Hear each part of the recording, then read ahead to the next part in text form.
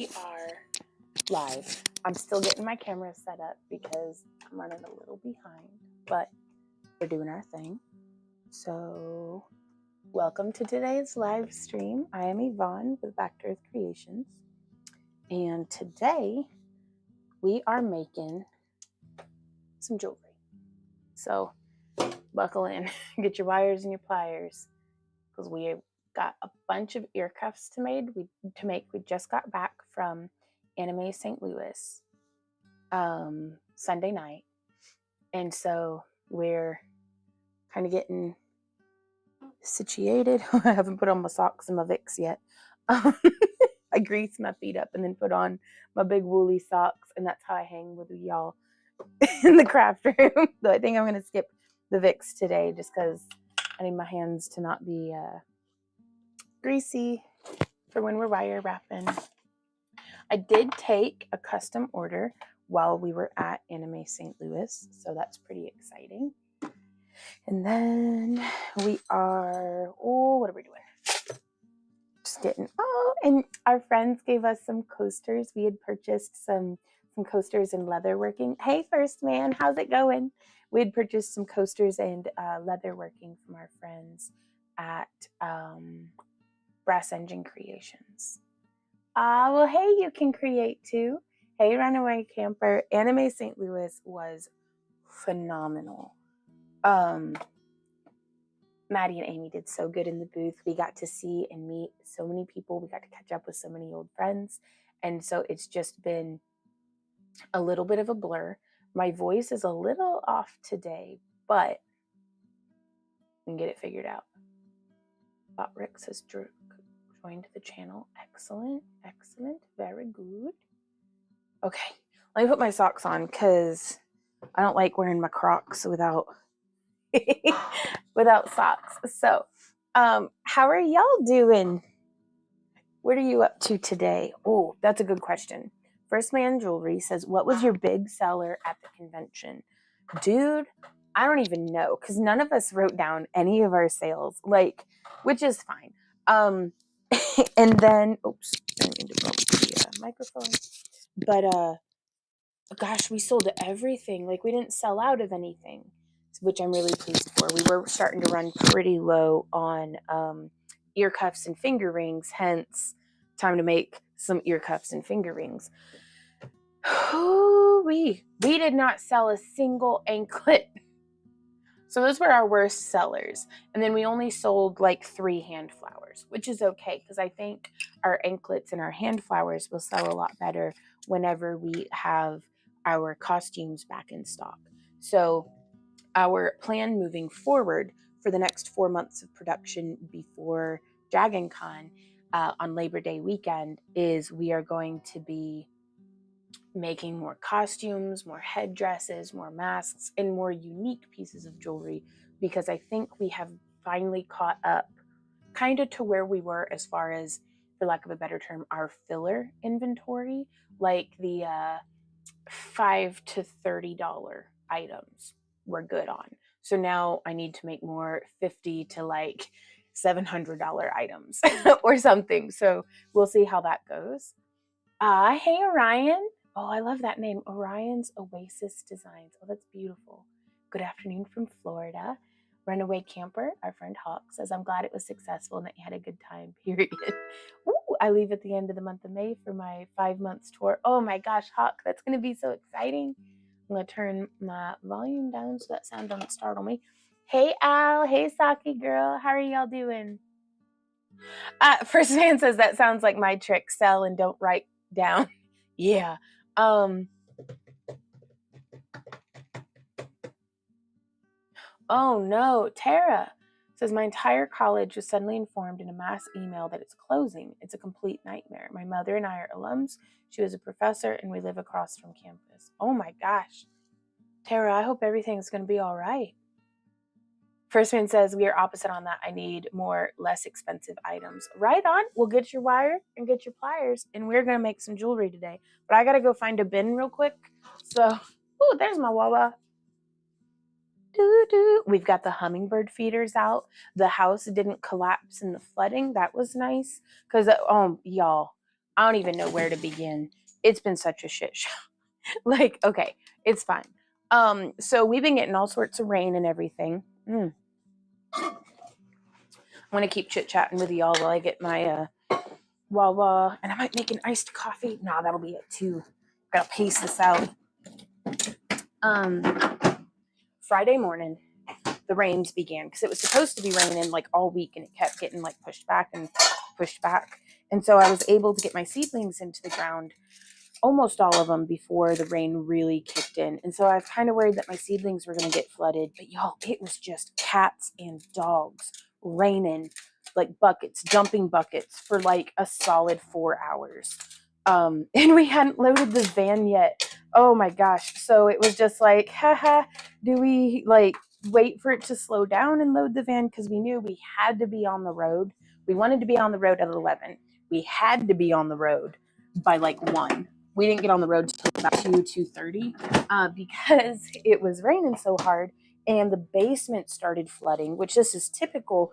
But by the time we got like the sump pump hose run and everything set up, there was about 10 to 12 inches of water pooled in there, which the water heater's okay because it's in a horse trough that like the water would have to get like 2 feet deep before it overflowed the top edge of the horse trough and floods the water heater. Our furnace is not in a horse trough yet. So, which I don't really know how to bring that up to a repairman or something, to be like, hey, if you put in a new furnace, can you like put it in a boat so my basement doesn't flood it? Where's the bin? There's the bin. So the furnace was underwater, and now the thermostat, like light, is off, and I don't know if some wiring got corroded again or what. But we'll deal with it. We're going to give it a few days for it to dry out completely before, because it's like a slip and slide of mud down there right now. It's but the sump pump for about 30 minutes, the sump pump was going, full blast, and the basement was still filling with water, which is concerning because we had to drive 4 hours away to St. Louis for a full weekend. And it's just concerning. So everything was fine, but we were late getting into St. Louis, but that's okay. And this was Thursday morning. My bad. It was Thursday morning. We were already in town Friday morning, but it was just a whirlwind weekend, you guys. It was amazing. But generally, as long as the credited and the credits were earned and they were still valid. Oh, right. Okay. What are you going to do about accreditation for your classes? Gotcha. We get that in writing. What you making? Hey, peanut butter. We're going to be making a mess.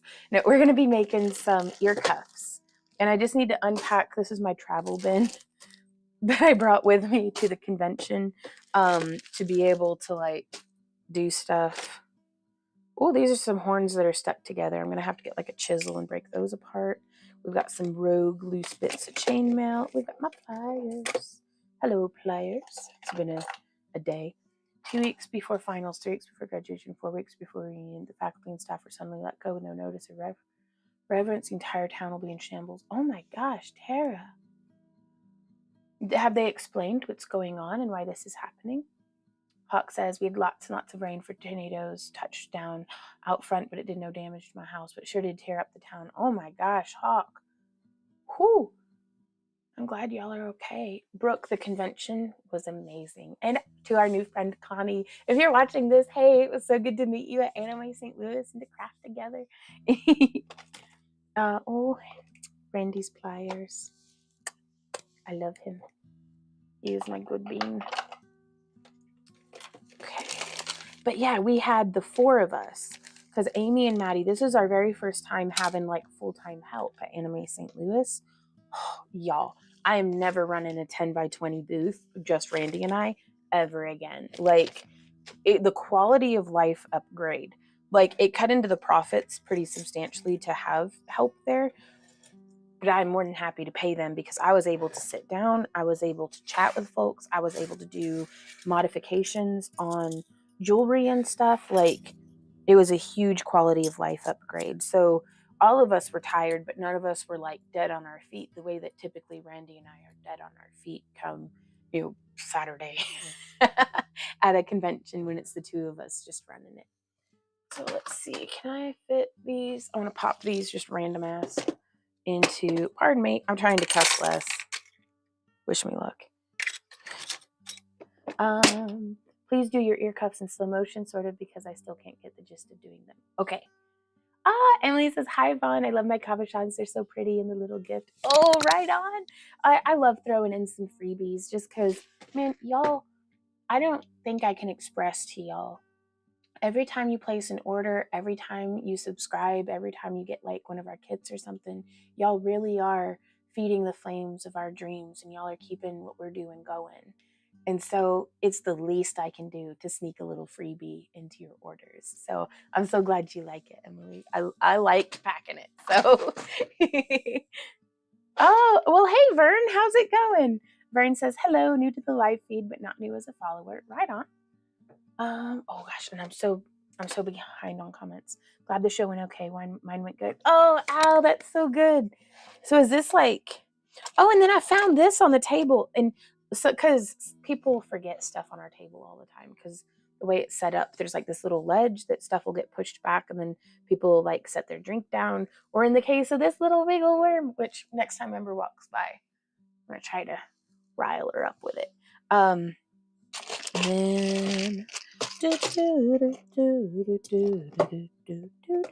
I'm just unpacking. Give me a sec, y'all. Hey, Joe says, hey, Vaughn, hope you had a great show on the weekend. I did. Were you able to do your live stream? How did that go?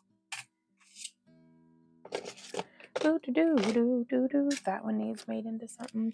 Now we're going to be using 20 gauge wire today, which I think I'm going to have to reorder. That's okay. That's the nature of it.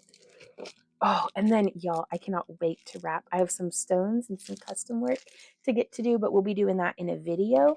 And then I'm going to shorten this down and give it to our sister-in-law, Amy. I wish there was a term that's stronger than sister-in-law, because Amy is just my soul sister. I love her so much. And she's just the best mama in the world to Maddie. And she's a true friend. And, like, just a joy to be around. Like, having her and Maddie in the booth made, because, like, okay, Randy and I did over 30 shows a year for a decade. It got kind of work. Like, it felt like work, definitely. And having Maddie and Amy there in the booth, it was so much fun. It was such a blast. Like, just throwing some other personalities into the mix and sharing the burden of the workload was it was awesome. So I'm like, and then we got to see, it was, oh my God.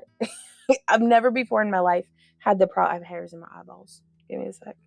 I've never before in my life had the problem of every single person that I love and care about, like, being all in the same, like, from an area, all in the same spot at the same time. So we were like doing breakfast dates with people, doing dinner dates with people. Like, it was the most socializing I've ever done with, like, while at a convention. It was wild, and it was so cool to get to see everybody.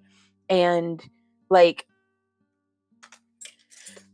I'm so, like, recharged and rejuvenated, and, like, my tank is full and I'm ready to go. Okay, so all that stuff I'm just gonna leave in there to scrounge through later.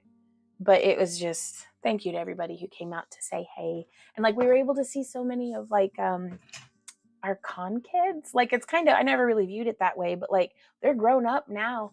Like, you know, little ones that we remember, youngins that we remember seeing, you know, when they had just gotten into high school and it was their very first convention. And now they're, like, grown and married and starting families, and they've all grown up so well, and I'm so proud of them. So it was just like, my heart's just bursting with the most intense family reunion I've ever been to. So, hey, Tashers, it was an absolute blast. Like, so good. Ooh, Joe says, actually not too bad. Got some chains started. I'll have to go and watch the replay as well. Soul Twin, yeah, so much. VOD saved on Kick, but not Twitch. Apparently I missed a checkbox. Oof, right on.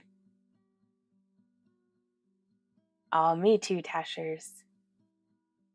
Were you able to get the technical difficulties sorted out for your stream? because I saw the update and I was like, no. Because we were in the car home. I was gonna try to watch it. All right. So the first thing we're gonna do is try to figure out what was it? Thatcher says Joe's stream was awesome. Oh, that's good to hear. Not to be like I'm not surprised, but that's very good to hear. Oh, we're all just keeping busy.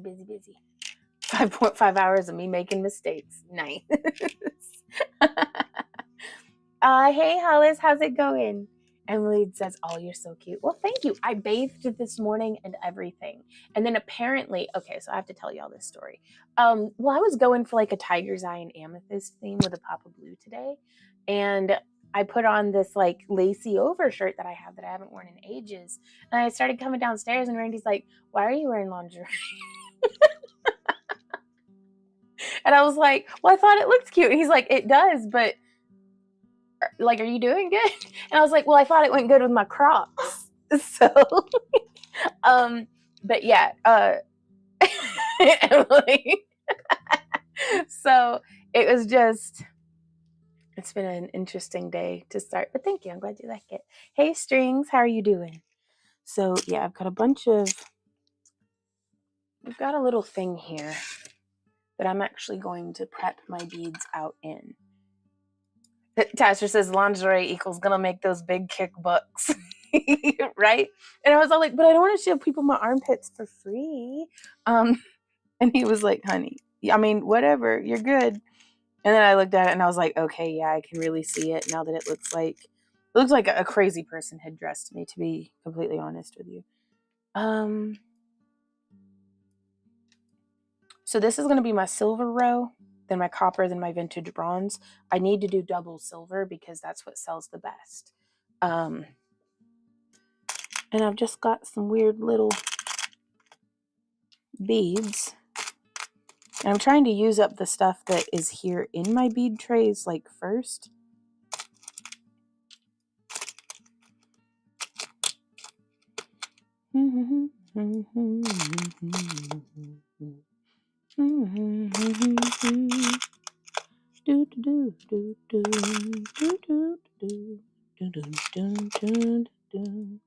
Just because I'm trying to weed out and reduce the number of just random, a little bit of this here, a little bit of that there, bead trays that we have in the house.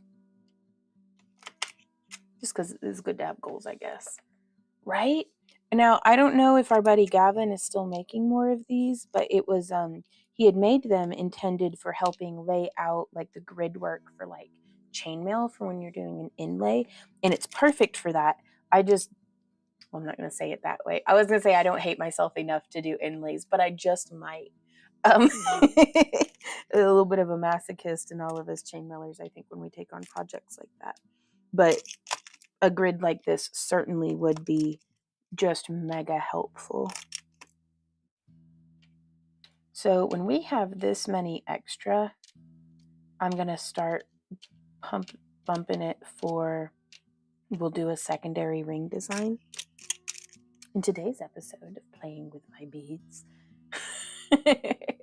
Hollis, this is a little 3D printed like grid square. It's just enough to keep my beads like organized a little. And I'm going through and I'm just prepping out to see how many beads I have here to see what I'm going to try to accomplish today.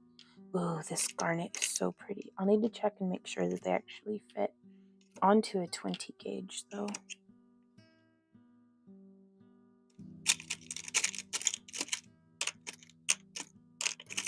And then all of these these are bead links that I had prepped up. And we were using them for Romanov style, like it's a Byzantine variation, chainmail bracelets. But I think I'm going to use them for, I'm going to have Randy set me up some segments of like Mobius flowers, and then we can just join them together with these beads that I already have prepped, and that'll be some nice quick, because we definitely need to place a ring ward order on, like, we need to restock across the board on our anodized aluminum so that we can get those bracelets restocked. I think we went in with like 2 whole tackle box trays, 2 or 3, I don't recall, of stretchy bracelets, and we're down to 1. So Randy definitely has his work cut out for him.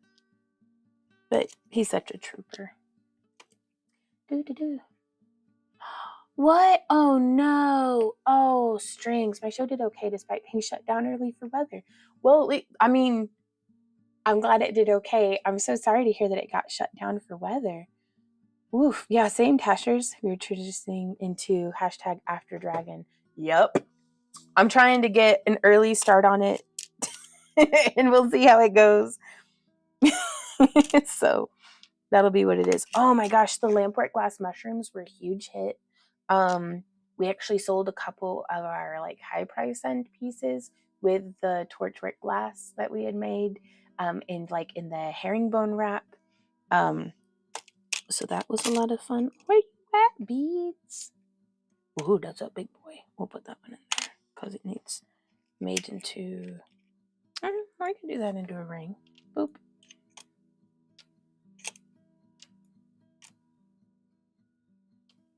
I don't know. I'm just rummaging at this point. Ooh, these are pretty. So, just getting it cleared out. I wonder how many of these links I would need per Mobius flower bracelet. We may actually warm up on some chainmail today, you guys. Get the blood flowing into our wrists.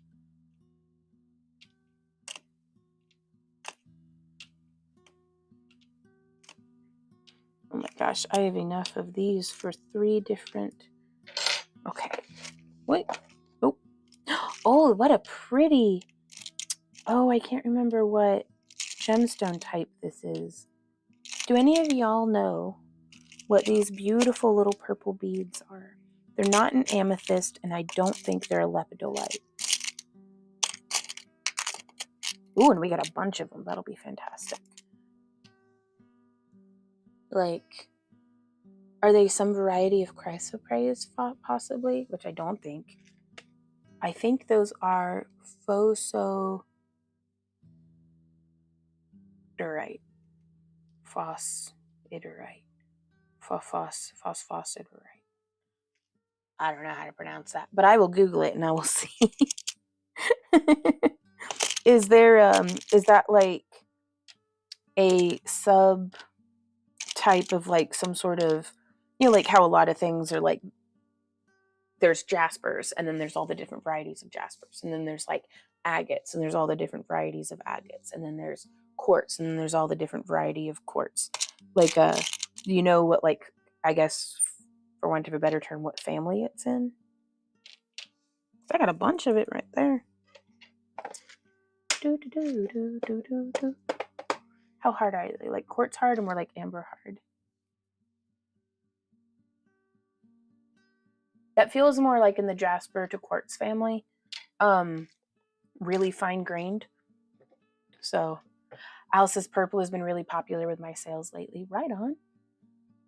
And I'm gonna say, I think purples and blues and greens, like a lot of folks like them, and I think it's because they look so nice underneath the fluorescent lighting of like the convention centers. So I could be a dye agate of some kind too. Gotcha. Yeah, there's no evident banding. So we'll see. Maybe it's a color treated quartz or quartzite, perhaps. So I'm going to just call it mystery purple stone whenever.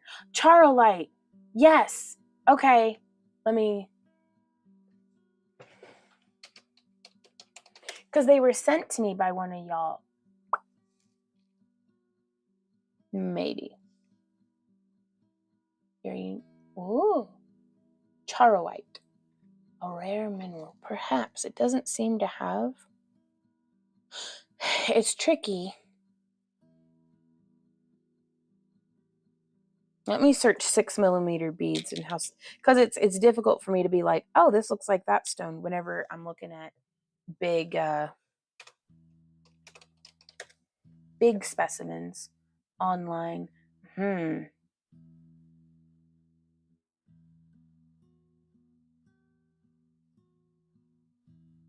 I have no idea. Possibly. It doesn't seem to have like the character of these other stones that I'm seeing. Like it's a very, you know how like howlite will oftentimes have that like gray marbling through it? If this were a howlite, it has zero marbling. So the characteristic traits that I'm seeing in these other beads are not seeing in mine. Oh well, that's fine. Let me search. Yeah, and charoite has black areas. Would have some more streaks. Gotcha. Let me search. What's the phosphoter? Fossa. I don't even know how to pronounce that. But here we go.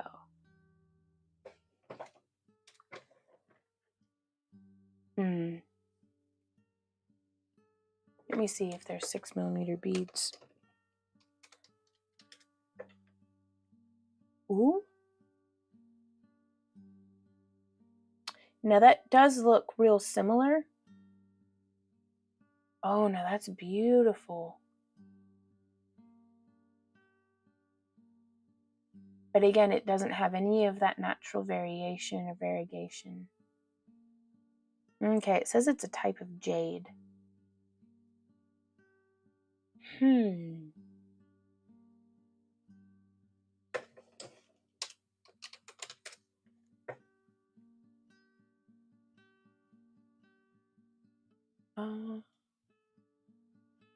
Phosphate and iron. Okay. So it's like phosphate. Phosphositerite.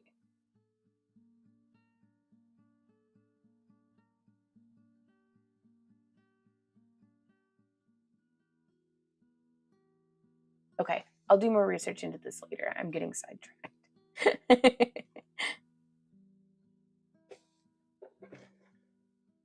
Yeah, I'd have thought lepidolite as well, but I think still going with mystery purple stone. Oh, still waiting on an update from the computer, but getting stuff made. So happy to be hanging out here, even if it's on my crappy tablet. Oh no, Dashers. Ooh, Al says, had a girl buy 4 pieces of the same purple set. Oh, that's awesome. Stone of purple mystery. I like that.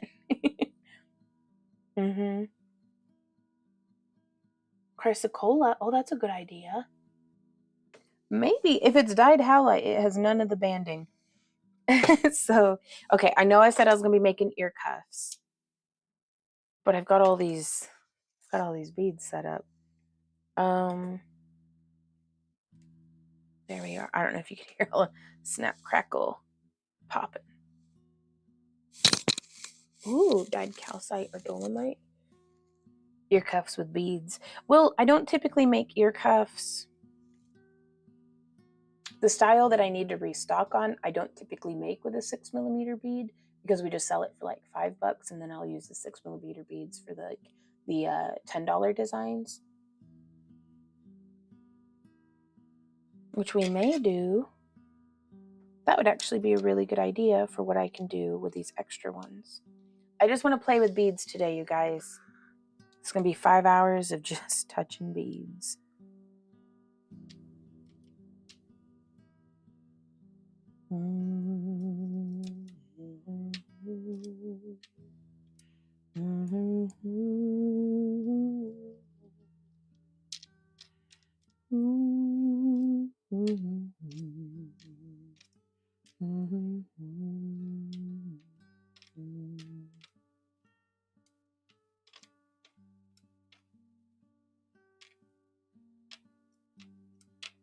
Okay, this should do us.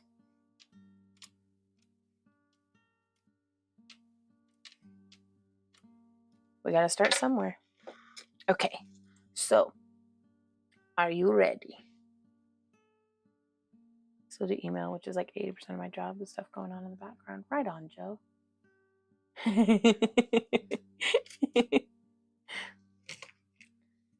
So let's see, we need 1, 2, 3, 4, 5, 6, 7, 8 in the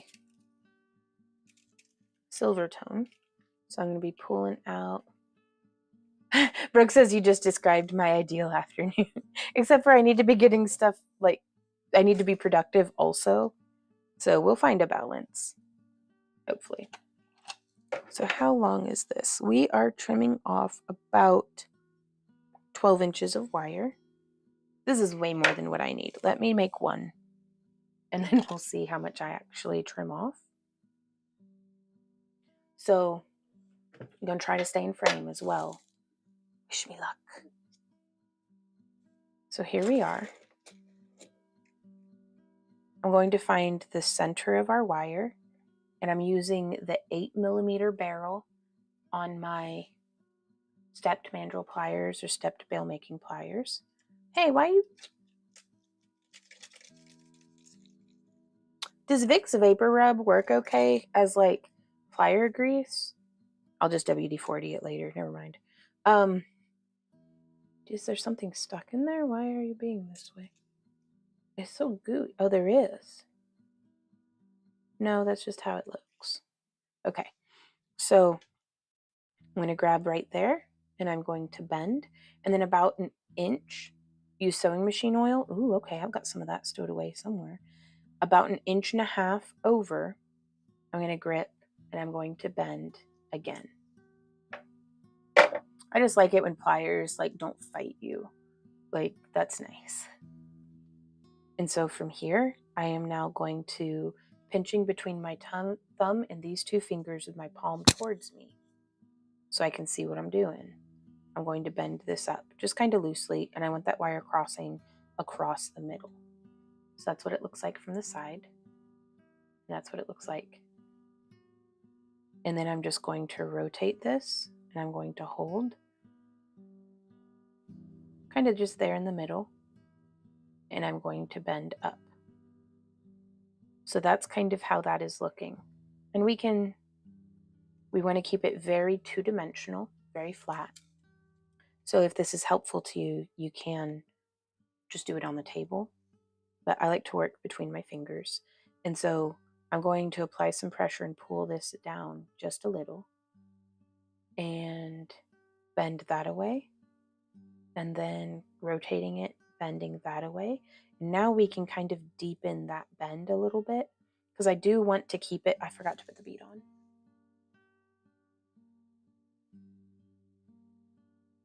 It's very similar to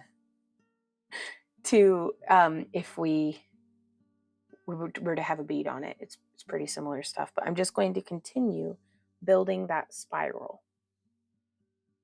Now, Hawk, we did recently release a tutorial on 3 different ear cuff designs that hopefully may be helpful to you. I don't know if you've seen that one. Captain Cauldron. Sorry, I didn't mean to like heavy breathe in your ear. Oh, I forgot to put on my lighting. Makes me look less tired. So, hey, Crazed Vintage, how are you doing? And then I'm just going to wrap this like around that away. And I'm going to wrap this around that away. And so it looks like I can snip right there. And I can snip right there. So let's see how much wire we could certainly use. I'm actually going to leave it like this because this is a really good size that the scrap is usable. Like, does that make sense? So it's like I could use this to make bead links for bracelets or earrings or other things like that. Whereas if I trimmed it and the scrap were shorter, I wouldn't really be able to get a second use out of it. So that's my thinking on this one. So we are going to stick with the 12 inches. And then I'm just going to give this a little smush. And then I'm going to give this a little smush. And I'm going to let y'all know this is one of my favorite ways of making a unique link. Oh, Joe, says Ovan, I think you and I need to start a petition for lapel mics to beep when they die. I was dead air for a solid 20 minutes. Oh no. Yeah. Well, what we did with ours is I know that mine die at like, what was it, like 5 hours and 30 minutes.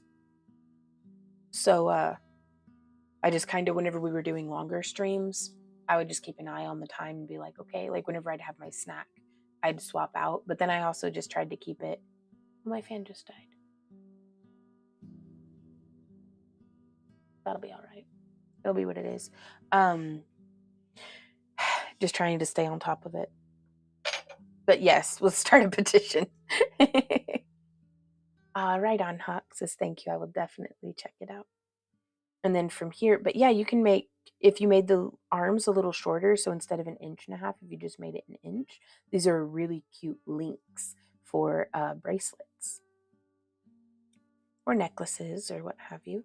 And so again, using the 8mm end, I'm just braining that around. And now from here, if say this is the side that I want wrapped around the back side of my ear, I'm going to try to show you guys here in OBS how we put these on. Now we do have this demonstrated over on our YouTube channel as well in that tutorial. But yeah, it just wraps around the back side. I'm trying to do it without my hand in the way. Okay. I want to open it up just a little bit more. But whenever we put it on our ear, just to help you visualize, we're going to be squeezing that down. This side will get squeezed down. So just wrapping around the back side of our cartilage and then coming to rest in our ear well like that. And you can see it's just kind of flopping around. So from here, we would squeeze down and then we would squeeze horizontally. And the goal is to have it hugging without actually pinching you at all, because ears are so sensitive and so full of pressure points. You do not want something just squeezing the life out of you. So it is a lot lower. A lot of folks think that they want ear cuffs like up here, and those are fantastic when there's piercings. But the rest of the time, it's just going to squeeze but still flop around and fall off. So that being said, let's try to get the squish that back down. There we go. And so now we're going to keep up with those. How many are we doing? 8 times 3, 24. So let's go ahead and cut 24. 1. It kicks me in the shins after 4 hours or something.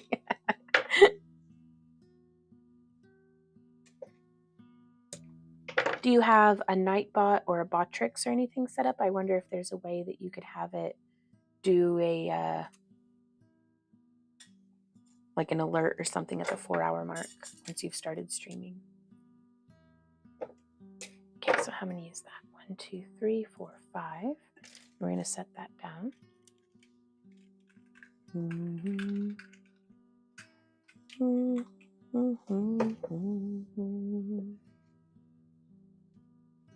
Then 6. Wait, I need to be doing this out of 3 different colors. 1, 2, 3, 4, 5, 6, 7, 8. I'm glad I caught myself before I went wild. So it's 5, 6, 7, and 8. Whoop.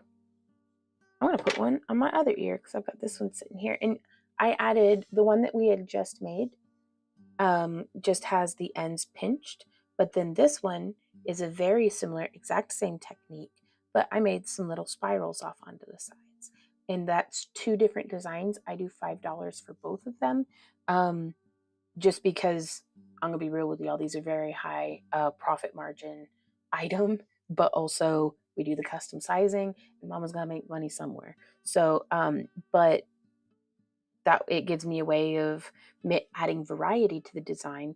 And then if you add a bead into the center of it, then with this basically one technique, you can make 4 styles. And then somebody good at math, help me figure out like how this branches down. Actually, I need to use my own brain.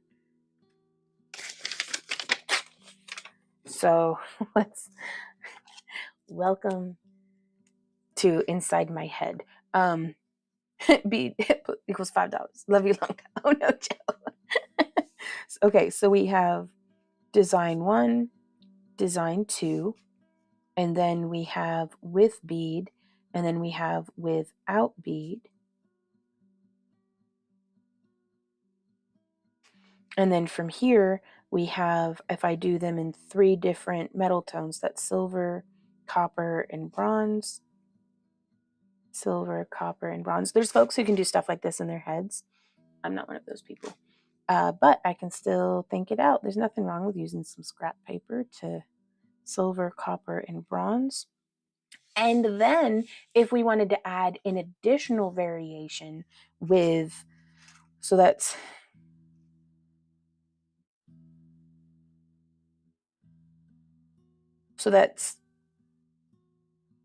I don't know, it's that many. Oh, I'm not even in frame. Son of a duck. It's a bunch. But whenever you add in, the next level of variation would be almost infinite, because, well, not infinite, but like let's say if you have 10 different bead colors, and then if you do it in 4mm, 6mm, and 8mm, again with this same base design, you can make a whole lot of inventory that has a lot of little variation in between each and every. Like, I think that's pretty neat. And then especially if you got into, you could add a little metal bead on either side of your larger bead to make it even more layered. You could add in some different textures. They're really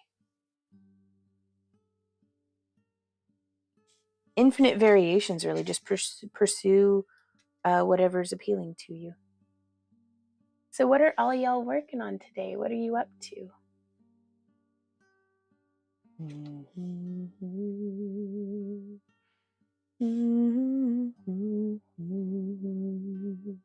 I feel like we should do like a social media post or something, but I kind of just want to not be on social media a little bit today.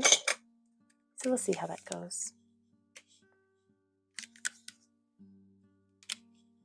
Ooh, Heidi had said Charlite is granulated. It has other colors in it. Okay, that's a good way to put that.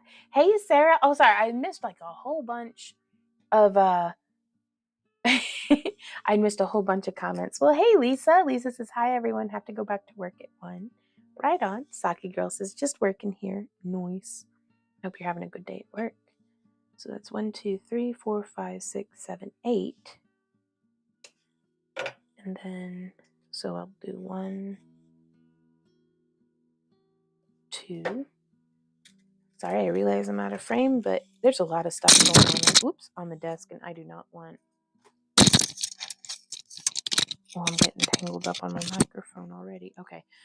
I don't want to be getting tangled up on everything on my desk. 3.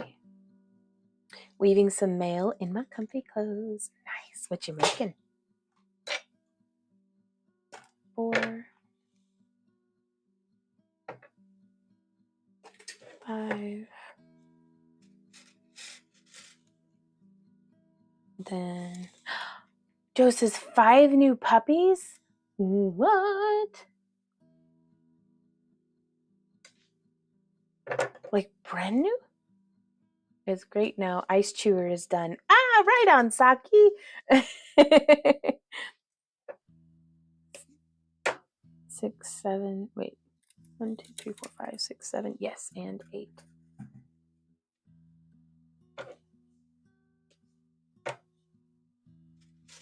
Joette's puppies. What? Oh, just working here, enjoying my first stream with you guys. Oh, well, hey, Bree Brat. I hope you're enjoying the stream. Ooh, what's a jelly cube? Leaf says, hi, I'm making a jelly cube. Hey, Amanda. And Lee says, I'm working on a necklace. Nice. Ooh, Joette says, I'm playing with my 5 new... I understand. 5 new puppies, Joette. Because I was like, Joe must know a Joette, too. A dozen quail eggs due to hatch today. Oh, my Lord. Little quail babies. Well, that sounds exciting. Okay, and so now just rolling it off of the spool. There we go. Working on a necklace. What kind of necklace? Is it wire wrapped? Is it bead strung? Is it chainmail? All of the above? Something else? One. Ooh, some stretchy European foreign wood wide bracelets. Nice. 2, 3. I'm so out of frame, but 4. Just bear with me. Okay. 5.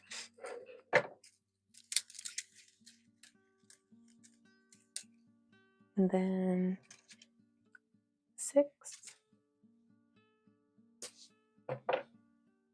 7. And 8. I think this past Anime St. Louis may be the last time we set up without grid walls, because we're going to be beefing up our costuming and our clothing. Erica says, I'm just here lurking. Right on. Working on making a wire bead links to make a mixed bead necklace. Oh, that'll be nice. Amanda says, doing some clay work and some resin pouring. Y'all are so busy. That's awesome. I think it'll have layers. Ooh, okay. A chainmail jelly cube. Okay. Is that like the Japanese weave that's like stacked up into a cube? That's like a really great fiddler? Like a little fiddly bit. Y'all, we did it. We have all of our wires snipped. Now we have to do the wrapping part. But that's okay. Ooh. And I can actually beef up. Look, a distraction. I told you we're just playing with beads today. I just wanted to get it up to the base level. Do I have a green aventurine in here? I do not. I do not.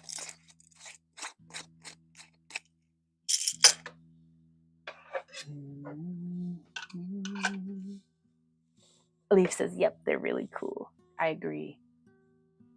Bree says, I did enjoy seeing you and meeting at Anime St. Louis. Oh my gosh. Well, thank you for coming in and hanging out. Did you get home safe and have a good time at the convention?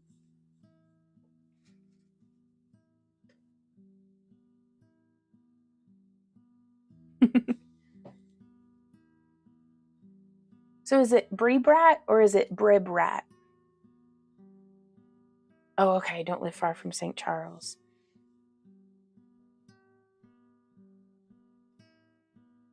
Okay, we're doing these ones. So I'm going to set up my situation with, and also, y'all, I went through so much effort to like make pairs of everything. I'm in here, baby. Oh, here comes the cat. Where'd the little worm go? I'm gonna shake it at the cat. Ember. Ember kitty. Let's go look at the cat for a minute.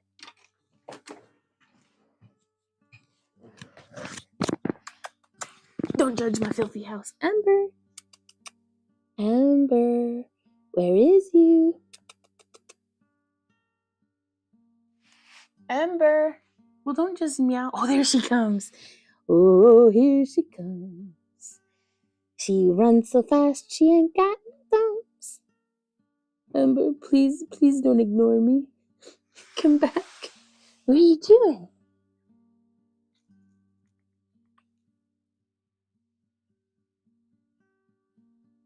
Just love me. Oh, she hates the worm. Oh, she hates it. Or unless. Where's she going? What's she doing? What are you doing, Ember? Wow.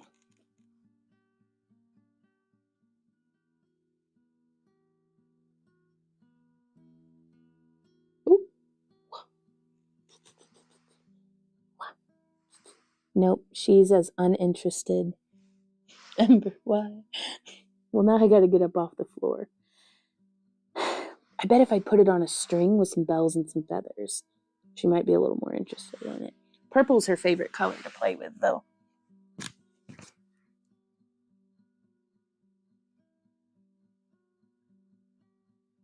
She's as uninterested as I think I've ever seen a cat be. It's because she came in here for treats, I bet. Y'all saw her running. She was like, I'm not I'm not doing anything without treats. Well, all right, we'll get back to work then. Okay. Hey, Lydia, how's it going?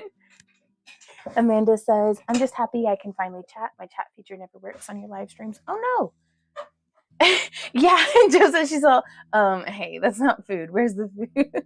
Management has entered the chat. Oh, it was actually supposed to be Brit, but I typed too fast. Oh, right on. Are you Brittany? And well, I don't want to say people's names, but like, am I doing custom work for you? So,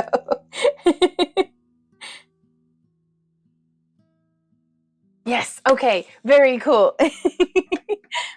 How's the show? Didn't know you were back, Vaughn. Hi, Kitty Ember. We love you. We do love Ember Kitty. Where'd she go?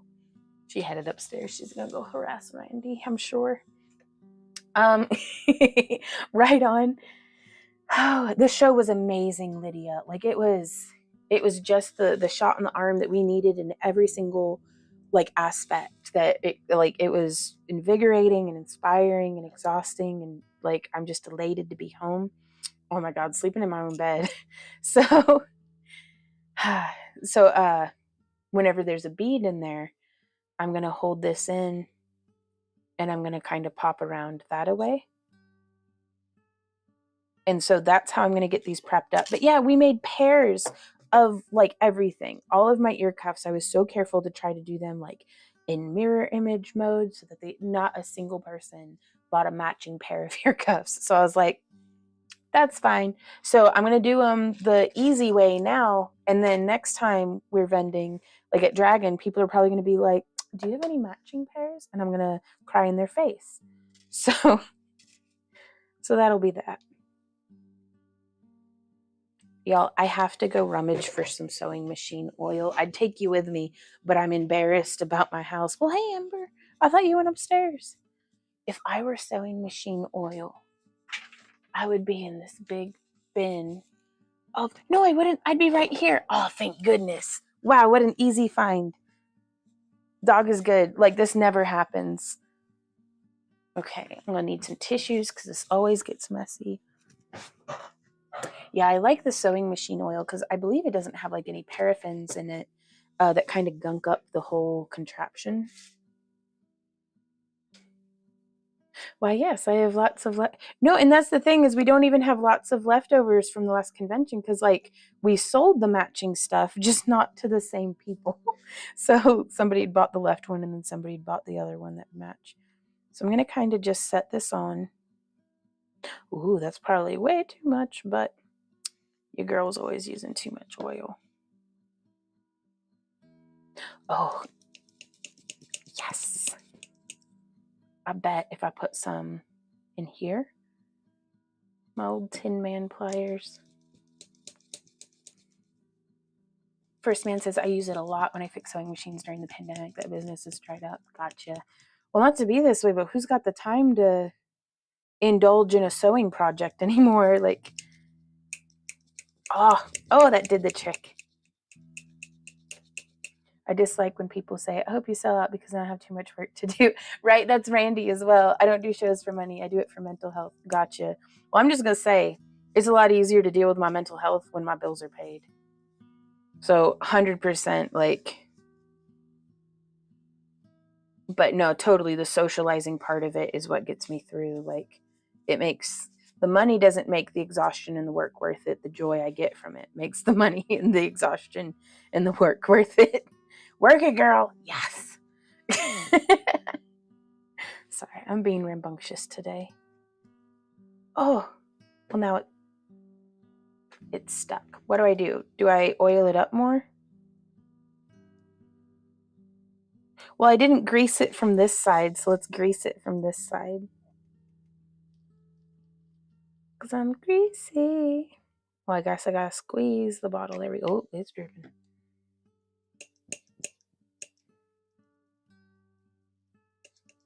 Am I doing this right, though? Keep oiling as it will drive the crap out of it. Oh, okay.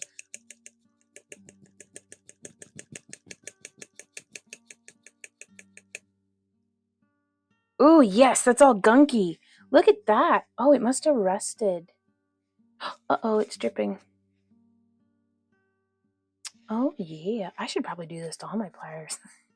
Let's see how many ways I can find to not do the work that I was supposed to be doing today.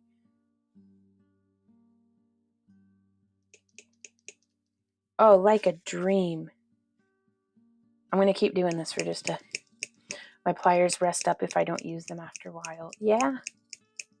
Well, the thing is the pliers that we use for when we're teaching have been sitting in a bin over yonder for like 3 years. Well, hey, Dina, how's it going in Florida? It's still work that needs doing, ASMR stuff. Yeah. Well, let me put the... You hear that? But I need to go through and grease up like every single one of those. And clean them because they're the cheapo ones that are just basically nothing but rust now. Okay. Oops. Uh-oh. Oh my gosh. Okay. We're all right.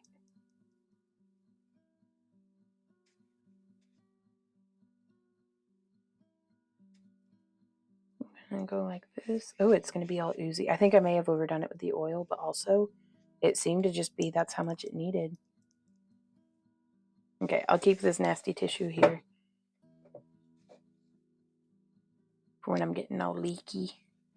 And then let me go put this back where it goes. Oh, I don't know if I told y'all, but we put our hummingbird feeders out. I have yet to see a hummingbird, but I think I heard one yesterday. And our roses are out, but I don't know if the hummingbirds, because we get ruby-throated hummingbirds around here. And I don't know if they feed from roses at all, but we've been putting the feeders and trying to grow flowers that they do like for a few years now. So hopefully they'll come back and remember us. But yeah. Oh no, never throw your pliers out. There's always a way to fix them up. Now, I don't know how to replace the springs in them, but doesn't mean it can't be done though. So I'm going to go through and I'm going to do each kind of... Yeah, Vicks Vapor Rub would not have worked for that. Sewing machine oil was a good choice. Ooh! First man says, I have a ritual where I soak them in machine oil for a few hours and then clean them up. No, that's a good idea. That's a really good idea. And whenever I'm making ear cuffs, I do like to give it at least that 1.5 inches. Typically for human ears, that's a good size because it's as large as I've ever needed it to be, and I can always size it down. Yeah, this is a vintage bronze. So I'm just going to go through, and I like to use my brain all at once if I can help it. So instead of having to think about, have I done this one in this color yet? Once I'm doing all that thinking all at once. So there's that bead color. And then once I get into wrapping, I can just pick them up and wrap them. I won't have to like worry about it. Bye, Lisa. Have a great rest of your day. So there's that bend. And I'm just bringing it around. And this is just like an opaque black glass bead. It's a pressed check glass. There's that one. So that was a silver. And now here's a vintage, or an antique vintage bronze. There we go. Uh-oh. It doesn't fit. Oh, heck. I hate that. Maybe this one over here will fit. Yes. Excellent. So anything that like the wire won't go through, if it's like a 20 gauge, I put it into a pile and I add them to our crap boxes. It's the troublesome beads. Let's grab an antique copper because that's the third color that I need to do. To replace spring, go here, Jets Ink. Chat won't let me post. Okay. So is it jetsink.com?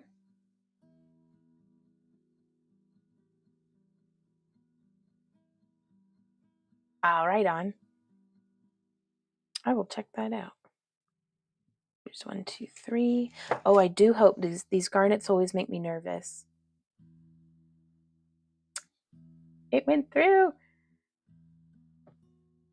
But yeah, all of the seedlings, like other than the damage from the groundhog, the garden's doing really well.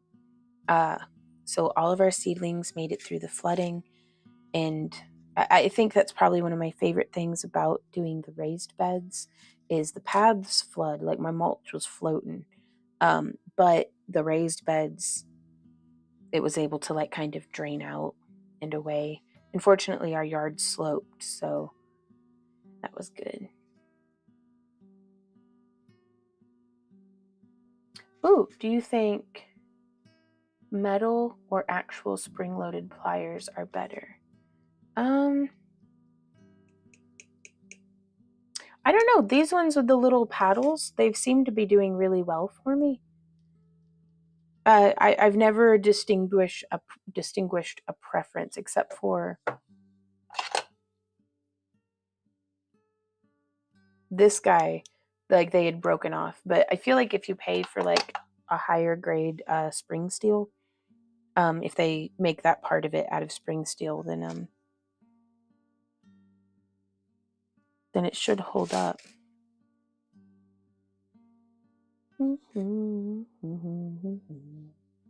There's another antique copper. Oh yeah, it's just been sitting there kind of low-key leaking. But okay. And then we have a bunch of chains that every single one of them, like the clasps had broken. So we're like, all right, well, it's enough of that. Okay, so vintage bronze, 2, 3. I'm just gonna set these off in clusters now. Oh, blah, blah, blah.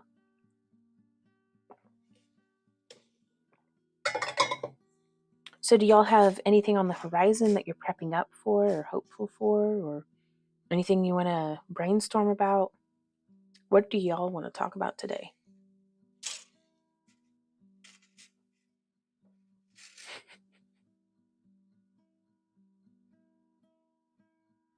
So there's 1, 2, 3.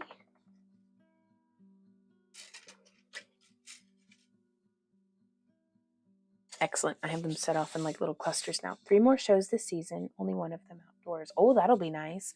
Oh my gosh. I love indoor shows. I like outdoor shows. Like I like going to outdoor shows when the weather's nice, but I love vending indoor shows because it kind of alleviates that whole weather problem from a vending perspective. I think Tash has convinced me to do a Schwartz ring for my next stream. Oh, what's a Schwartz? From like Spaceballs? I thought it was like a Cuban chain or something. Like, oh, that would be awesome, Joe. May the Schwartz be with you. Spaceballs, the ring. Hey Anne, how are you doing today?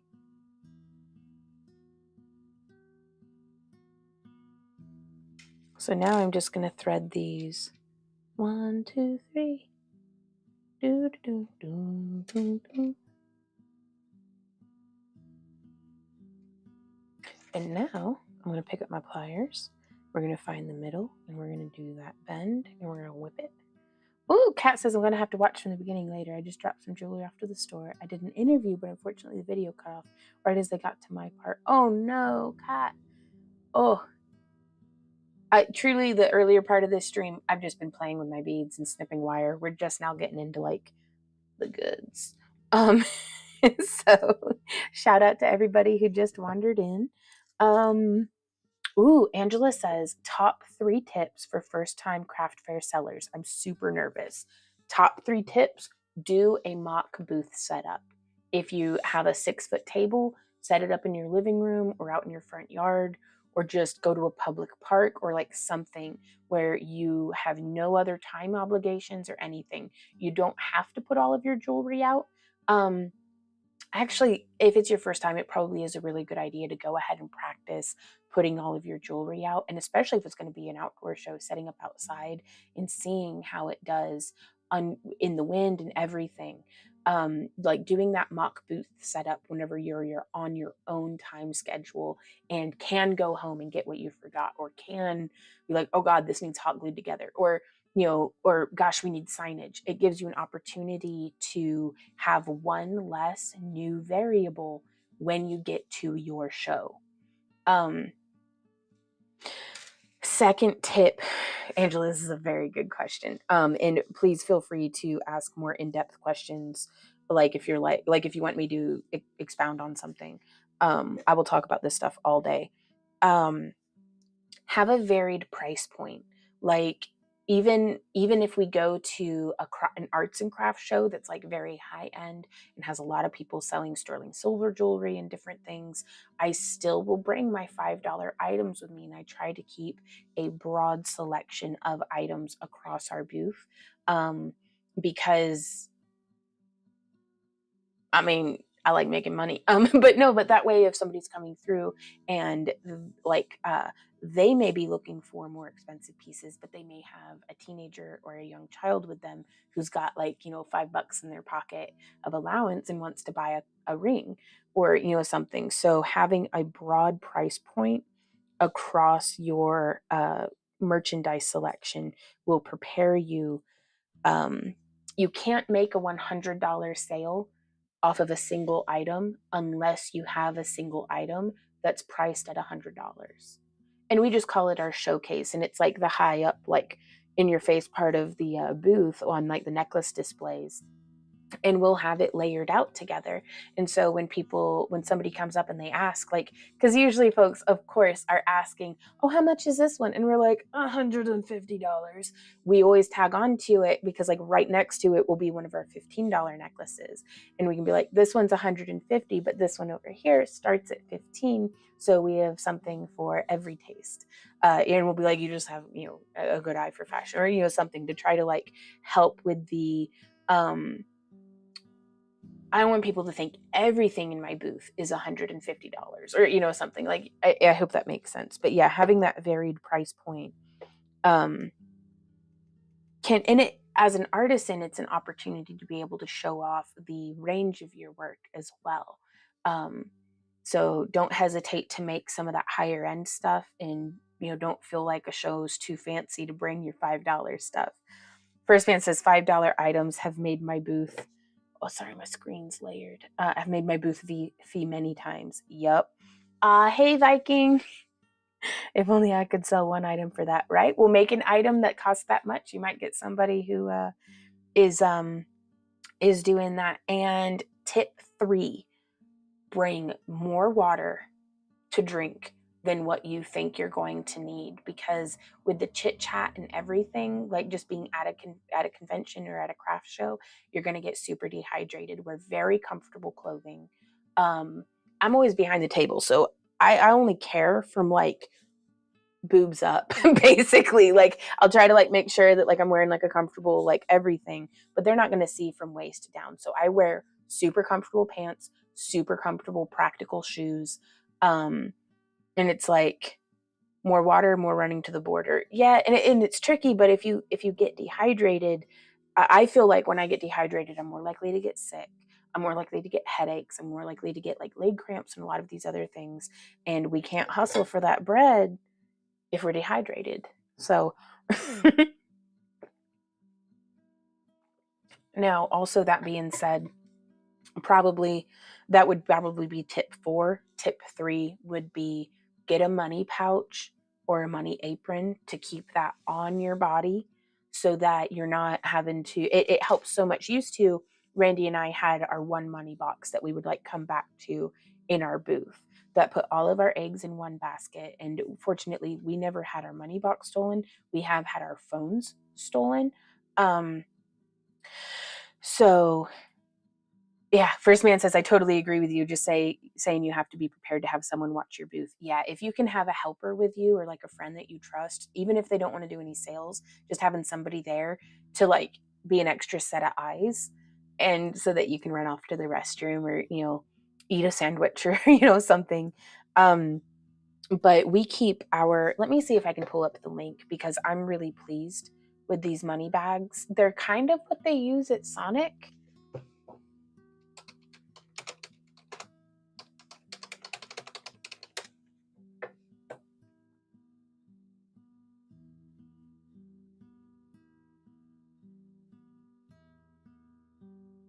but it's like a belt. And you know that fanny packs are just so fashionable and so flattering, but they're very practical.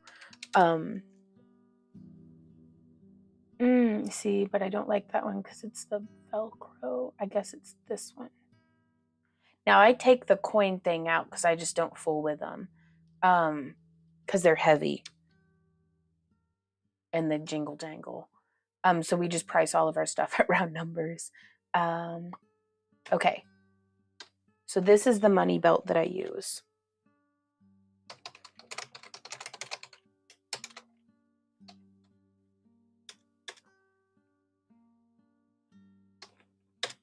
And in that, I keep in the back pouch where actually, I can do this number because it's the internet. It's the future. How do I make that be? Okay. Boop. There we go. There we go. There we go. There we go. Okay. Here you can see in this area where the coins are, and you can actually see they're showing it with a phone in there. But I do my 1s, 5s, 10s, 20s. Oh, this one has a zipper pouch. Oh, that's nice. But I take out this thing that the coins are in, and that is where I keep my phone and my scanner, like my little chip reader. Mine doesn't have a zipper pouch, but that's super handy. And I also keep like a pair of scissors for removing wire snips. Now this one has Velcro, but this is essentially, this is the thing that we get because it's just right there. I like the one, we'd gotten one that has like a magnet flap, but yeah, the little coin thing, you can take that out. But yeah, so just having everything that I need right there on my body, I can stay engaged with the customer and do our full transaction and get that taken care of. I also wear an additional apron underneath that, that I keep like my water bottle and like my other pliers and like I have this whole, like, thank goodness I've got all this real estate because I put a lot of stuff in that apron.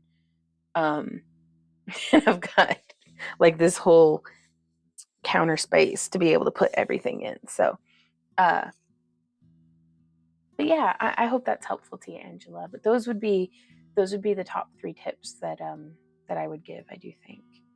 First man says they're not too expensive. Great idea for outside when an apron is too hot to wear. Yeah. A vendor who had a bag she hung around her neck with her money. You're not going to take that easily. Yeah. 100%. Tasha says, hey, those fanny bags are making a comeback, it would seem. Yeah, everybody wants to wear them crossbody now. Yeah. So however you like to do it. A typically creative says, in my experience, taking a moment to try to eat will bring people to your space to look. Just like a waiter asking how your food is when you take a bite. Yep. Yeah, anytime that like it's a trickled to a slow and Randy and I are like kind of standing there, we're like, the sooner we sit down, the sooner people are going to come up to our booth. So it's like, fit in as much sitting as you can. Ooh, Viking. Let me see. Hey, Michelle. She says, hey, how did the show go? Sorry, I know you probably already said, I love repeating myself. It was amazing. The show was phenomenal. It was probably one of our best Anime St. Louis's yet. We had Maddie and Abby there helping us. So I think even though we probably pulled higher numbers than what we did last year, we tried to pay both of them very well for their time and for their travel. So, but it was totally worth it because I'm not dead today. Like normally I've got con crud and I'm exhausted still and I'm just sick. So, but no, it was just great. How have you been, Michelle? Hey, Erica. She says, how are you doing? I'm doing pretty good. Did I just do all of those? I did. Okay. Trying to make sure I'm getting my beads right. Threading on the purple mystery stone. Always stand and greet every customer, no matter the age. The parents are not too far away. Yep. Yeah, and just, I mean, be genuine, but like also be like good customer service, like greeting people. Sometimes we get to set the tone for our booth. So I like to interact with folks how I hope that they'll treat me. So I treat them the way I hope that they'll treat me, and that's with a smile and with manners and please and thank you, and trying to speak, clearly, and projecting my voice a little bit. And so I always treat it kind of like I'm in NPC mode. So I'm just a merchant with a booth, and the main character is walked up, and it's like Randy and I have our little dialogue boxes of, they'll come up and Randy says his own thing, but I usually am saying something along the lines of, hey, everything here is handmade. If you have any questions, feel free to ask. And then I just kind of stand back and let them do their shopping, because if they're a chatty shopper, they will certainly ask questions. And it's just kind of like the opening statement to be like, kind of test the waters and set the vibe. And if the person wants to chit chat, I am 100% here for that. If they just want to stand back and browse, then I wait. And whenever I see them looking, like if they're looking at my earrings, Britt can totally verify to this. She got to experience firsthand this past weekend our vending interaction experiences. But if they're looking at our earrings, then I'll give them what I feel like is the most pertinent information about that item, which is all of our earrings have surgical steel ear wires, so they're safe for most folks with metal allergies, and they also come with these little rubber earbacks, and so. And then I kind of just stand back, and again, if they have any questions, or if they want to be like, oh my God, look at this one, or what's this stone, or this one's ugly, why would you have made that? Then we will engage from there. So, which we've had in all the years of us doing this, we have had very few folks actually be rude to our faces in the booth. And again, I just handle it by having manners and a sense of humor. And just because they're an asshole doesn't mean I need to be one too. But everybody's different. So, but most folks are just very kind, except for when they're not. Ooh, Michelle says doing good. Ooh, had a colonoscopy and an endoscope. Ooh, that's all kinds of wild adventures. Took out one. Oh goodness, but other than that, it looked good. And I do have damage from heartburn. Okay, so I have pills for that now, and I'm waiting on the actual surgeon to call me. Oh, Michelle, I'm so glad you're able to get these things like identified and taken care of with the doctor. All right on, Al. Have a great rest of your day. I hope your parents are doing well. Yep. First Man Jewelry says, Lord, I've had people say, I can do that, just to say, I look forward to you having a booth next year next to me. That's part of that. A very small part of that is Randy and I started making jewelry tutorials because we'd have folks come through and be like, well, I can do that. And it's like, if you want to, we should hang out because crafting is fun. Why are you being a turd about it? So that's when we smile very kindly, because the world needs more kindness, not smacking people like how I want to sometimes. But violence isn't always the first answer. Just got back, not leaving. Oh, okay. Well, how are your parents doing now? But we hand them one of our business cards and politely say, if you're craftily inclined, or if you'd like to be, we do a line of YouTube video tutorials. Because, we do. And also we're enablers. And so it's like, I don't know. Again, it's just kind of setting the tone, because you never know how somebody might have been, what kind of art teacher they might have had back in high school, and how much of their creative flame has been trod upon and treated cruelly. So sometimes all it takes is one person. I know for me, even on my worst days, when y'all come through and you're kind to me, sometimes you don't know how much that little stick of kindness you've put on my inner flame helps me keep going. So it's the least I can do to be like, all right, asshole, I'm gonna be nice to you. Just to some of the folks when they come through. And it's been a really pleasant experience. So I had to learn to not take other people personally. Like, just because they're beefing at me doesn't mean it's like at me, like, you know. Ooh, Little Sprite says, hey, will you ever sell your little horns on the website? I love them from your little video from the booth. We should totally get some listed up on there. Y'all, May 1st, it probably won't be done until June, but May 1st, we are working with a feller who is going to be redesigning our website for us. I'm really, really excited. So I do hope to put more of the horns up on the website. So if you're not going to pay me with money, you can pay me with engagement. Kinda, yeah. But it's like, it's also a nice way for sometimes folks are just super socially awkward, and that's okay. I don't know how to people when I'm not in my booth. So that's why I just stick to manners. Like, that seems like a good way of, if me being polite is like offending someone, that does sound like a them problem. I did my best. Like, like, I didn't like burp in their face and blow it or anything. Like, I just said please and thank you. So, oh no.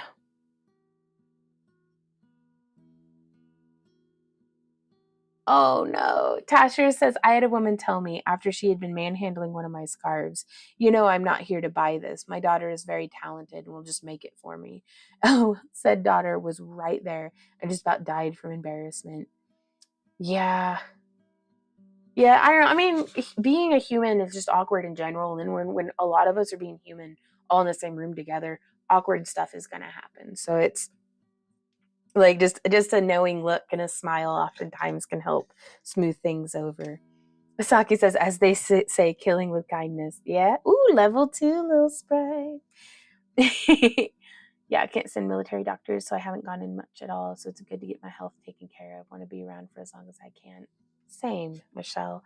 We want you around for as long as you can, too. They want to be a shade puller. That is the reason.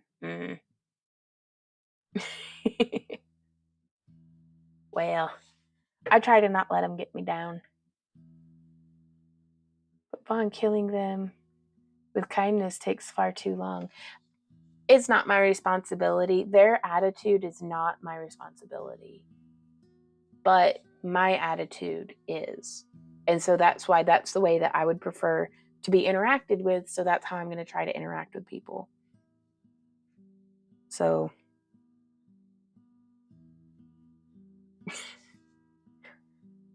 And then when all else fails, the old, well, bless your heart, is that I've run out of nice things to say. So I've only had to whip that one out a couple of times. But, so, hey, Karen. Yep. Like, I am here to share in the joy and happiness with you, but it is not my responsibility.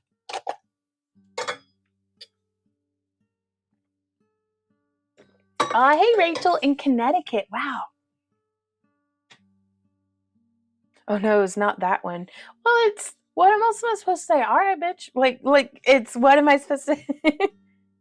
Yeah, note to self, if Vaughn says, bless your heart, look out. No, it's my way of like, good luck, I guess. Like, I can't help. I've lost interest. So, because if I see a plant trying to grow, man, I will water it with water straight from my heart. Like, but if there's, and of course by plant I mean people, like, so if there's somebody in my booth or who really is trying, I'm gonna be there trying too.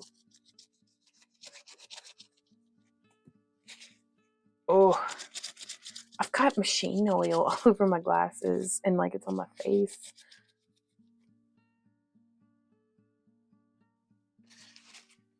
Joe says, can I see your work? Oh, nice. Designed by Joe says, I like pulling the, ooh, can I see your work? When they say they can do what I do.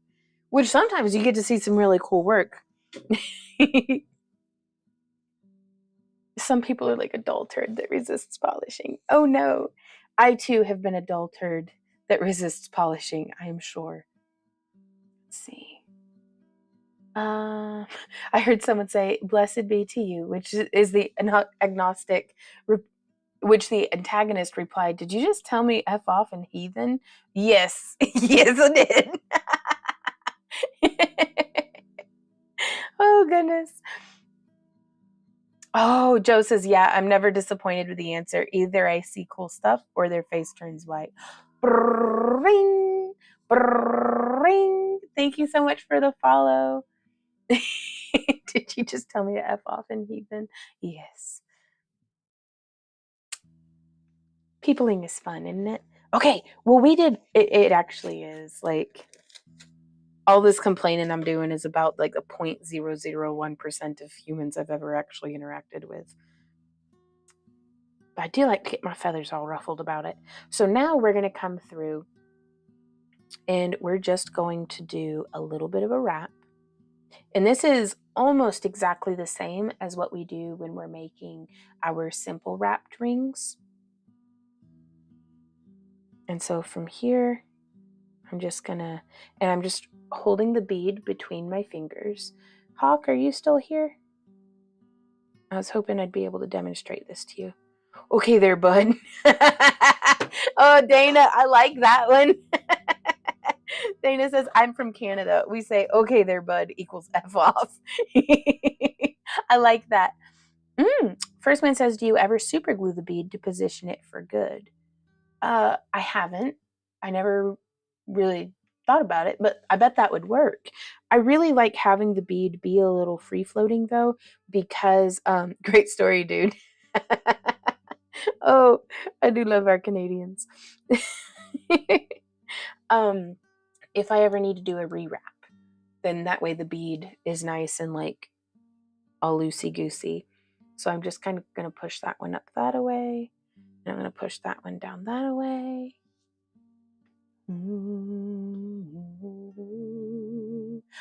It typically says sometimes they're just trying your patience, but a negative experience for them will be talked about more than a positive experience. Yeah. So let's start going through all of the positive experiences from this weekend. We got to see Yvette and Jason, or Yvette and Man Beast, and we got to meet some of their friends. We ate this really interesting restaurant, and it was just so cool to get to hang out with them. I wish I'd been able to chit chat a bit more, but we were so like just whooped from draining the basement and traveling and just everything in general. Like we turned to pumpkins at around 10 p.m. anyways. On like a regular day where we were sleeping in our own beds and working in our own home. But yeah, so from here we could do the little spirals, which I think for these ones, since I do have doubles of some of these colors, I do think I am going to go ahead and do the little spiral finisher. And so in which case I do a finger width and I snip it, and then I do a finger width and then I snip it. But that was a lot of fun, and we were able to take dinner.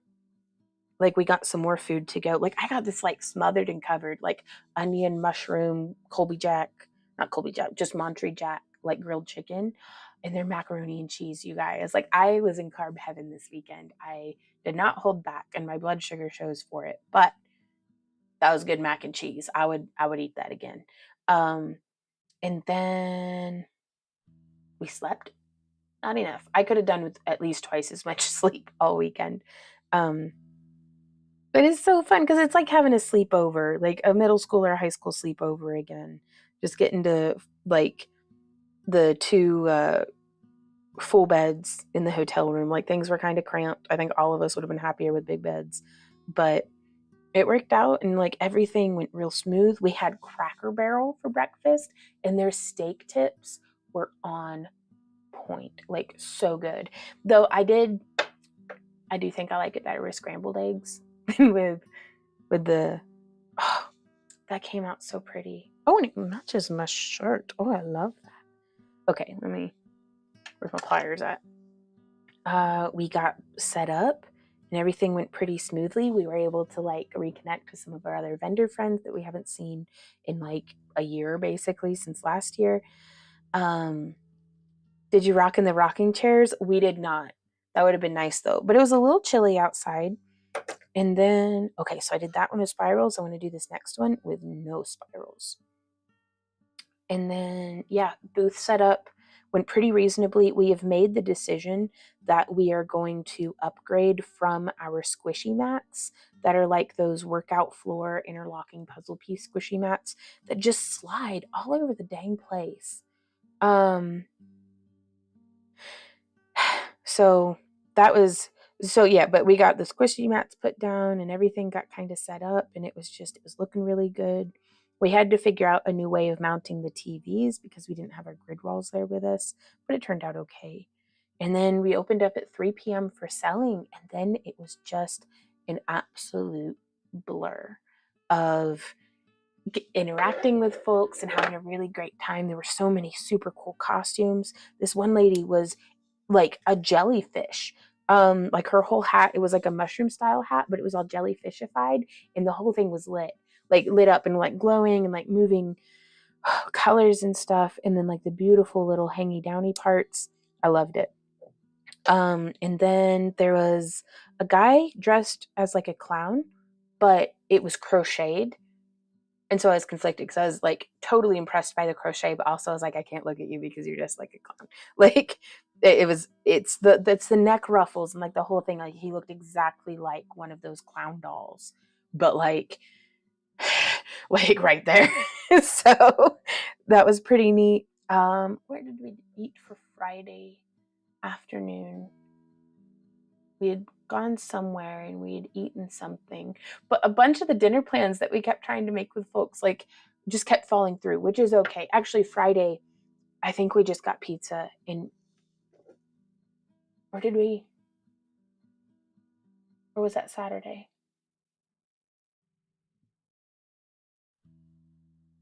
It was a literal blur, you guys. Like, oh no. Leaf says Charite usually doesn't look solid. I bet it's something dyed. Ooh, right on. Do you prefer Ring Lord to Chainmail Joe? I like Chainmail Joe for their bright aluminum. And I like the Ring Lord for just about everything else. So, though I have not tried Chainmail Joe's anodized aluminum yet. And then, because one evening we had eaten, the pizza was on Saturday. We must have had, like, it was a restaurant that was directly next to the hotel, but it was like a steakhouse, and we just like went in there and ate like meat, and it was pouring rain. Cats and dogs, we got drenched, but that's fine. Load-in was perfectly, like Thursday when we got there, we were able to just dump our booth and like go. So that was nice. But yeah, really good dinner. Just getting to sit and like Amy and Maddie are so chill. Like that was very nice. And then we got to see Yvette and Jason again, because we were going to try to do dinner with Yvette and Jason, but we didn't get out of the dealer's room until like 8 p.m.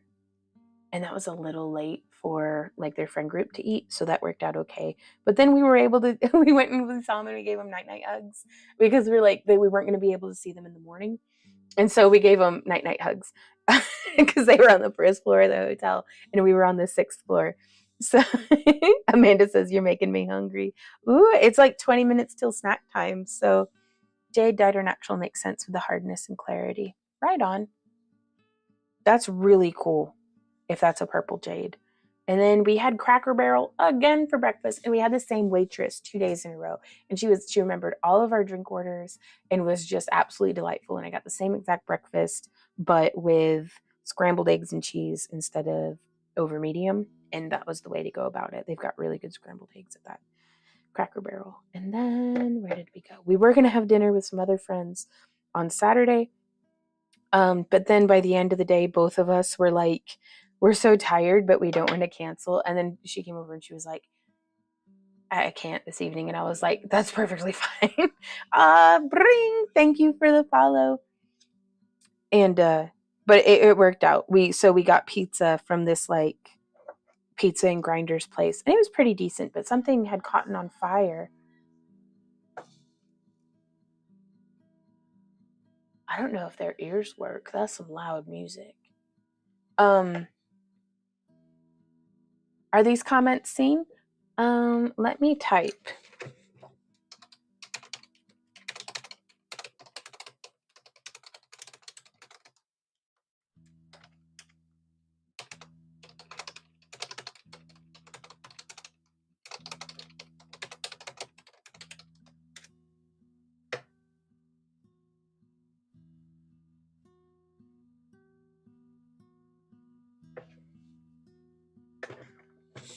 hope that works for Leaf, because I've been reading your comments, Leaf.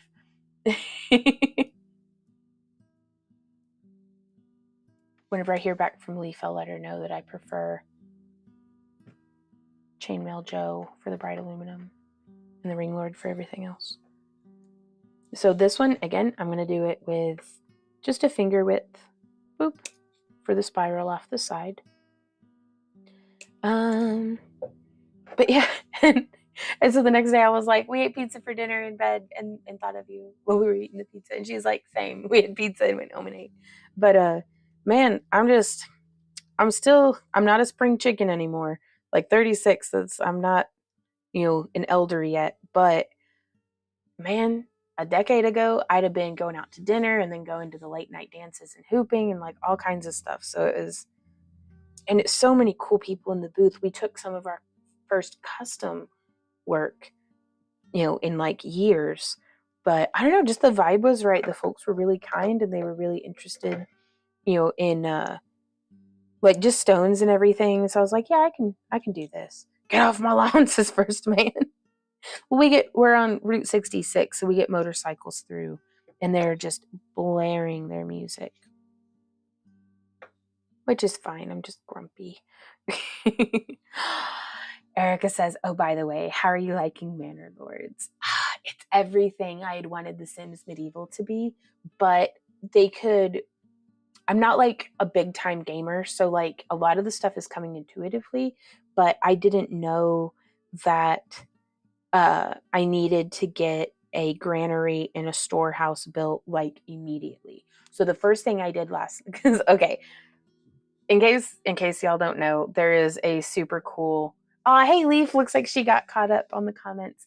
I prefer Chainmail Joe, Leaf, for their bright aluminum, just because I can go to Amazon and order like a pound of it and it'll be there like the next day. But I like the Ring Lord for just about everything else, though I have not tried. I think it's either Chainmail Joe or American Chainmail have their own anodized aluminum, neither of which I've tried. But oh no, Erica says, I built so much stuff and I had no peeps to work them. Right? And that's what I kept running into. And then it was like, oh, you can move this for free. Like, because there's like a little movie thing. Like, not movie, but like, it's like the plus sign that has the arrows on the ends and you can click and drag typically with it. But if you do that, they have to completely rebuild it.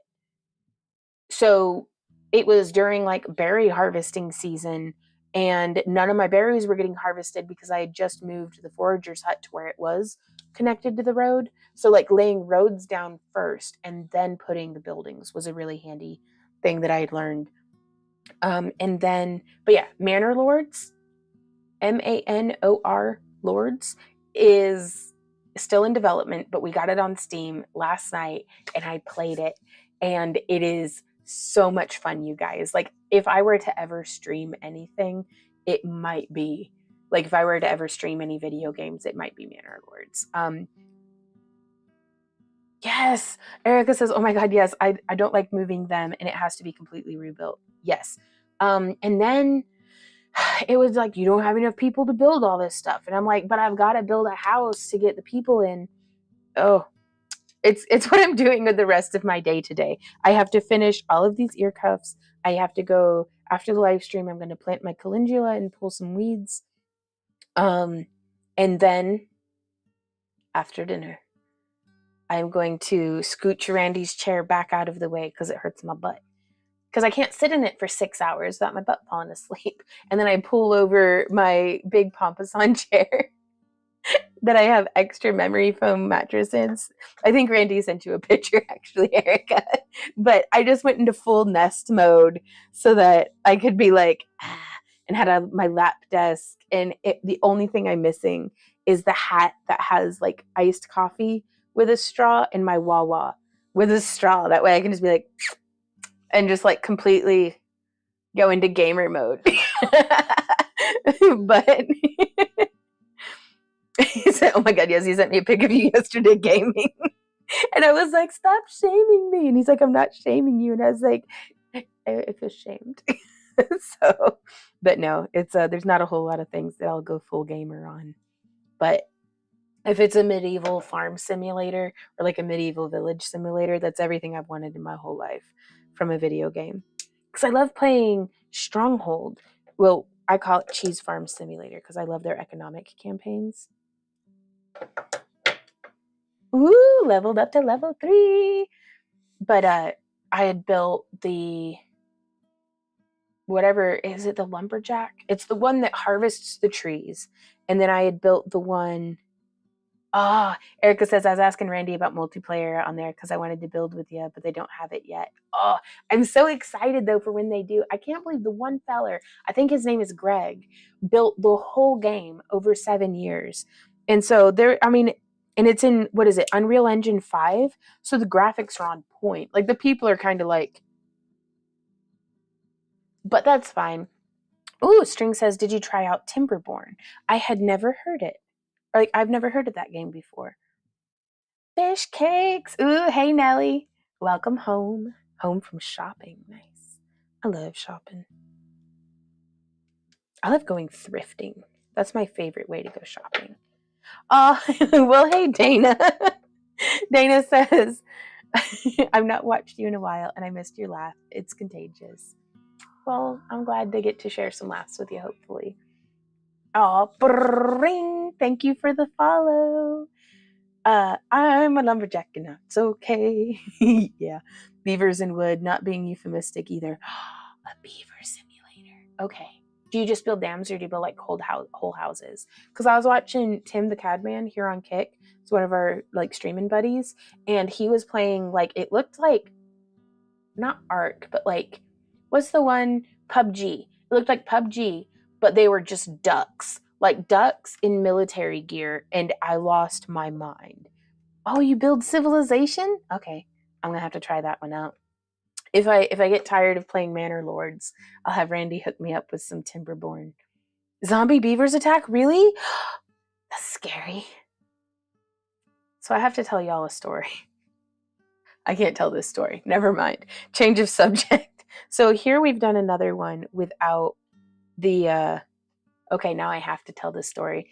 This channel is not intended for children. This is a warning. In 5, 4, 3, you better mute us or put headphones on. 2, 1. The very first Netflix video that Randy and I had ever watched was like some movie about beavers, but we thought it was like a particular kind of film. And so we were like, yeah, okay. And it was just a nature documentary. But the name of the video was so like, is this family friendly? And it was, but right. But it was just, that's what it made me think of with the beaver thing. But it was because we were very young and Netflix had like just come out like digital. And we were like, oh my God, I didn't think that they would have stuff like this on there. And well, we weren't looking for it, but it just recommended it. And I was just like, for science. And so Randy and I ended up watching like a 20-minute beaver documentary, and it was very nice. But all right, y'all can unmute us. String says, when I tell people I play a game revolving around beavers and wood, for science, it's literally science. Well, I love a good nature documentary. I love a bad nature documentary. But yeah, I can feel Randy looking at me like you shouldn't have told that story, but I can't. She was hoping it would get better if she watched longer. Kind of. We were like, any point now, because like the music, it was the most like B-movie cinematography I've ever seen in a nature show with like, but then I mean the beavers did do as nature does. But with smooth jazz and everything. Like you guys, I was confused for the entirety of the video. You know all about Cumberbatch and his inability to pronounce penguin, right? I have no idea about that. I'll have to Google that after the stream.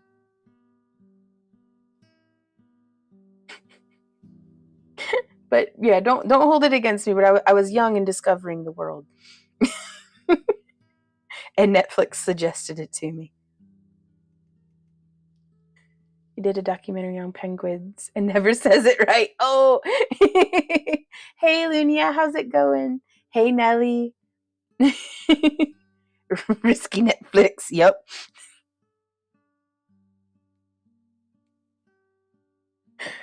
For science, and everyone always gets those magazines for the articles, not the pictures. Well, yes, naturally. It's for the plot, I promise.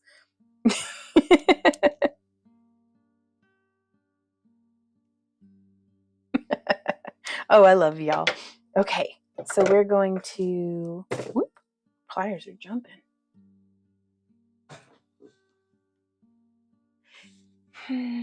I can't see a single hummingbird feeder from where I am, and that makes me kind of sad. Yeah, it signed up for a certain genre. It was not a certain genre until it kind of was. Now confused. Hey, Wackadoo. It says, hello, crafty family. How have you been doing, Wackadoo? Discover and discover. Oh, Nelly. Ooh, but where are y'all's favorite places to go thrifting? Like, do you have any, like, favorite thrift stores in your area? Sorry, this is pertinent. It's going back to a previous subject. Ring, ring. Thank you so much for the follow. Ooh, Goodwill. Man, I loved shopping at Goodwill when we lived in Tennessee because, like, most everything was about 50 cents. Like, and I don't know if it's just times change and that's how they are, but here in Missouri, our Goodwill is like putting... Oh, really? Is that what's going on? Because it's like they've got like boutique prices on, like, because used to we'd go there to buy leather belts that I would like punch and make into bases for belly dance costumes, and that was a lot of fun until they were charging like $10 or $15 per belt. And then it's like, or I could go buy a new one or get into leather working and start making my own, which is what we ended up doing. But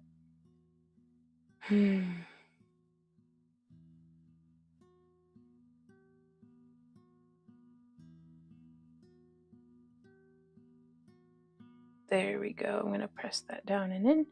Goodwill's priced like Walmart. Rather go to Walmart, right? And then, but I had no idea they had online. That's cool. I still like to go and rummage though, but I miss those 50 cents. We had gotten a 100% silk skirt, like tiered. It just floated for like 50 cents. And I was like, there's no way. And so I was able to take it and like I put in a different waistband. That way it would be more size adjustable.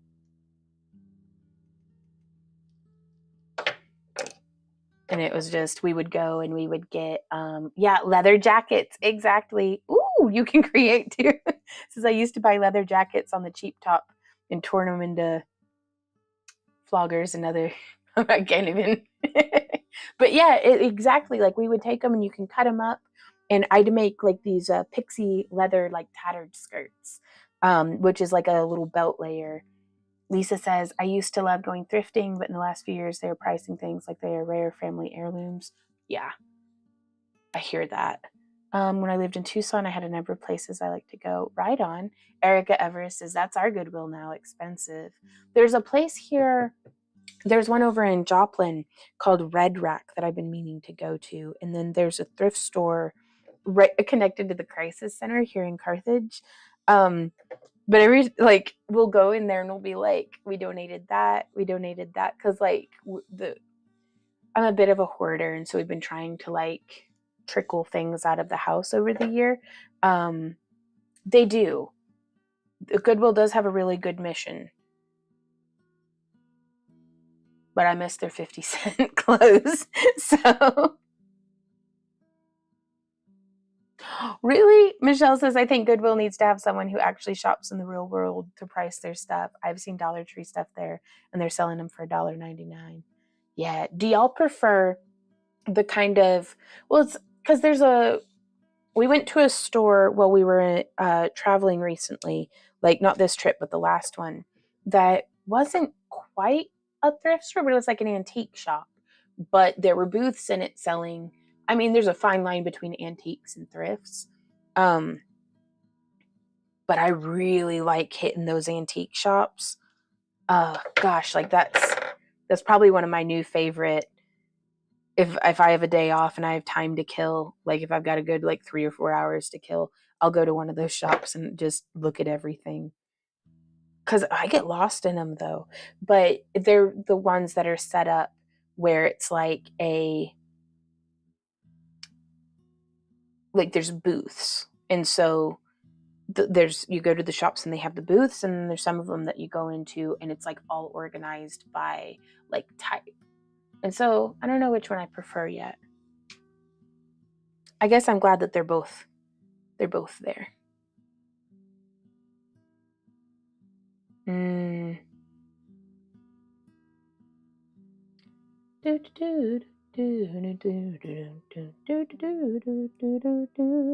But then now it's also, I guess I'm getting to a certain age where I'm seeing a lot of the things that I had purchased.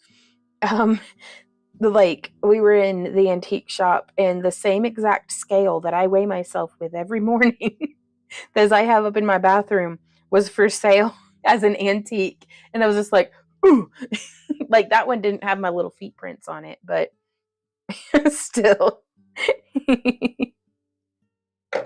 Okay, so, oh, this is a new one, but it looks like we have a bunch of this one too, so I'm still going to do the spirals on each side.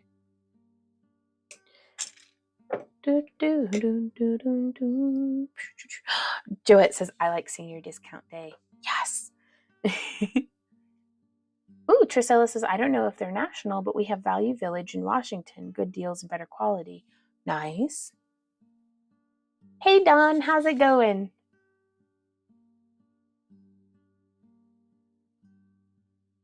There's a weird noise coming from outside, and I don't know what it is, but that's okay. We're just cranking out some ear cuffs today. Oh, I like that spiral. Ring! Thank you for the follow. There's an antique shop I love in Grand Junction. It's called the Bird's Nest, and it has 2 floors. I get lost in there for hours, and I'm not kidding. It's huge, and I love looking. Ooh, do they do it like set up like by booth kind of, where it's like just kind of everybody's stuff everywhere? What are y'all's favorite things to go antiquing for? Because I think I'm going to start collecting casserole dishes. I feel it. Yes, the Habitat Restore. There's one of those in Joplin.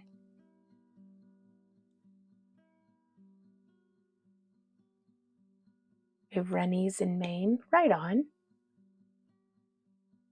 Woo. I've been there in Grand Junction. It's awesome. Okay. Oops. Well, they're tangled now. There we go. I also love used bookstores. I can't help myself. I just love them.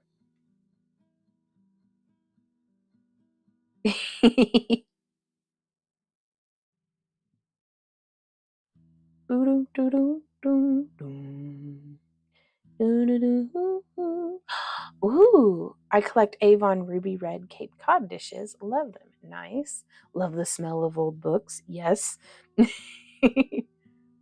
I'm into old books, old papers, things like that. I make junk journals with them. That's so cool. Shoes, right on. We were there at this antique store. Oh, I like that one. And I found some really cool copper balls, like that were just, now they're copper toned, but they feel like some sort of like ceramic or something. What? Pi says, went to a rummage sale. They gave me the broken jewelry for free. Fixed some of it up. Oh, that's cool. I'm going to have to keep an eye out for bags of broken old jewelry because it's been a minute. Fairy says, I collect too many things. Ooh, do tell. Don't collect miscellaneous stuff, Fawn. You'll eventually need all available space for more beads, wire, and stone. Well, the dream is, because I was telling Maddie and Amy, I was like, I try to not dream dreams for other people, but I cannot help myself because Amy's mama one of the kinds of folks who just makes your life better just by being in it, just by being herself. But she had collected just years and years worth of like she basically has enough stuff in their garage and all these different bins and things that they could start their own really nice curated antique shop, because Betty Lou had fantastic taste. And Maddie is really strongly considering going into cosmetology. And she's very good at hair. She's interested in doing nails and like just, there's no telling where a person's life is going to take them. But she was like, I think Maddie was saying that it'd be really cool to like have a hair salon that also has like a little bit of a used bookstore and like a coffee shop. And I'm just there and I'm picturing this building that we used to work out of. Like we were working for the company that was there, and it was like 2 stories. So there was like an apartment up top with like 2 huge, like as big as our main, like I remember it being at least as big as our main craft room that we do our glass and sculpting and Randy's desk and shipping in. 2 big rooms like that, plus the little apartment and a full bathroom, and like it in the downstairs area. And I was like, it would be really cool to be able to have a little bit of a, like if I could dream a dream that they wanted to climb on board with, I would have a little bit of an antique boutique shop. Like not set up with the full-on stalls, but just like kind of boutique-y. And we'd sell beads and we'd teach classes, and we could do like, just like it would function like by appointment, or we'd have days that were open, and we could sell Amy's antiques, and we could sell Randy's sister, I guess my sister-in-law's artwork, and Maddie could do whatever she wants to do out of it. And I think that's exactly the kind of shop that I would go to, where there's like a coffee shop side where you can sit and pet your new beads, or and search for used books and get your hair done or your nails did, and just I don't know, it would probably take like a really big building with like a bunch of like, I don't know. The vision is only a dream right now, but Amy and Maddie both were like about it, and I was like, right on. But so the collecting of things now has a purpose, because I also really want to make like with doing glass fusing, we can take antique glass that's kind of like, there's got to be a 70s equivalent of the dollar store of like everybody had that plate. So it's not exactly like a rare collectible, but it's still a cool looking plate. If I could take that and like slump it or fuse it into like fountains and mushrooms and different yard decor and different things, like I think that'd be pretty cool. Thank you so much for the follow. Making a mushroom bank for my granddaughter. Ooh, fairy, that sounds cool.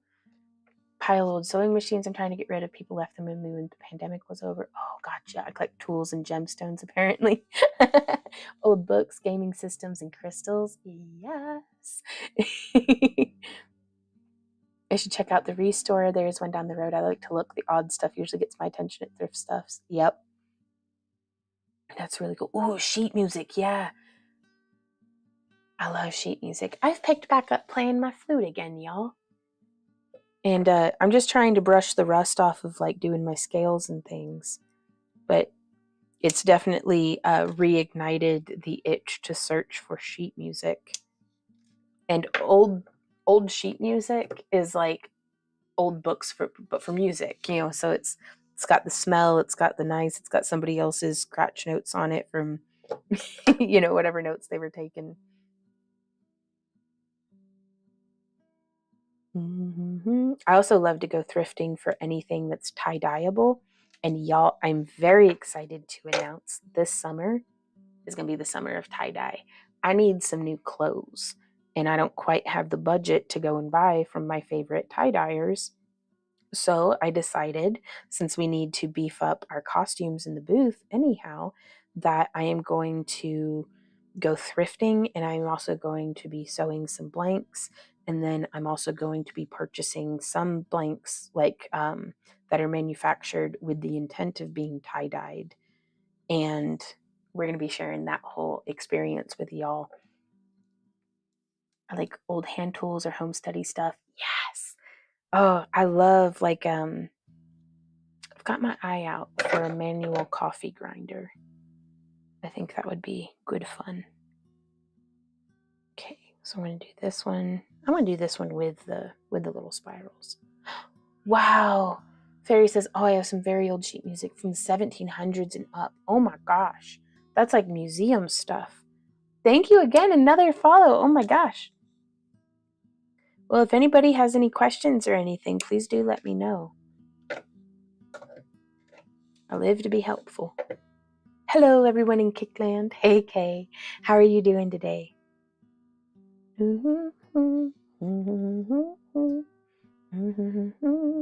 Joe says, if you want a good manual coffee grinder, get a onesie espresso one, unless you just want a cool antique one. I'll take a look at that one, but I do kind of like the old antique aspect.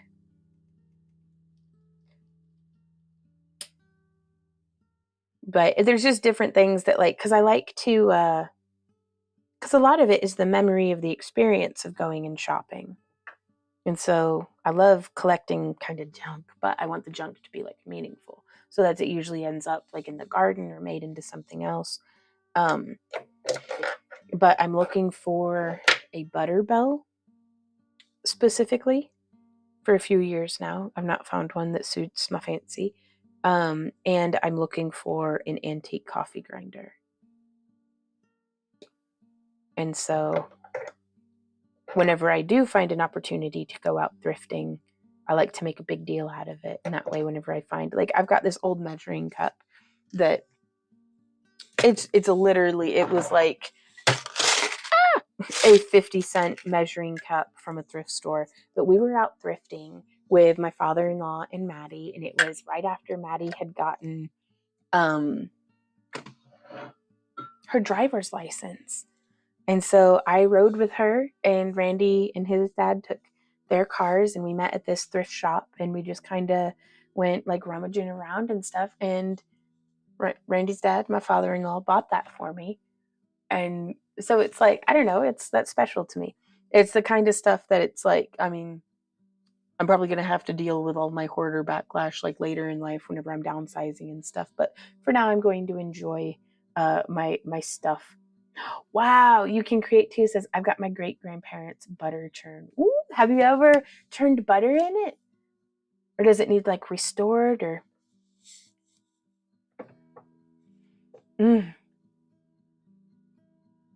Oh my gosh. Well, that's amazing, Michelle. Okay, I gotta back up on comments. Oh, Kay says, I'm good, thank you. How are you and Randy? How was Dragon Con? We haven't done Dragon Con yet. It was Anime St. Louis, but I'm already preparing for Dragon Con. Walk on the Rain says, wait, that measuring cup is in my cupboard. Well, it's also here on my shelf. It's a good measuring cup. But I needed something that was glass because I use plastic ones because they're lighter, and they were here when we moved in. And so seed beads don't cling to that with static the way that they did to my plastic ones. So, oh, thank you. Oh, Al says, slowly gathering silverware to make jewelry. Clever. I'll keep an eye out for some, Al. And he's, Kay says the booth setup looked amazing. Thank you. It's really coming together. It really is. And Dana says, I collect hand embroidery supplies. And my hubby would say I also collect cats. I have my own and 4 fosters. Oh, goodness. And you still embroider, or you just embroider this stuff? Because cats plus embroidery never seemed like something that would go well together. Oh, you're good. Well, hey, Bead Pie. Bead Pie says, hi, I'm new to your channel. Thanks for all the videos. They're really helpful. I'm so glad to be helpful to you. What kind of stuff do you make, Bead? But Michelle says, I love looking for antique stuff. I just, whatever catches my eye makes me go, ooh, I can make this out of that. There's a storage unit place that they have turned into a shop, and you can rent a unit and then sell when the main building is open, like a small flea market. Oh, I love flea markets. That's really cool. Like, that's a really clever idea too. Oh yeah, we can do this, guys. We can get through all these ear cuffs. My wrists are cracking and popping. That's okay. That's how you know it's good. Do do do do do do do do. Whoa. Do do do do do do do do. Do do do do do ah. Do do do do do. Sorry, just trying to. Ooh, goodness. Dana says, I wish I could show a big pic of one of my kitten fosters laying on the embroidery frame as I embroider. They aren't as bad as people think. Right on. Well, that's good. Haley does it. How are you doing, Laura? The convention was amazing. Like it was so cool. And we did really well and we made it there safe and we made it home safe. And we got to see, like, my social battery has been refilled and I am, oh, Kate, I wrap these the exact same way that we do our rings, and I'm going to have to be doing them again for more rings. So it's just rings for your ears. Oh, thank you, Laura. I feel very lucky. Super blessed. Very reinvigorated to keep doing what we're doing and keep chugging along.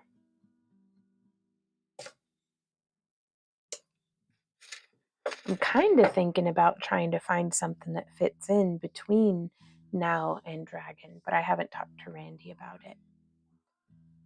Wow, so many new follows. Thank you, y'all. But Kay says, do you use heavier wire for the rings? I still just use the 20 gauge, but that's mostly just to keep it easy on my hands. The 18 gauge works well too if I can fit it through my beads.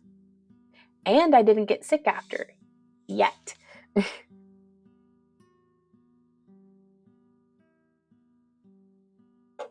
Yet. What? Tasher says, oh my God, Vaughn, you're being featured on the front page of Kick.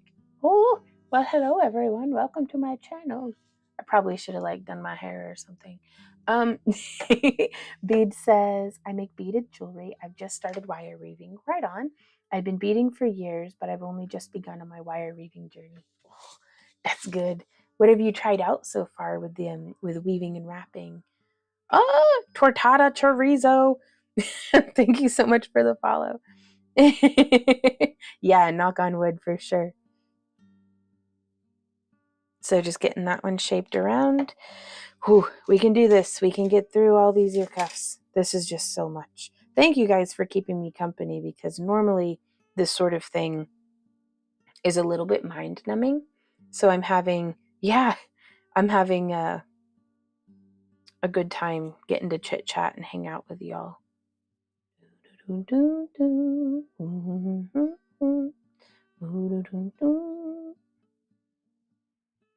So I'm just pinching there on the sides, and then I'm going to come through. Laura says, are you building inventory for DragonCon now? Yeah. Yeah, I am. So the way that we had it set up in the booth is, well, our whole booth setup was like, oh, hey, Lois, I'm making a whole mess of ear cuffs, like the ones that I'm wearing here. We have a 10 by 20 space. And so in the opening where we get in and out of the booth is down here. And we kept it very narrow because we didn't have our costumes with us this time. So Randy stays down here at this end by, like, our bracelets and necklaces. Amy stands next to Randy, helping him with bracelets, necklaces, and they've also got earrings down on that end as well. And so Amy and Maddie are in, like, the buffer zone where both of them are kind of dealing with earrings and with pendants and necklaces and stuff. And then down on my end of the booth, I do ear cuffs and finger rings and horns. So all the stuff that, like, needs sized and put on people. So I spent almost the whole weekend resizing rings, putting ear cuffs on people. Thank you for another follow. Oh my gosh. And just kind of peopling. Like, I went bard mode full on. Randy was tanking, Maddie and Amy were healing and doing DPS, and I was just full on bard mode and really enjoying myself. But yeah, so that's kind of that whole lineup. And at any time that I wasn't actively working with a customer, Maddie had me making more rings and ear cuffs because she's like, we're out of this design. We're out of this design. And I'm like, okay. So I had my wire and some beads there with me.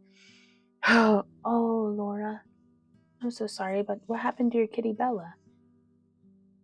Ooh, Michelle says, my son and his girlfriend Summer are coming at the end of the month, so I'm going to make some stretchy chainmail bracelets for them, the hubs and I, to commemorate their visit. Oh, that'll be so cool.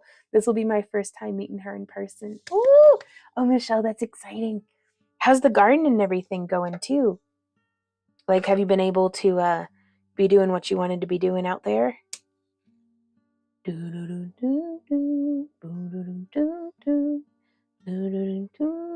But yeah, for everybody who's interested in crafting along with me on these, let me know if you have any questions or anything. And we do have a full YouTube tutorial of 3 different ear cuff designs that just recently dropped over on YouTube.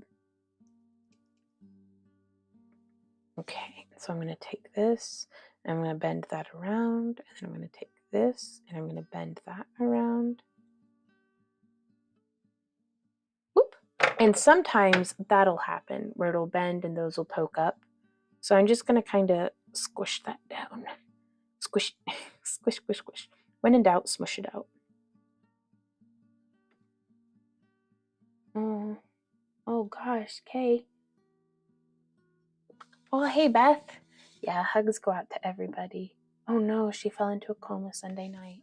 They believe she'd thrown a blood clot considering she went blind. Oh gosh, about 6 months ago. Gotcha, Terry's companion cat. Oh, how's Terry holding up?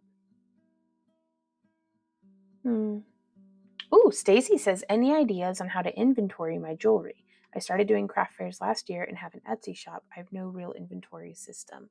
Oh, Stacy, I do wish I could be helpful to you on this, but we have zero system for our inventory. When we go to a show, we just take down all of the jewelry off of our website, and then kind of re-upload like just fresh when we get back from the show. But hopefully, if there's anybody in chat who has an inventory system that they'd recommend, I think we're all ears. Ooh, she's struggling. Gotcha. Oh, Laura, that's hard. I'm glad she's got you, though, to be there with her.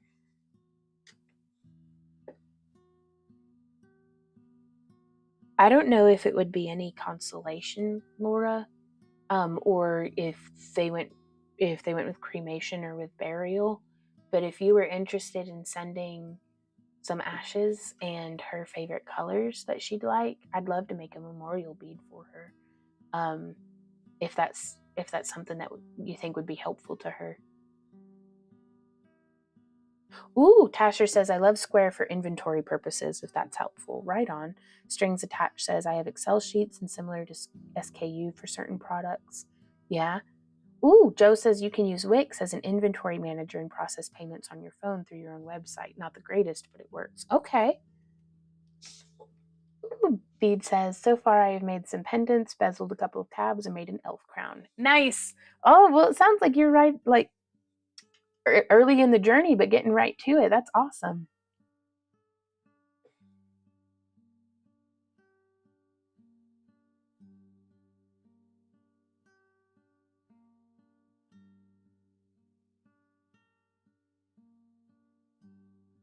Right on.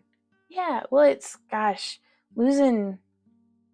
I recognize that I don't want to say I love my pets too much, but it's all of the love that I have in my heart that I would have given to a child had I ever had children. And I'm happy without children, but all the love I have in my heart, I give to my pets. So I get hit pretty hard when we lose one.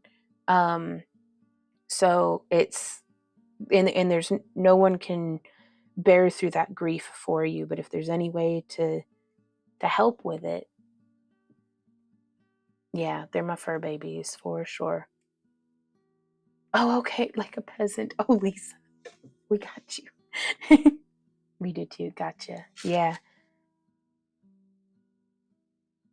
Have I made one with a garnet and silver net? No. Okay. Do do do do do do do do do.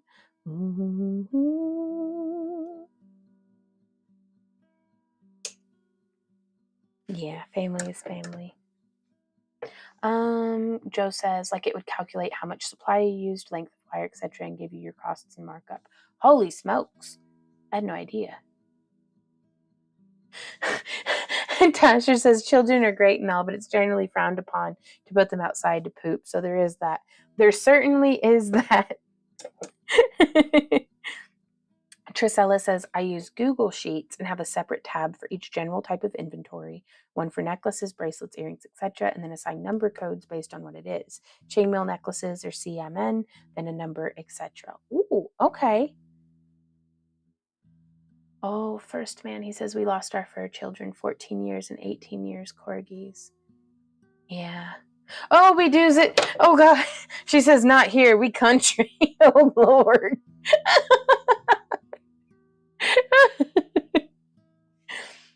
Oh, gosh. Do do do do do do do do do do do do do do do do do do do do. All right. So I think I am fixing to go and have just a quick break. I need to make myself a cup of iced coffee. But I was thinking about putting a tutorial on to keep you all company. Because we've got Abby and Maddie, and we've got our niece Olivia in Texas, and then our friends here local have their baby. And so we have lots and lots of youngins in our life, but I really wanted, and this was something that I had subconsciously decided, like Randy and I had both decided without really talking to each other about it when we were very young and had first started dating and were like moving in together. Like neither of us really had anybody whenever we were, like when my dad passed away, and it's like I ended up in a situation pretty much like foster care. It was an estranged relative I hadn't seen in like 11 years, and then I had to like move states and everything, and it's like it was very clear that I was a burden on that family. And Randy, has his whole experience and everything, but we wanted to make sure, like whenever our niece Abby was born, we just wanted to make sure that she would never be in a position where she didn't have somebody, like, because people in my family don't legendarily have the best health, or whatever might come up. We wanted to put ourselves in a position where we could be there for somebody. And so a big part of that was us being empty nesters, but it's enabled us that we were able to do the things that we've been able to do for the people that we love. And that's been very, very satisfying and very fulfilling to me, to get to be kind of a support member of my family, like, or whoever needs us. So that's what that is. So yeah, except for the double income part. It's like, what's the well, nobody would see me and think I was a starving artist. But it's what's the scrape and buy artist version of a dink. So, all right, let's pull up a tutorial for y'all. And then I'm going to run over into the other room and do an oil change. Well, thank you, Kay. Dual income, no kids. Yeah, but scratch the dual income part. Just workaholics, no kids. It okay. So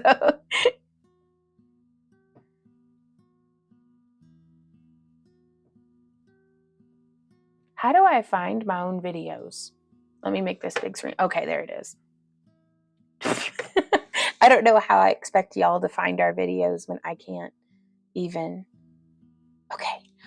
And I gotta go to the bathroom so bad. Okay. Give me just a sec. Oh my gosh. Vaughn, your hair. You're gorgeous, girl. Get it. Okay, but also be quiet though. Okay, there we go.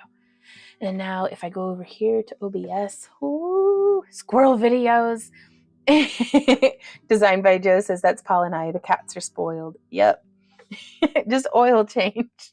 we're gonna do this, then we're gonna scroll down, and then the desktop audio. So this might be kind of loud. I'm gonna turn it down a bit, and then we're gonna click over here.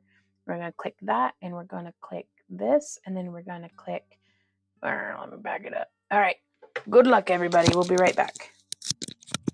Hey everybody, I'm Yvonne with Back to Earth Creations, and in this video I want to show y'all at least 3, we may get carried away, but we're going to start with at least 3 different easy, beginner-friendly, wire-wrapped ear cuff designs. Sorry, I was fixing to get tongue-tied. Well, there I go. I was fixing to get tongue-tied on that. But these are great for launching off points to show you how you can maybe add a little bit of variation and variety into a very basic ear cuff design and add elements of complexity to make the designs your own, and to also, if you're going to be making them for sale on your website or out of your booth or anything like that, it's a great way to kind of take a simple design and go wild with it. And having mentioned that, y'all are very welcome to make and sell these designs. So if anybody asks though, if they're like, oh, how do you make this? Just send them back on this way, or show them how to do it yourself. Just spread the love of crafting. So that being said, let's go ahead and get started. Alrighty, y'all, there are links to all the different tools and materials that I'm using in this video down in the video description, and those are affiliate links, so purchasing through them does help to support our business without any additional cost to you. And it's a really great starting point for if you're not entirely certain, where to shop, so you can kind of see something and be like, oh, I like those wire snips, but then you find one that you like better. It's a good launching point. So I am snipping off about 12 inches of 20 gauge wire, and this is enameled copper core wire by Parawire. That's what I use in just I made it back faster than I thought I would. I'm gonna eat my snack while we hang out, watching this movie or this tutorial. I want to show you how to do 3 different ear cuff designs. Now these ear cuffs are intended to be worn without any sort of piercing. And if you stay tuned till the end of the video, I'm going to be showing you how to Brain on fire. Yvonne commercial break. So we have, spin this around. I'm actually going to zoom make it be. Please pardon my very messy work. Where's your mini player? But I do have What's that? Tool organizer as well, which I really love. For ooh, how to create a barrel pond for wildlife? It could be okay. Worse. All right. I'm back. I'm sorry. I thought I would take longer. How do I click that? There we go. And I go over here and I click that. There we go. Okay, I'm back. If you want to watch the rest of the tutorial, it's on YouTube. Well, hey, Ember Kitty. So today for our snack break, we are having some Sam's Club pickles, some prunes. So good. These nuts, and some meat and cheese wraps with some mustard and spinach leaves from out in the garden. like a director's commentary. Always choke on prunes, really? More for me. Well, do you chew them first or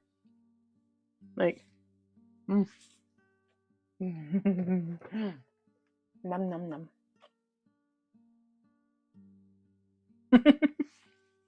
Well, thank you. I love eating, so I do like a good snack.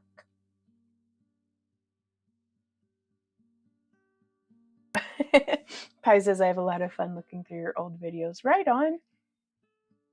I can have my prunes for life. Yes, more for me. They're so good. I love it when they're like a fresh prune. I like a very love them, but always happens. Yes, I chewed them. Right on. I'm just being sassy. Ooh, I had an apple and some cheese and some crackers. Nice.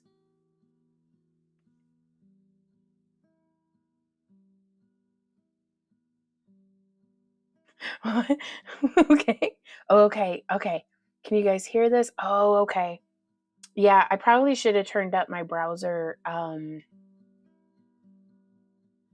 volume. That's what it's called. Okay. Robot Vaughn is here teaching. I thought I was losing my mind. Director's commentary time. We could probably do that sometime for a video.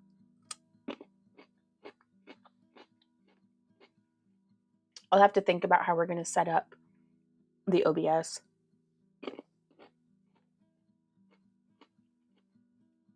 Ooh, Reduce It says, hey, I finally got the hang of starting the half Persian 4-in-1. I've made 4 bracelets.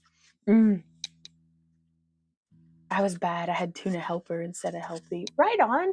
Randy and I always have tuna helper when we've been fighting.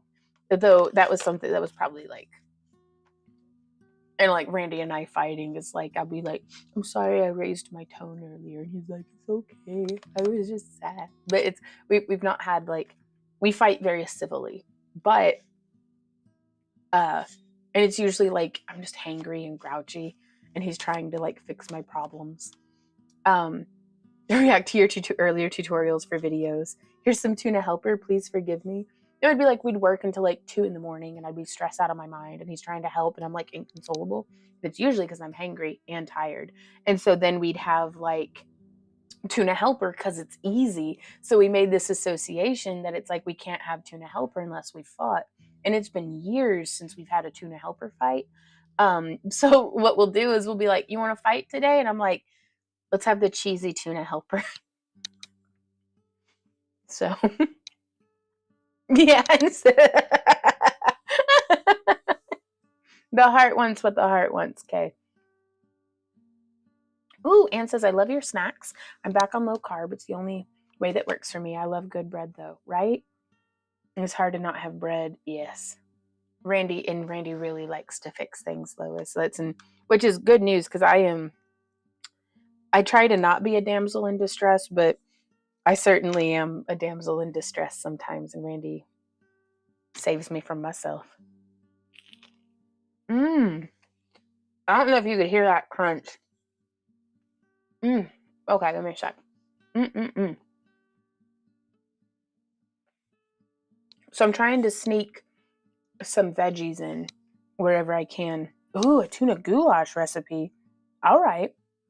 Is that like tuna noodle goo? Because that's one of our favorites, but we make it with tortellini now instead of egg noodles, and that's good stuff. I'm super lucky, I'm not gonna lie. That was a quality crunch.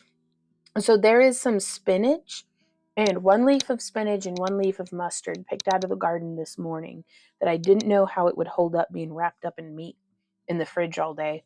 And then half of my meat rolls for tomorrow, because like whenever I meal prep, I made 4 of these.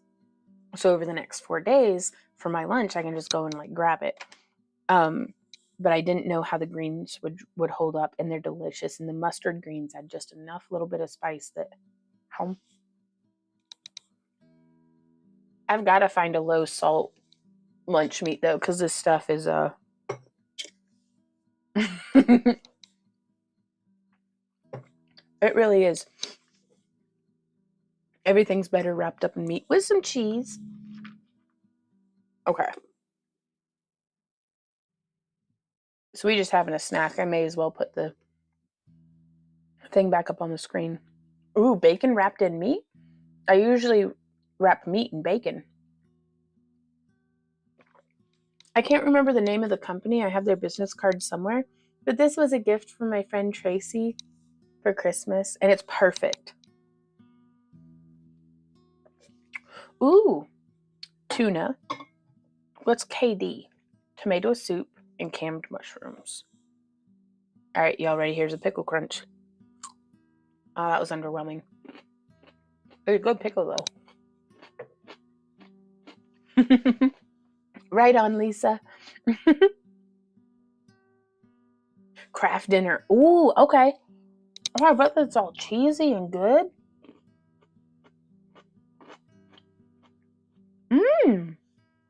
Joe says, find a butcher, pick up a large beef tenderloin, roast it, and it can freeze and be sliced thin for lunch meat.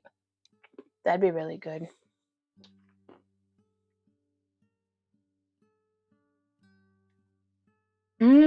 Paige says, Hubs just got diagnosed with type 2 diabetes yesterday.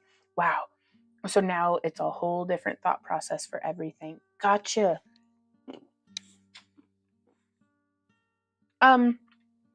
At the very end, if it says that your chat is paused, you'll just need to scroll down to the bottom of the chat or possibly refresh your browser.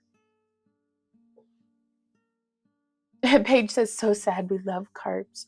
It's, my mother was able, after like 15 years of being full-on type 2 diabetic, she was able to get her blood sugar balanced out and be essentially in remission through keto and doing these walking exercises that they're just like a marching in place walking in your living room, because no amount of the medication was bringing her blood sugar down to where it needed to be, even when she got her diet right, but just getting up and moving.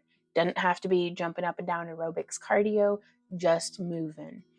Helped so much in getting her blood sugar down. And she is a very feisty 75. So I'm cheering for you guys. And she still eats carbs too, but it's like she's naughty. But like 80-20, if you do what your doctor wants you to do 80% of the time, and then 20% of the time you really enjoy it, then you can fit in some moderation. But we're cheering for y'all. Wow. Karen says, my hubby did that. He's off insulin only. Has to test once a day now. Oh, that's amazing. Now, that being said, y'all, I am not a doctor. I'm just a person in a meat suit trying to get through.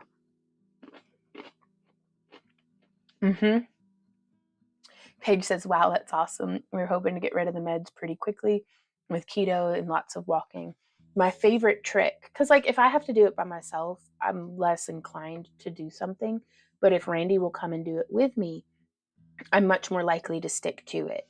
So we put on, let me actually pull up their video because I really enjoy. And y'all, I was a bit ashamed of how out of shape I had gotten cardiovascularly. Like I had kind of prided myself in my youth of being a very strong person. I was never lean, but I was very strong and I could handle my shit. But I'm getting like out of shape, or I was getting there, like and to the point that, well, I'm not in shape, but anyways, the name of the channel is Yes to Next.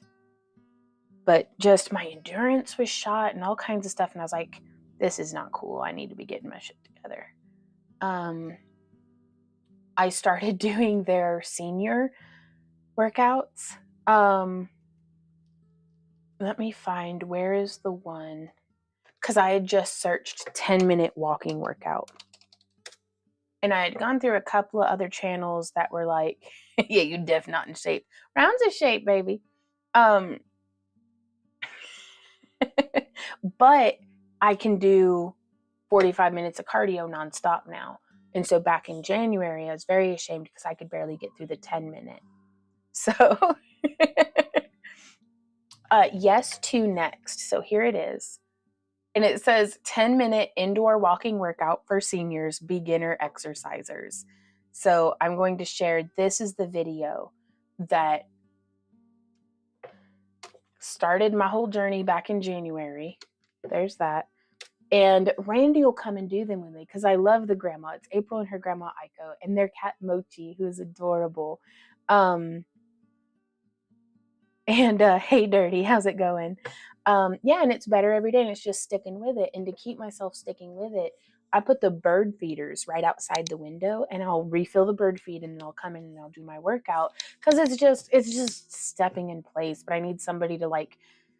I can't just set a timer and make myself do it. But if I have somebody that I follow along with, but isn't like chatting so much that I can't like also watch the birds and let my mind wander. But that's been the thing. And I'm like, it doesn't matter if I complete it, I just have to get up and do it. And usually if I get up and do it, then I'm like, all right, well, I'll just stick it through to the end. It's only 10 minutes. And then whenever I got to where I could do a 10-minute one in the morning and a 10-minute one in the evening, the next, I upped it to doing 15-minute ones. And then that was February, was doing 15-minute. And whenever I got to where it's like, okay, I can do it in the evening as well. And then I bumped it up to doing a 20-minute one in the morning.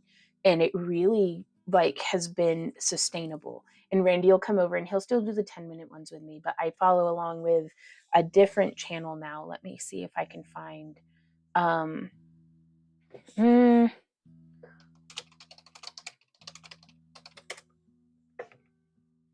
there's a couple of folks, and yes to next on days when it's like I can't be freaking bothered, they're my go-to. And then y'all had recommended, what was her name? But it's the lady with Miracle Miles. But oh my God, she'll go like, she is my hype. When I'm like a high energy morning, I will go to the Miracle Miles. Because when she goes, walk, walk, walk, walk, walk, walk, walk, like Randy had looked over and I was here doing like my chicken head. Like, and it's just nothing hypes me more than this woman saying, walk, walk, walk, walk, walk, walk, walk. And I just lose my shit. And it's ridiculous and I love it. Trying to find More to Health is a really good channel that I really like. Moore to Health. I really enjoy hers, but for a while I couldn't keep up with them. So that's something that was like, we started doing that in March whenever I was doing my 30-minute ones. Where are, because there's some ladies, she's got like, it's her and her twin sister and they don't talk, but it looks like they're like walking through like this really like ritzy neighborhood. And hey Jenny, how's it going? Well, and I can't find it. Okay, well, I'll have to, it might be in my watch history. How do I find my watch history? I'm supposed to be working. Let me eat my lunch. History, because they're the ones, did I follow along with them this morning? No, I did a More to Health this morning. There they are. It's Kat Gates Butner. That's not the right name. They have the best tunes though. This is one I did yesterday morning. But it's, sometimes I forget that we have access to YouTube. Yes, Leslie Sansone. I don't know if I'm pronouncing it correctly, but walk, walk, walk, walk, walk, walk. Like, because I just picture like chickens. And then we go. Gotcha.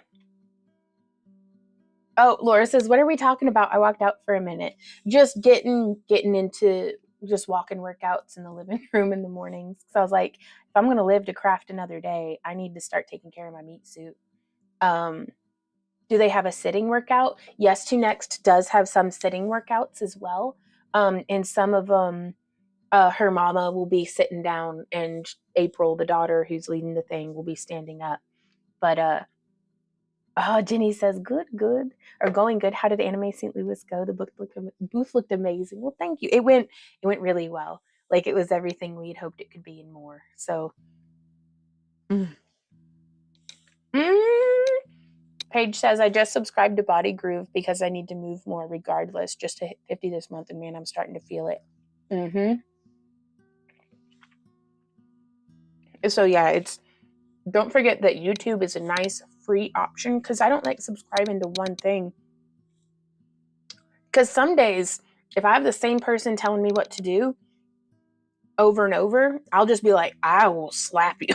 So I don't always like having the same fitness instructor, because it's like, quit bossing me around. But so I can mix it up, and sometimes like there's no talking. And it's good stuff. But if there's a will, there's a way, and I'm cheering for you. So, ooh, Lois says, my daughter bought me a small trampoline that I have in my basement. Right on. Those trampolines look fun, but I don't know if I'd do that every day.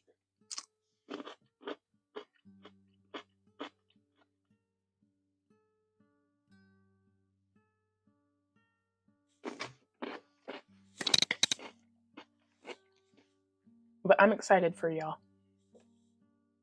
And remember, you're the only one of you that I have, so you need to take care of yourself. Because I love ya. Michelle says there is a walking channel that has a bunch of different walking videos from different people.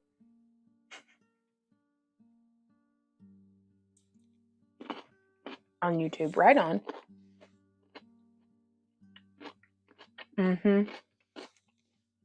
Kay says, I'm horrible. I start out good, then I decide I'd rather eat and be happy. There is a way to do both. All of these people, anybody trying to market an extreme, like My other self is on the beach. Nice. I am a clone. Oh, first man. Ooh, We Do's It says I've successfully made it to the gym 3 times a week for 7 weeks. That sounds like the start of a habit. I'm trying to take care of my meat suit too. Yeah, and it's moving our bodies is a celebration of being alive and what we can do. Eating is a celebration of just yum yum deliciousness and nurturing and providing nutrients to our body. So it's finding balance in all things, but I'm leery of anyone who's selling something that seems extreme. And I'm like, this doesn't seem sustainable, but I love watching it for getting motivated. And so, like, one of my favorite things to do, this was probably 5 or 6 years ago, but whenever I was really getting into weightlifting, do y'all remember the company Beachbody that would make like DVD sets and they'd be on the infomercials late at night? Watching those Beachbody infomercials is the best pre-workout hype. I just don't do the Beachbody workouts because I think they're a little too intense and extreme and like, it's if you take someone like me who eats like at least 2,500 calories a day, like I do eat too much, I'm not going to sustainably, as much as I know I ought to, drop down to 1,200 calories a day. Like that's not sustainable. I'm going to feel all sad and like I'm going to miss eating food, and it's too extreme of a change all at once. But if I increase my activity and if I lower it down to 2,000 calories a day, I've lost 30 pounds. So it's about consistency. So whatever you find that speaks to you, that you can consistently show up for and build a discipline around, that's where each of our successes lie. And that's whether it's in fitness or in lifestyle, or crafting or whatever it is. If you can find something that you can apply to yourself, that you can apply yourself towards consistently, you're going to get to where you want to go. So if you want to build a business or if you want to increase your artistic skill in something, whether it's music or art or any of these things, just find something that works for you consistently. Ooh, Michelle says low calorie, high density food is what I'm striving for. Yes, get those greens. I like big butts and I cannot like. That's true. Oh, CD says, I know I have a big butt. I keep it covered, but I'm not the one who has to look at it. And this is not a thing about big butts. I'm very happy with my shape. My husband's very happy with my shape. That's all the people I need to please, but I do want to be healthy. Oh, I have a video was wanting your opinion on. Okay. I just wanted to say I love your videos. Right on. I've been working with UV resin for a little over a month. Also, don't you do cosplay? I made a Fallout type costume 2 years ago. Oh, that's so cool. Yeah, I do a bit of cosplay. I enjoy original characters and making costumes for those sorts of things. But yeah, I love cosplay. Yeah, Pi says the best method I have found to lose weight is to follow a diabetic cookbook and stop eating sugar. That's worked for a lot of folks. First Man says every person has their own beauty. Yeah, and with any luck, we're all going to be shriveled prunes with 3 hairs on our heads anyways. It'll be fine. It has a seed in it. Laura says, I love Body Groove because it's just dancing and moving, and I love that. Ooh, okay. I'm going to have to check that out. There's still a stem on this prune. Give me a sec. Okay, I got to go back and read comments over on Kick. Oh my gosh. Okay. Michelle says, yeah, I love the 10 to 15 minute videos. And then you can do more of them through the day and get in a lot of moving. Yep. Kay says, yes, getting better at it, but I get lazy. But if we consistently keep showing back up, even when we fall off that wagon, if we keep going, then we're not failing. We're just on our journey. Little Sprite says, I'm terrible about getting the actual motivation to move. I've been trying to get out more with my fur baby for him as well as me. Oh, that's good. And to have a walk-in buddy who does your fur baby enjoy going out on walks? Because he would go out on a walk every single time. I just wish they didn't have so many strays around here, or like dogs not on leash. But so I'll find any excuse in the world to not leave my house. Man,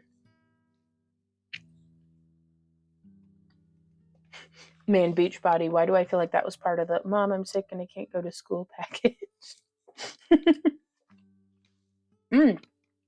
Joe says you can do serious damage to yourself going from 0 to 1,000 in one sitting too. Yep, start slow and work up to it.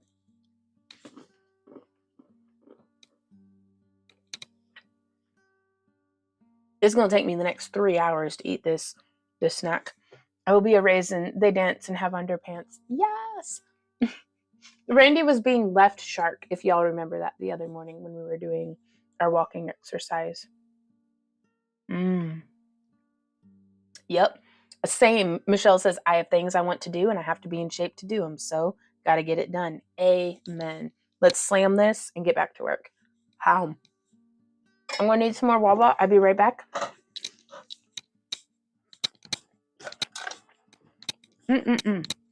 Oh, that's good. And that mustard is just enough. It's a little bit of spice. That would have been good with some horseradish.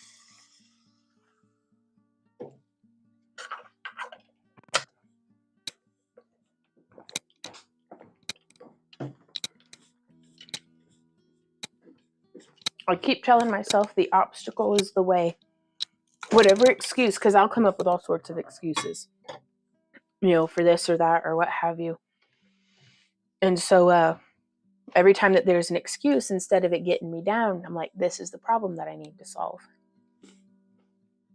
Oh, wow, wackadoo. Good luck to you in that. Oh, Little Sprite says, oh my, yes, he does. And he gets sad when we start to go towards home. Oh. That sounds like solid wisdom, Kay. Bye, Fairy. Have a great rest of your day. Yeah. Y'all are the greatest. Okay.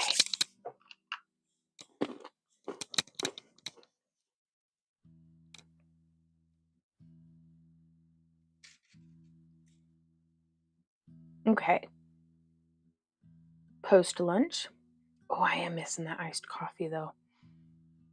Just got my flyer finished up and on social media. Ooh, wackadoo.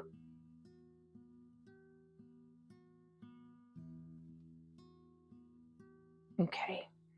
So I kind of wonder, I bet what I'm going to start doing to keep those wires from lifting is just bringing it around to the backside.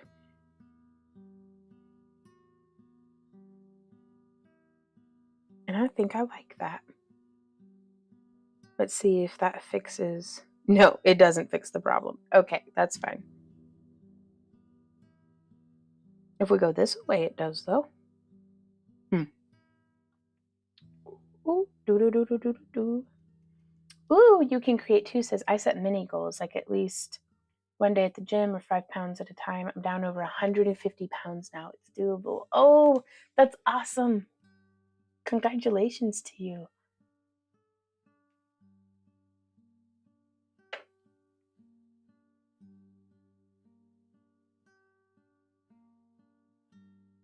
I'm going to snip that.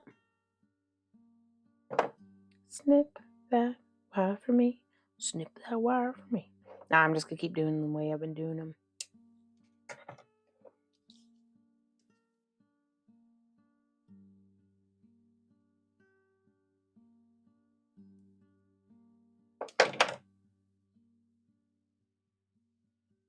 There we are.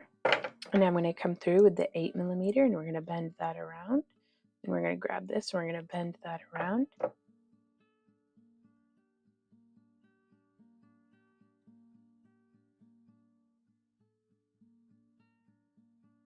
Michelle says, oh my God, that's awesome. I've lost 8 pounds, so I'm on a roll. Nice.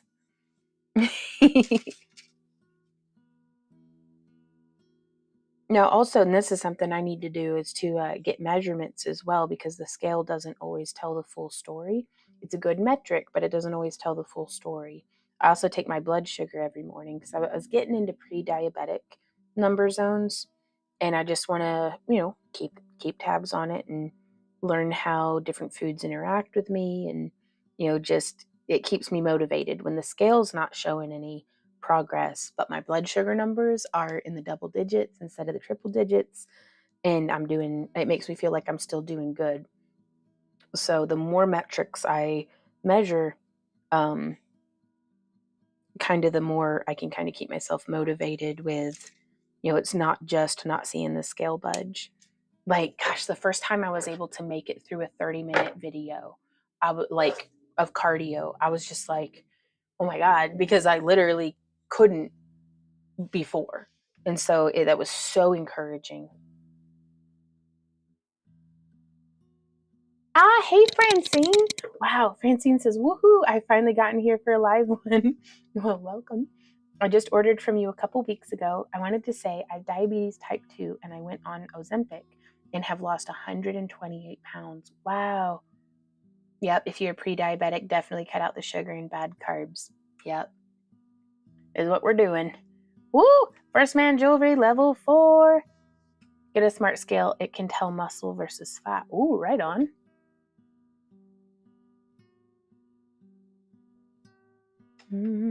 Muscle is more dense than fat. You can be losing fat and gaining muscle and not losing any weight, but you're still making progress.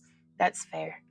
But I like those non-scale victories. They keep me motivated and keep me behaving right.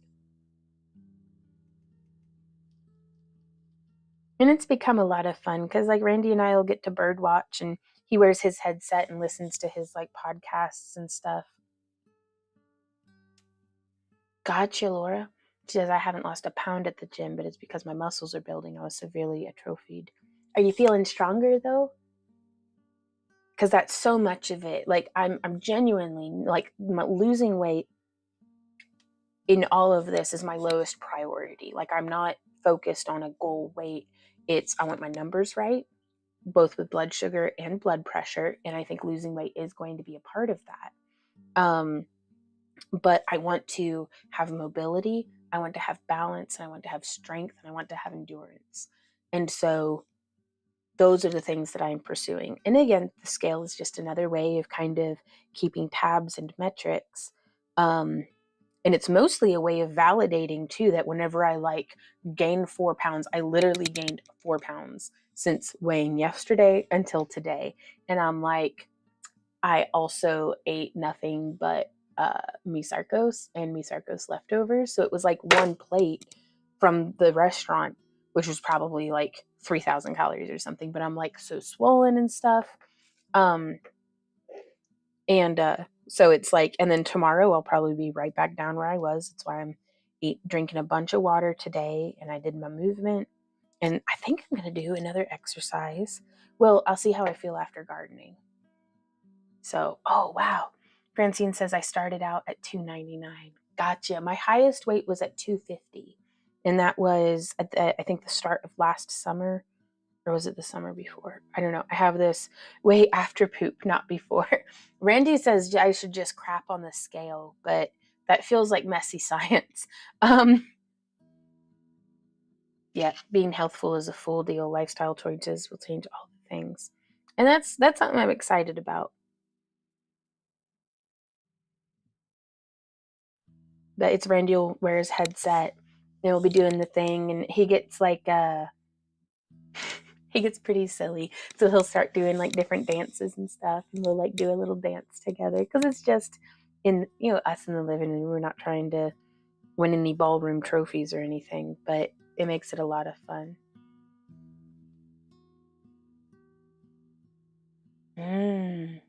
Gotcha. Yeah, the anti-inflammatory with the fibromyalgia.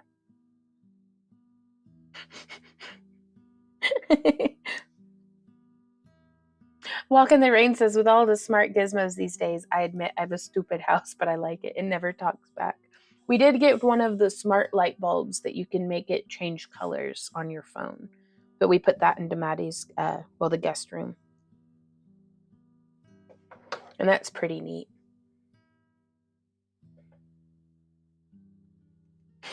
He suggests he cleans it up. First man. But no, it's my biggest motivator is I would rather buy more beads than pay for medical expenses. So yeah, Michelle says sometimes you get discouraged when the scale's not moving, but like you said, it's because your body is adjusting to all the new stuff, and then you have to keep pushing forward. Where some people just give up and they say, oh, it's not working. Oh, well. And then they give up and they don't continue. And I admit it, I've done that before, but this time I'm not. I'm going to continue on and keep up the work. Michelle, we're going to have to belly dance together at the next camp along. Right? Paige says my house is from 1875. I don't have a smart house either. Oh, goodness. That's an old house. Ours was built in 1905. But Francine says, by the way, I so enjoy your videos. I have many things in progress. LOL. You were very inspirational. I think we're all forests with a lot growing and a lot bearing fruit and a lot kind of decomposing, covered in mushrooms. And that's just life, I think. But I'm really glad to get to share this whole journey with you guys, because being a forest can get pretty overwhelming sometimes. And it's nice to know that we're not alone. So thank you guys for being here. Michelle says, I will have to make a belly dance chain. Well, yes, of course.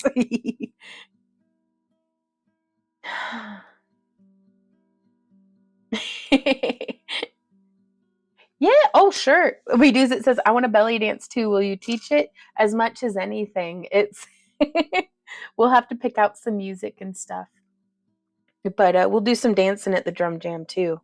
When is the dance along? Camp along. This year's camp along is scheduled for September 26th through 28th of 2024 at Devil's Den State Park in Arkansas.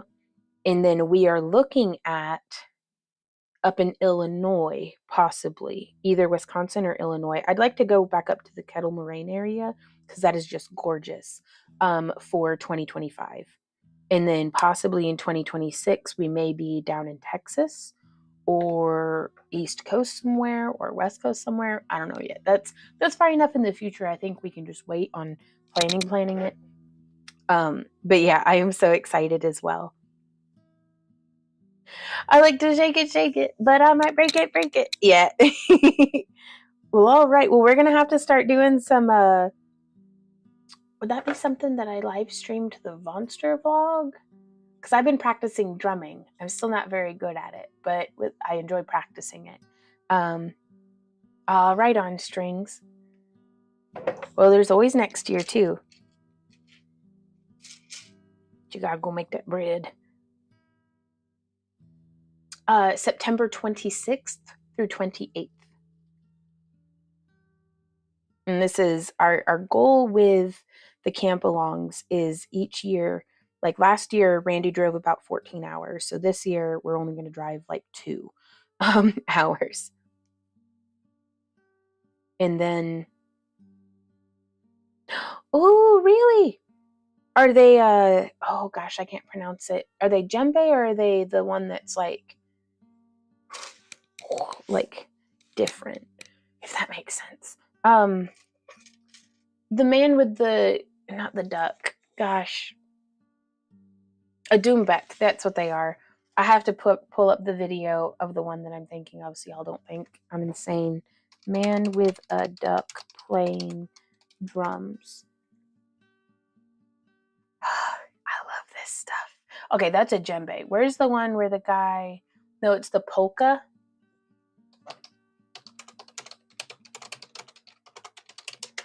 Polka on drums with a cat vibing. There it is. Okay, I'm just gonna share this link with everybody. Go watch this. This is your homework for today. Oh, is that really your birthday, Lois? Wow. A synthetic one and a ceramic with a natural head. That's nuts. But is it one of these drums? I like it with the cat. Okay. The 28th. Nice. And Michelle says, I'm making straps for my drums. Yep. That's my first leather project on the table, is making myself an apron for when I'm doing lampwork glass so I don't like get cooked. And my second one is I want to make like a harness that I can clip on to my djembe. Because right now I just have a yoga strap put through it, and that gets a good house music though, right on.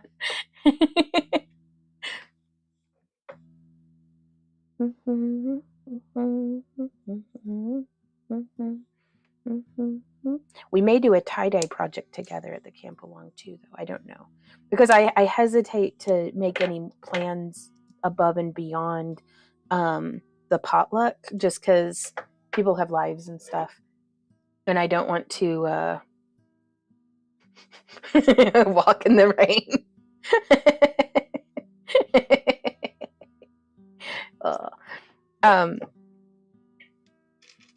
I don't want to overcommit. It was really nice and chill having the potluck be the only like specific obligation. But I do think it would be cool to like live stream or something, like figure out some way of doing like Sunday drum day, like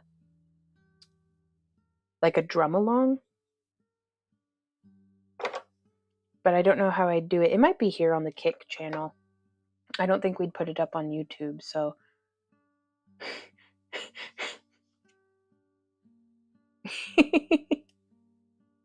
Oh, I love this one. Y'all, we're almost done with this. I guess we're going to have to make some rings after we're all done with these. It's been a very productive day.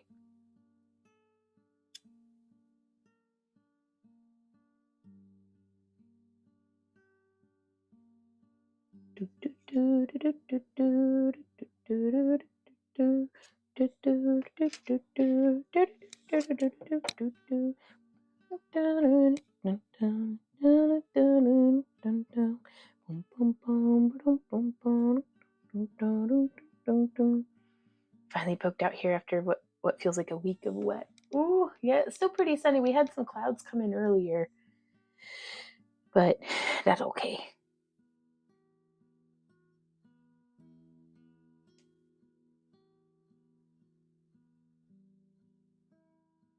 So just to be nosy, First Man, how much would you be selling your drums for? Like, do you have them listed anywhere online?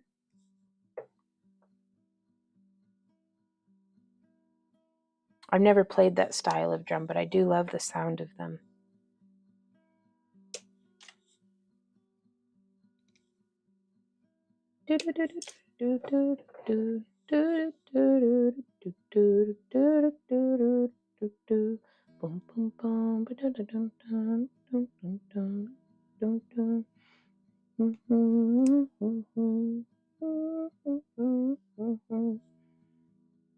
Bye, Kay. Thanks so much for hanging out with us today.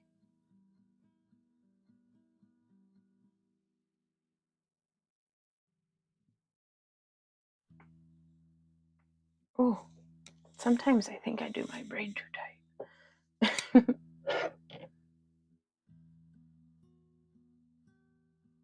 Vaughn, you're killing me. Now I have that chick spinning on the leak running through my head on repeat. You're welcome. My work here is done. Go forth and sow chaos.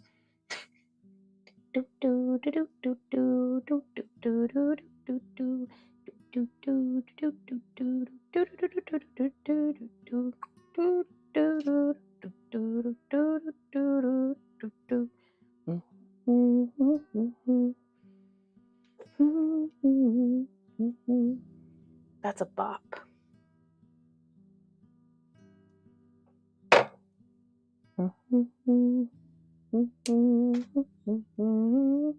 Ooh, Michelle says the in-laws came out and dropped off a trailer so we can load our trash from our redo of our yard, and we were walking the pond and found a couple of snakes and a ton of frogs.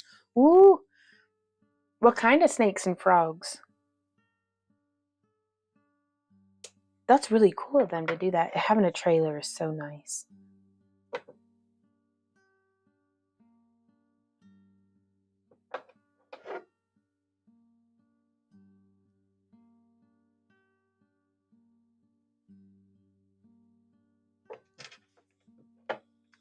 Camera down.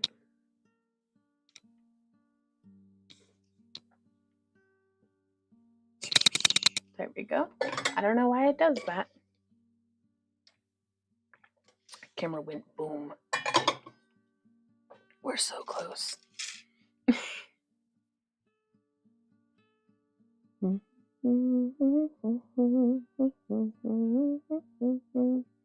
Giving tree drums. They used to do my pirate fair. They make them and we'll go do these huge drum circles at schools and shows. Oh, that's awesome. Giving tree drums. Which section should we be looking at for camping? Okay. Oh, that's a good question. Let me get that pulled up and we will share screens for a sec. Thank you for that though, Lisa. That's really giving tree drums. So it is.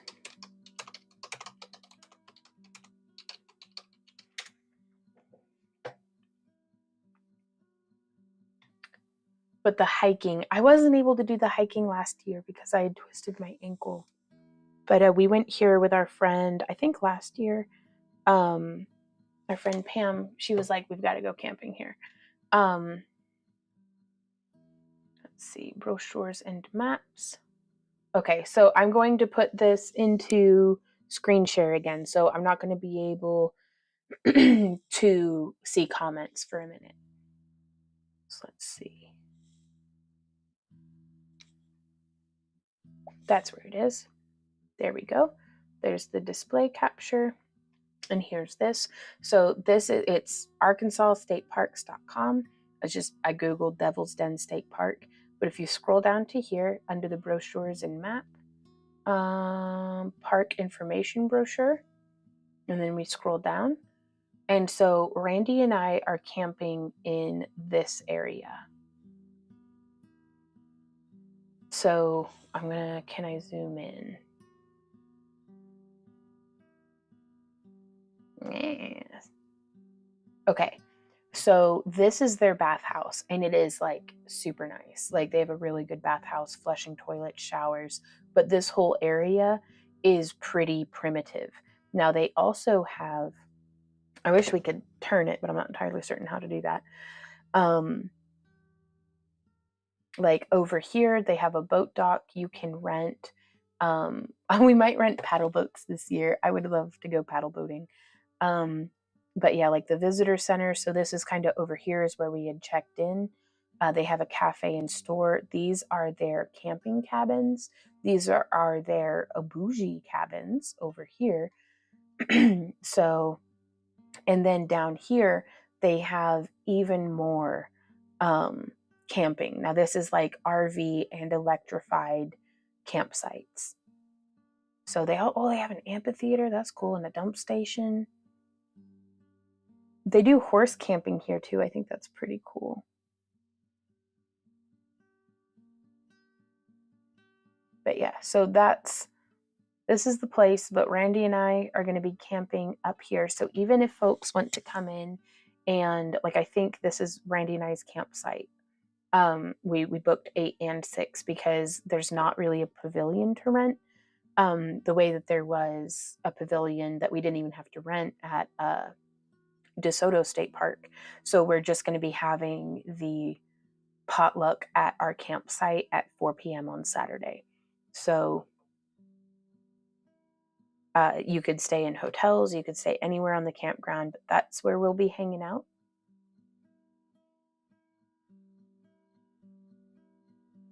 And the pricing is very reasonable. Like I was pleased with it. It's a beautiful campground. That creek that's going right next to the campgrounds is gorgeous. I have my fingers crossed that they won't be like flooding or anything. So I'm going to be honest, and I don't recommend if you are camping in a tent on the ground to get one of the campsites directly next to the creek. But if you had like a camper or something that you can drop that's a little elevated, you should be good. Yeah, I hope that was $15 a day for camping. So that's pretty sweet. I think. And gosh, the water is so blue. It's beautiful. Like it was beautiful there.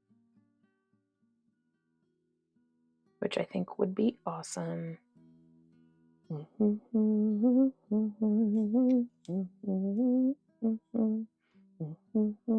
yeah, I just started like Zumba style, wearing my jingly belt while doing my walking exercises. And I also like to spin poi while doing the walking exercises.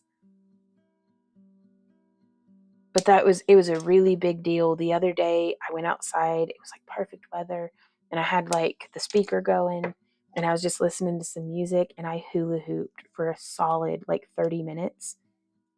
And I wasn't even like, normally I'd have gotten a stitch in my side and been like really tired, but I was just invigorated and having a good time. And that was probably my biggest motivator for sticking to my walk-in workouts. Francine says, I'm actually picturing you as a dancing mushroom now, like in Fantasia. I think I'm going to have to make the costume and do the thing, because that would be so cool. Because I want to be a mushroom person when I grow up. Or Turkey Point or Long Point, Michigan or Upper Ohio would be good. Upper Ohio would be cool.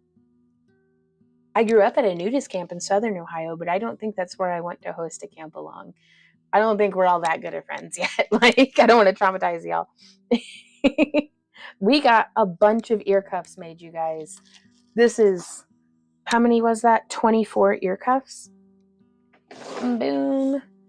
Huck it into the dun bin. Ooh. So now, I have some nuts to eat.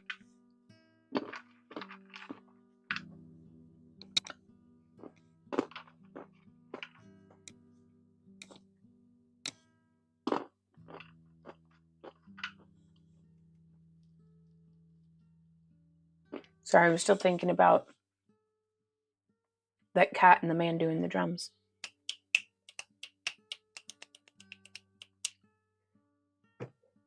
Let me get these chains repaired. I'm just going to change gears for a little bit.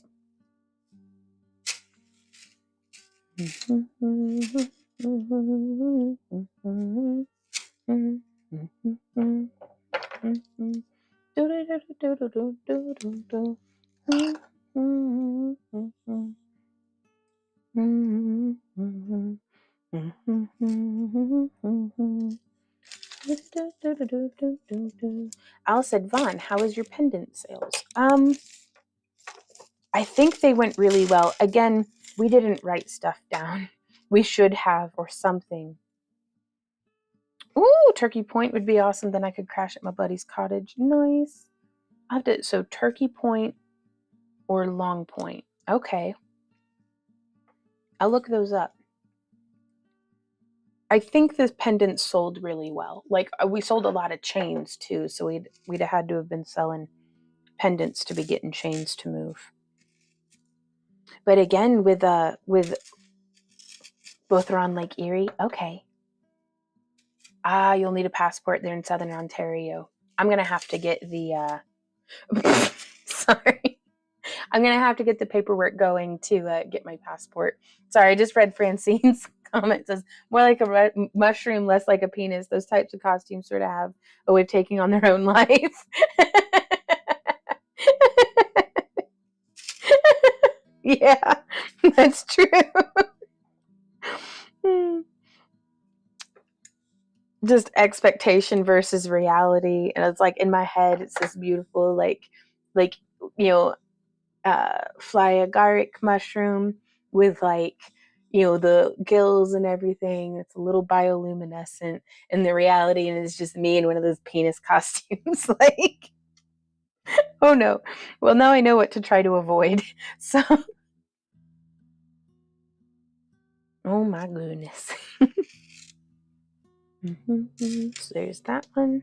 Yeah, I will never order these from Amazon again. These clasps did not. These were actually, I think, Walmart clasps. And they bummed me out.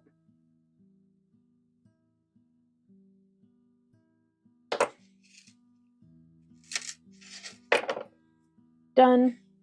So I'm going to pop those into right there. Boom. Look at that. Oh. Needed the twigs. Ooh. Awesome. What? Oh my God. Thank you so much, Joe. Oh, Joe has just gifted 5 subscriptions over on Kick. So now that's 1 to Wackadoo, 1 to Fairy Ann, 1 to Guinea, 1 to Dirty, and 1 to Dana. Oh, Joe says for getting me through my brutal afternoon. Man, anytime. Redos it says, I put off getting my Canadian passport and I thought it would be super difficult and a long wait. Surprise? Not at all. I'm going on a 2.5 week vacation this year. Wow, before the camp along? Oh, that's going to be awesome.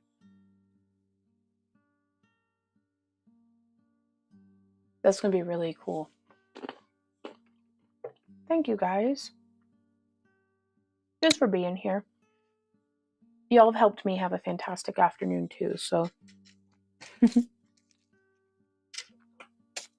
All right.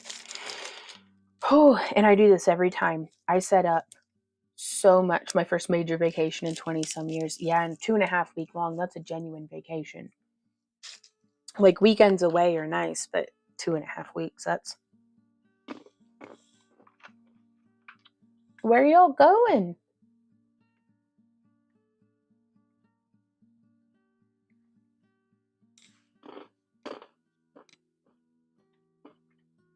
Oh, and hey, Angela says this is my favorite spot to hang out. Mine too. Hey, Anika. All my friends stop by. I love it. Just me. Ooh, wow. All right. So now I have this little guy. We're going to take a break and weave some chainmail because I have set up all of these beads, but I'm tired from wire wrapping. So I'm going to change some gears. I don't even know where to put that. I guess I'm going to put that right there. Boop. Excellent. There we go. And now I have this set up. So y'all, we had gotten some chainmail from Mailtech because, and I don't know how to articulate this, but I'm going to try. Mailtech makes machine woven, spot welded stainless steel, and you can use it for shark suits. They use it at the local butterball factory for like the chest vests and the gloves. So this is like industrial grade, will stop a knife chainmail.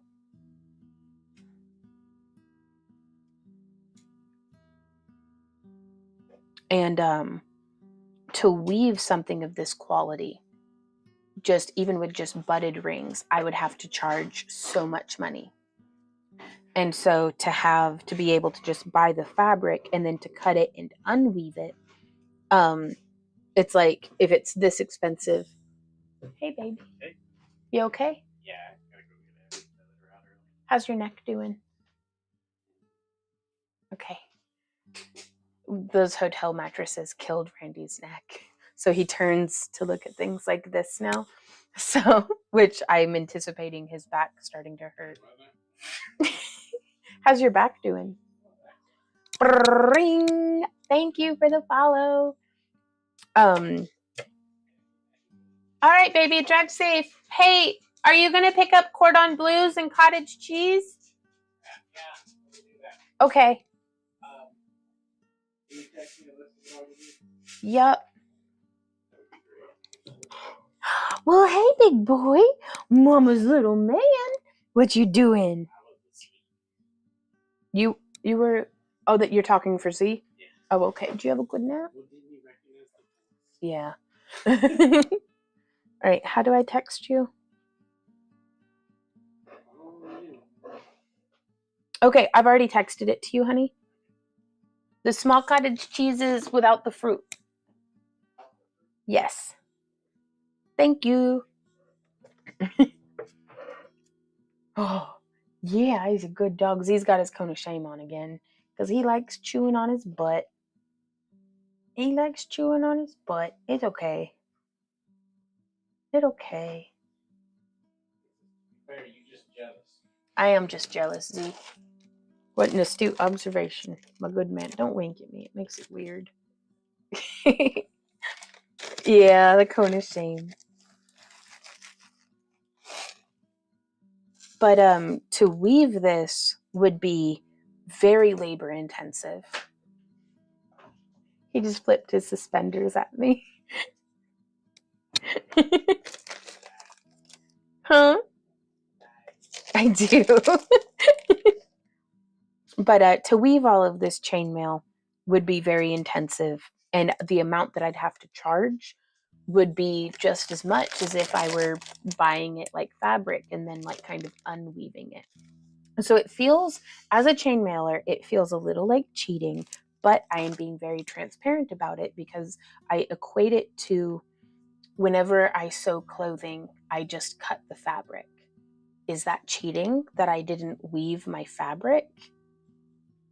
So if there's an opportunity to be able to get something, and y'all, this is better quality than what I could possibly make because of the spot welding and the absolute silkiness of it. Like, I wish y'all could feel the drape, and it's genuinely silky.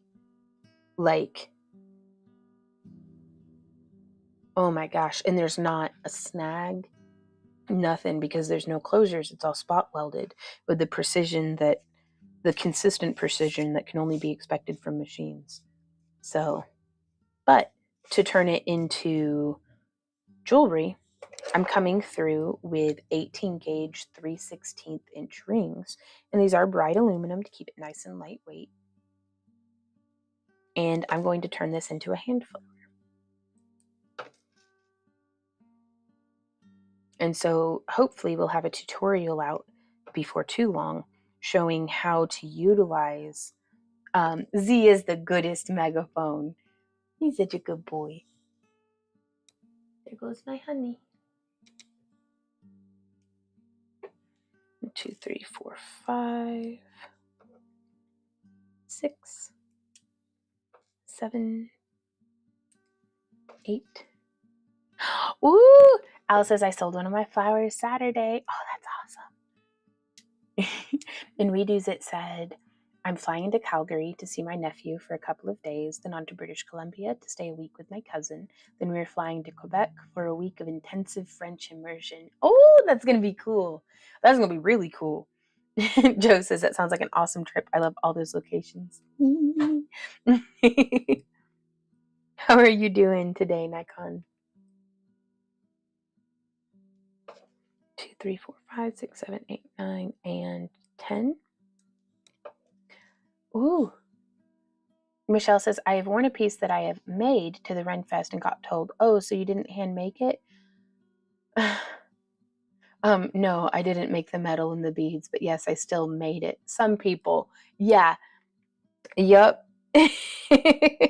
Yep. Yep. And it's like, even whenever we coil and cut our own rings, there's still somebody who's going to be like, so you didn't smelt this? You didn't draw it out? Like, and it's like, well, varying degrees of handmade. Geez. Like, woo! Laura says, I hope to have some shenanigans to tell at the campfire. Oh, I look forward to it. Whoop. Ooh, Bead says, thanks for sharing. It's 9:30 at night here, and this old lady needs to take a bath and get some sleep. Ooh, it was nice to catch you live and say hi. Thanks again for the videos. It's my pleasure, Bead. You have a good rest of your night. It sounds like a lovely evening.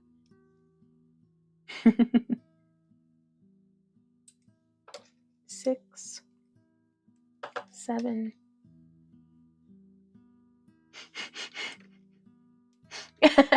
Joe says, not everyone is a psychopath like me who pulls wire. Granted, I didn't mind the ore, so I guess I'm slacking. Step it up, Joe. Hey, New Muse, how's it going? We are making chainmail right now. We just finished doing 24 ear cuffs because we didn't sell out, but we did run out of some designs, and we had increased our ear cuff display to be 2 trays instead of just 1 tray. So I needed 75 ear cuffs basically for each tray, which I think I'm going to have to 2, 3, 4, 5, 6, 7, 8, 9, and 10. This actually reminds me before, okay, let me get these woven on. Yeah. It's like, what do you mean you didn't visit, a freshly supernovaed star and collect the raw bare elements and smelt them down yourself? Ooh, Al says, do you make toe rings as well? The ear cuffs can work as toe rings as well, but I don't want to have to, I don't have an aversion to feet, and I don't have like a big interest in feet, but I just don't want to have to size stuff to people's feet. So I've not made and sold things specifically as toe rings.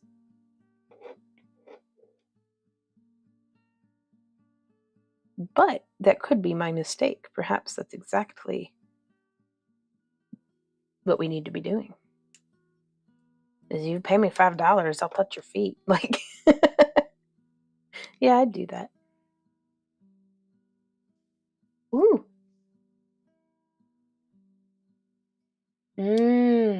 Stacy says, I wire wrap. That is a lot of ear cuffs, Mew Mew. Hey, Stacy, I love your pic, by the way. Oh, what a cute doggo. Says, I wire wrap arrowheads and make pendants, and people ask, are they real arrowheads? And I'm like, they are real, but they are not like 200 years old. If they were, they would be more than $25. Exactly. But it's modern hand napped arrowheads are still pretty cool.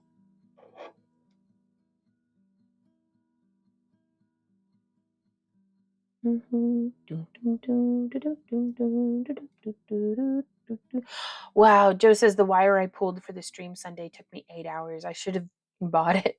Oh god. But still, that's like super cool though.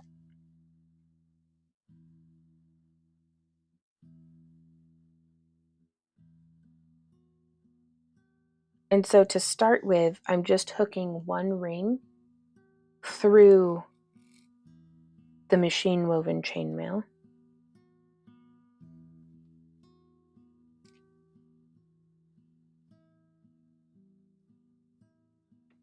Oh, Joe says it would have been better quality. I just would have had to wait a week.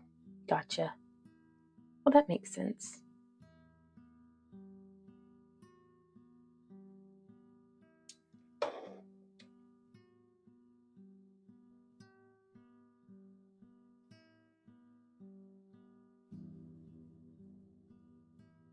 Why does the setup for chainmail projects take longer than the assembling? Grumble, grumble, grr.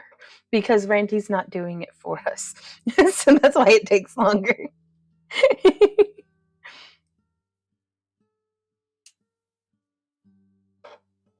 But no, it really does seem that way, doesn't it? Bye, Joette. Have a great day at work.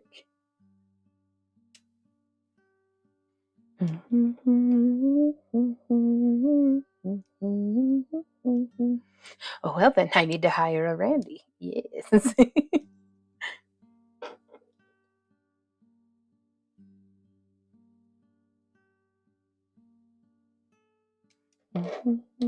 But yeah, I'm just hooking through, trying to kind of stay with the weave. But the ring size that Mailtech makes this is perfect. It melds really well with like anything aspect ratio 4.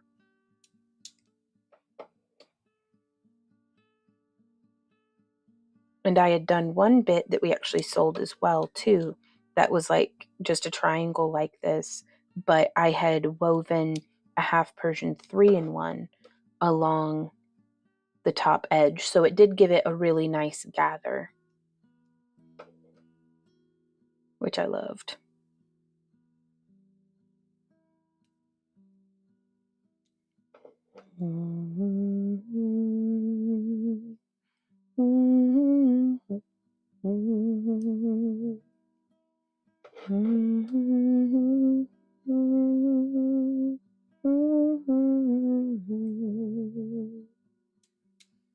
There we are. And so if you're able to see it, kind of, there we go. So now we have that top edge, but I wanted to talk to y'all a little bit more about camping. Oof, been sitting too long.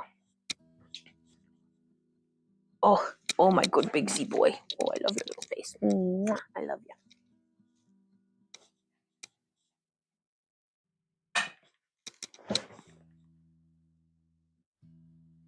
Okay, so let me see if I can find the layout that I had drawn up.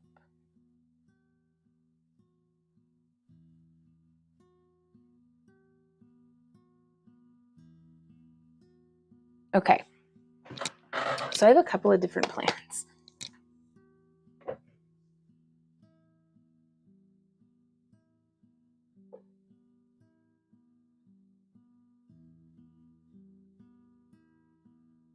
Michelle says, I think it's amazing at what people create, and I would never demean their work. I know what goes into just putting all the components together, let alone do stuff like what Joe is doing, right? I don't think anyone's stuff is less just because they only put things together. It's still handmade. Exactly. And I don't know, people are weird. They'll find anything to fixate on and be snooty about, I suppose. Like, it's like, I guess. Ooh, Munia says, I'm excited. My best friend and I might start vending this summer. Oh, it's been a while since I vended. I need to go through all my jewelry and see what I need to make more of. Oh, that is exciting.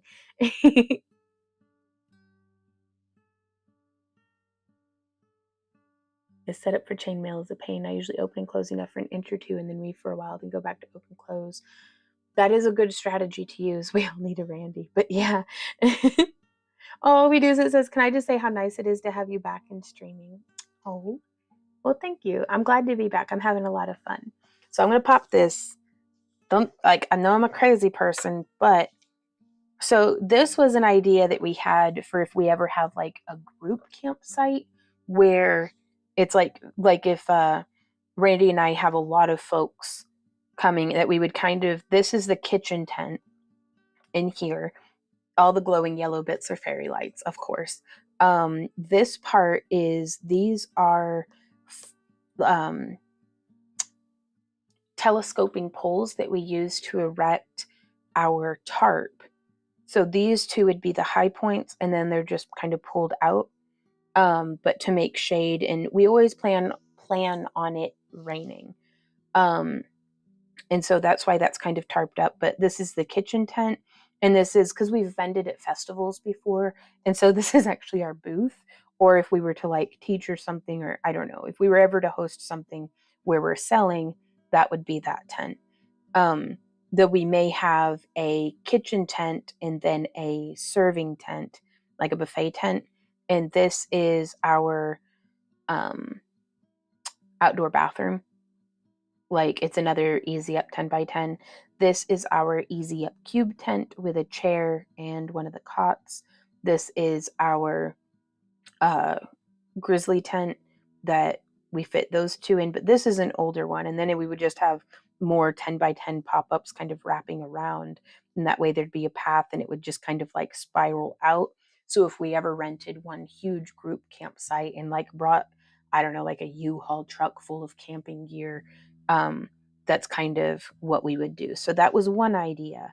And I don't know, am I able to look at properties or something?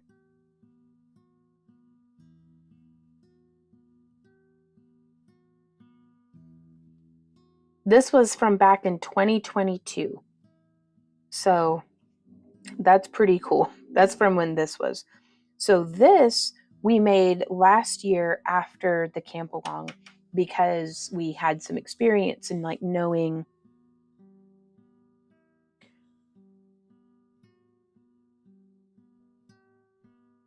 Oh, is it in Arkansas? Okay. Now some state campgrounds are still like, don't drink here though. So, or they'll have stipulations about what kind of containers it can be in and different things like that. So, but thank you, Walk. Mm-hmm. But yeah, so this one, that's our kitchen tent, which for those of y'all who saw our kitchen tent last year, I'm so close to being like completely satisfied with it. Like it worked out really well, but I need some upgrades. So one of the upgrades is, this is like the buffet station. And then we are going to be popping up our tarp. That way we can have all the poles and everything like kind of strung out, and we're going to have either solar lights or tiki torches or something to try to keep folks from tripping over the guidelines. And then most campsites come with a picnic table. I think the picnic tables were like cemented down. Oh, hey, Lisa. Says, hi, you do excellent work always. Love making jewelry. Oh, thank you. And thank you for joining us. We'll be getting back to jewelry making here in just a sec, but we're planning our 2024 camp along. And then I'm really excited about it. And Pi says, thank you for suggesting the aluminum jump rings on Amazon. I love them and use them all the time. Oh, I'm so glad to hear that. It's good stuff. I wouldn't try to steer y'all wrong. I only recommend what it is that we actually use. So, oh, that'd be so cool, Wackadoo. Oh, there's where I left my chair. Yes. But the picnic tables at Devil's Den, I think, are cemented down. So we'll probably build our kitchen around where the picnic table is placed. And then we just extend our 6-foot tables off, however, or I don't know. We might do it. I don't know how we're going to do it, but I know that this is how we're going to do our chairs, because that's how we did our chairs last time, and it freaking rocked. And that leads us to the kitchen tent, because I do have, here I have it just the kitchen tent all together, and I was going to do like our grid squares, like how we use in the booth, to give us a little bit of vertical storage, and that way we could lay out the stuff and then have that vertical storage there. And like, this is our cooler. This is where our stove was. This is where the drink station was last year. Pop-up trash can. This is our dishwashing table. This is our green bin that has our kitchen stuff in it that would have the water on top. But like, that's also where I keep our dry goods. And then this table, that's where it was kind of like a catch-all. And it was a little bit of a mess. Do y'all actually want to see? I'll have to find some footage, and possibly in our next live stream, I can share some of the footage from last year's camp along. Yeah, the camping. And then this is another trash can, and then this is like the drink cooler that if folks bring their own drinks, we've got. Oh no, not a Craftroom rearrange. This is for camping. But then over here, we've got. So this is the table that I use for our dishwashing station. So like, that's this table. And it's very good. I love it. I'm very pleased. It's like our dishwashing and prep area. This is what we've been using for our stove, but I think I want to use that for the drink area. Like, we might have another little table that's like coffee, tea, waters, like where we have when I make hot water, I can bring it out and people can do their own pour over coffee, or we might do like a coffee pot. And then I'm interested in doing this one along this side, which would be our pantry and prep table, because I had Christina cutting vegetables for me. I had somebody else washing dishes, and then I was here doing the cooking, and that seemed to work out pretty well. But whenever it's very windy or whenever it's raining and the water splatters, these relatively waterproof compartments that hang down are very nice to have. And also the counter surface not being slotted the way that this one is would be a big improvement. But yeah, so I'm already excited and brainstorming for the 2024 trip. That's this year. Oh my God. But yeah, very excited.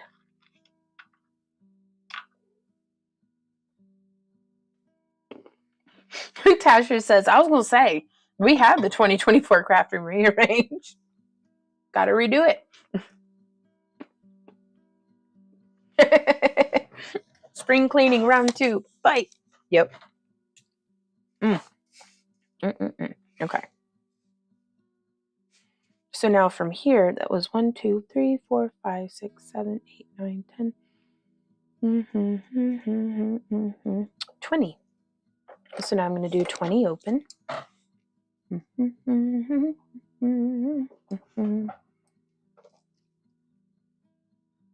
2, 3, 4. I did get those tables on Amazon, though I do recommend keeping an eye on Cabela's or Bass Pro Shop or whatever, like Academy, whatever sporting goods stores you have in your area, because if they carry it, sometimes they'll have sales or coupons or different things like that. Michelle says my little spiderlings are doing great. Oh, that's good to hear. I'm wondering about doing pothos cuttings for this year. Or I might bring gourds for everybody. I don't know yet. So much of it depends on van space. We'll get it figured out. Because I'm hoping my friend Pam might be done. She might be done with college by then. So I don't know what her new work schedule would look like. But I'm really hopeful that, because I missed her last year. She's precious to me, and I think y'all would love her. Hence no shop tour. It looks like a post-apocalyptic bunker down there. Oh, Joe.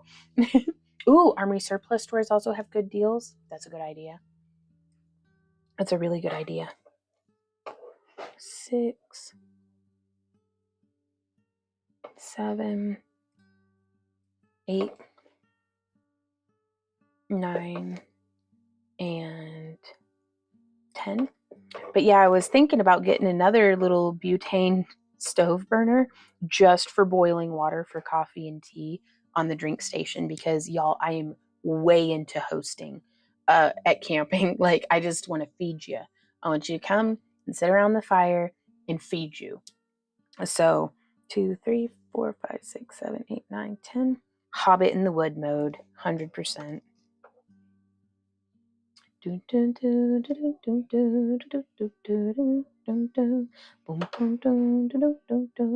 Mama Vaughn got you covered. Oh my God, our waitress at Cracker Barrel kept calling me Mama, and I'm like, okay, like, I'm into it.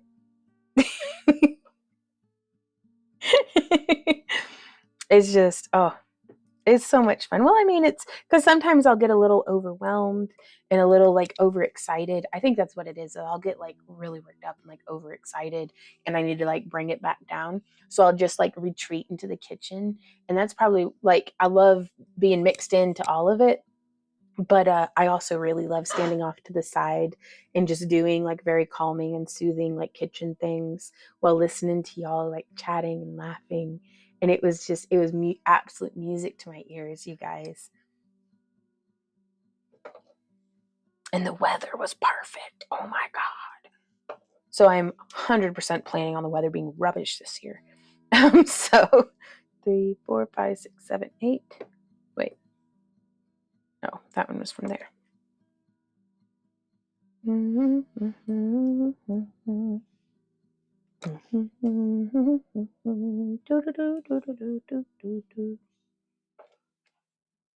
now I'm going to put one closed on each of these. And Michelle says, LOL, I'm going to bring my goodies again. Yes. Oh my gosh. I'm going to make some of the keto brownie muffins that I like to make. Hey, Abby, how's your day at work? Not bad. Your hair held up really well. It's very cute. Got a little bald, but like, what's there? Oh, no, you're good. But I get that. I made $40. Nice. That's the way to do it. We're making cordon bleus for dinner. Do you think you'd like one, or are you going to do your own thing? Okay. That sounds good. Do you want me to make any green beans for you, or? Okay. I guess I'll share my green beans. Sorry. You good. We'll be here. Hey, newbie here, just saying hi from Scotland. Well, hey, Rowan in Scotland. Welcome to the channel. What are you up to today? And so I'm just closing each of these. Yeah, Z's got his megaphone on. Well, he loves chewing on his butt. Yeah, you do. It's so good chewing on your booty. Yeah. But we put it on kind of as a little bit of a preventative measure, because we never know when to give him his flea pills in the spring. Because he'll just get real itchy in the spring, and I don't know if it's his winter coat shedding out that makes him so itchy, but he'll chew himself raw. And so it's mostly, right now it's for preventative, because he had not chewed himself raw yet, but we were also fixing to be gone for 4 days. So I was like, we gotta get this dog in order. So I may be giving him a bath with like some skin soothing stuff. I don't know, but in the meantime, he's very acclimated to wearing his lampshade. Remember camping in the rain many times as a kid, and the most beautiful rainbows. Oh yeah.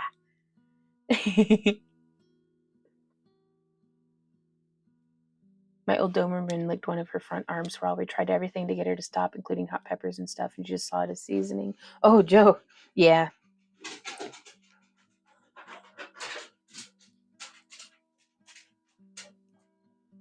But we try to brush him for him, so he's getting some, gosh, oh, itch it, kind of relief. But have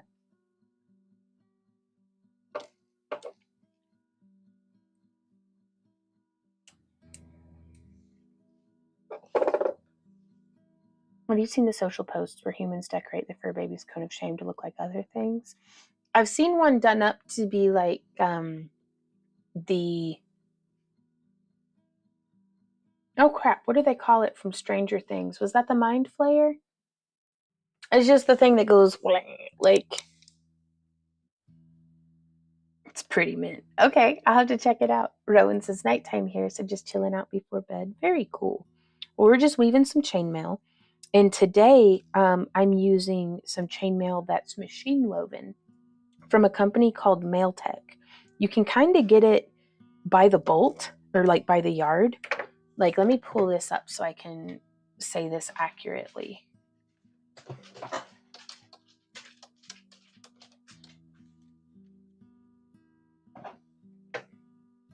There was a margarita doggo. Oh no. Okay. So they sell machine safety guards, all sorts of stuff. So I'm going to put this back into screen share for y'all.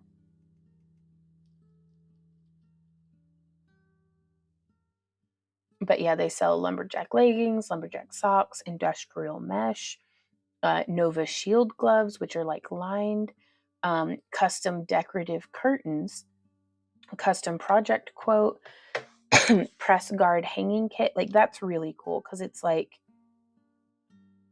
that way when stuff like bursts or whatever, it's not pinging across the whole dang old place. So I think that's pretty neat. Where did we find? Over here for the, so they have large, small, medium, and industrial. I'm pretty sure this is their small mesh. Oh, that's so sharp.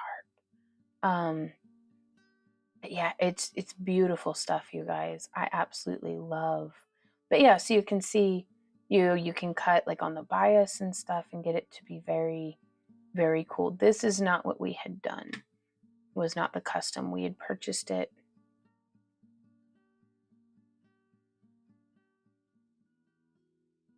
as like just a curtain. So if you wanted, like, let's say 1 foot of it, and then if you wanted it, how wide was this?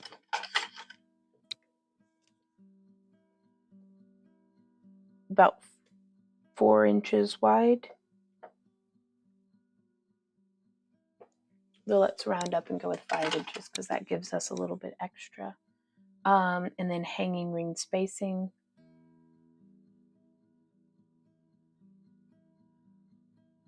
So it's $13 for, let's see, what is it for a square foot? $31 for a square foot. Now, to me, that's more cutting. I would rather get it in the same mass.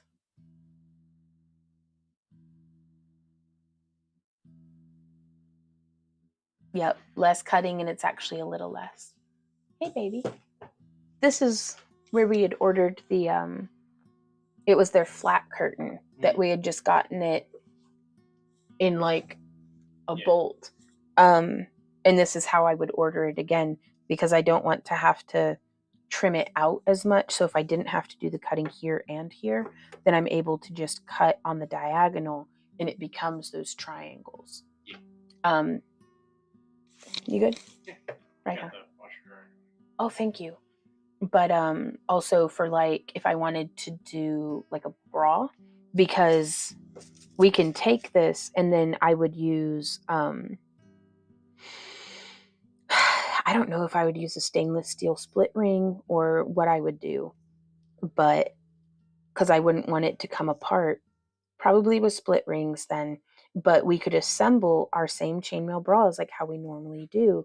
But where it comes together, and then we would do that 6-in-1 gather on the edge. I would have that by the 6 inches, or if you're working with someone with a particularly robust chest size, we could go as large as we want.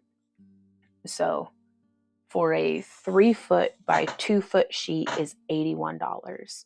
And I had to think to myself, it's like, how much would I have to charge for something 1 foot by 3 feet that's hand woven? More than $81. Not to mention the time that it would take. So this is why I've started getting machine woven chainmail. So, of cordon bleus? Oh, baby. Oh, I was 100% moving my hands. Yeah. Oh, were they hassling you at the place? Why were they hassling you, baby?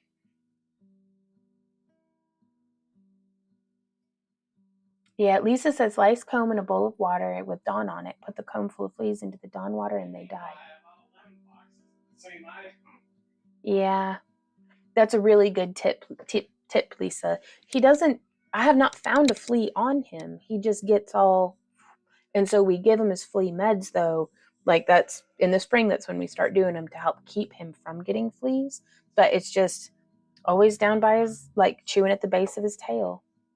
We can't see. Oh, yeah. Okay. So I was 100% moving my hands that whole time. I'm so sorry, you guys.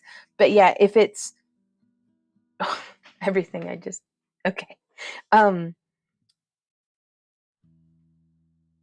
For a bustier cup size, I would make a larger triangle. So like this one, I would probably use for about an A cup, would be 2 of these and then the gather, just because I do, even for an A cup, I like to have a nice full coverage, just because you get more options that way, I think.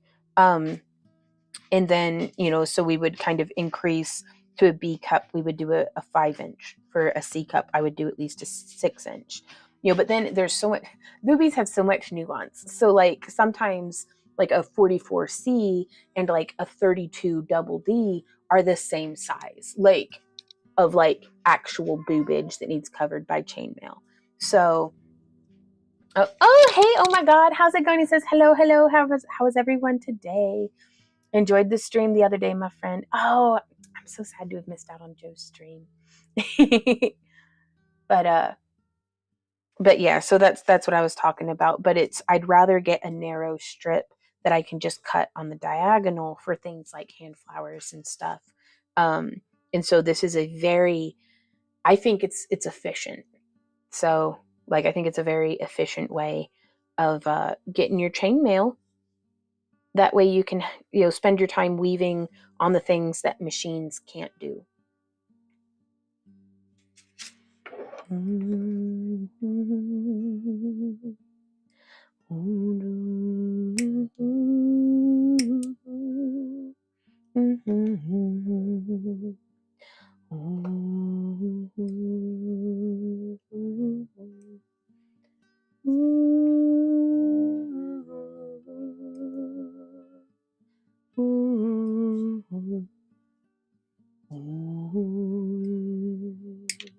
Oops.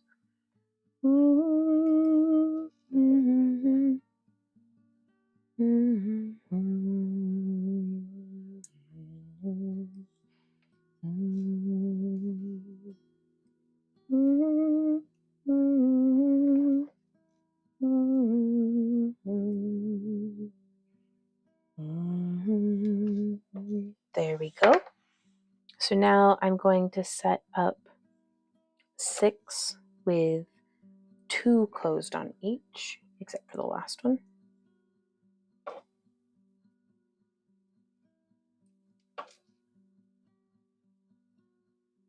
So there's 4, 5, and 6. And then I'm going to close 1, 2,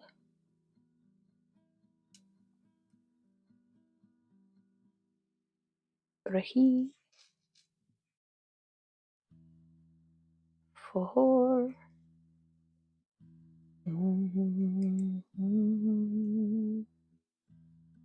5, and I don't know why I'm counting. I've only got 4 more to do, so we'll get through it. So there's 1, 2, and then, oh, excuse me, and then 2. And now I'm going to do a little bit of extender chain.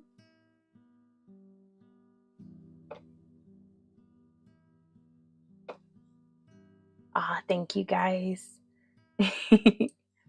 So I am super excited. I'm going to be spending my evening today after I come back in from the garden and after dinner gets cleaned up. Oh, well, thank you, Walk. I appreciate that. I'm going to be playing Manor Lords. I'm so excited. So I think the first thing I'm supposed to do is lay down the granary in the storehouse. And that way all of like my resources are protected from the elements. And then I think I'm going to put down a huntsman shed and a woodcutter shed, or the equivalent of it, because it's like I'm trying to not think just in terms of stronghold, but that's kind of what I'm thinking of.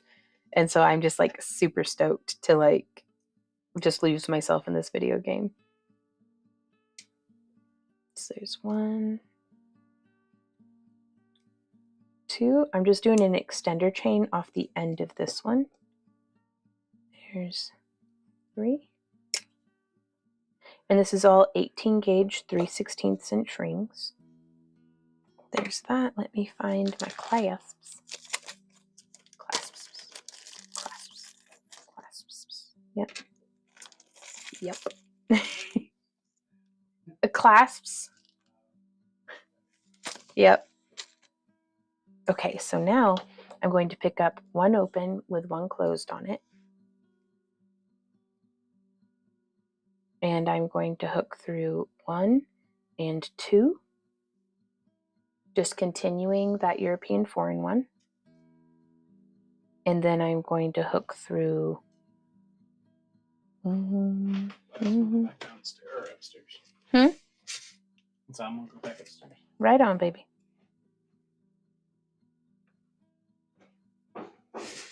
Because I want to make sure that the grains are the same. Even when the ring size changes, the grain remains the same.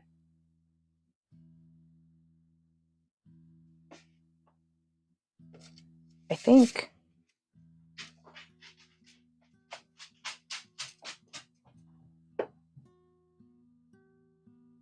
So I'm going to flip this. There we go.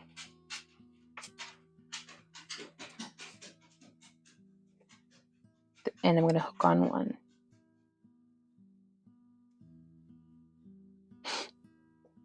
Now I'm going to pick up the next 1 open with 1 closed on it. I'm going to hook through 1, 2, and 3.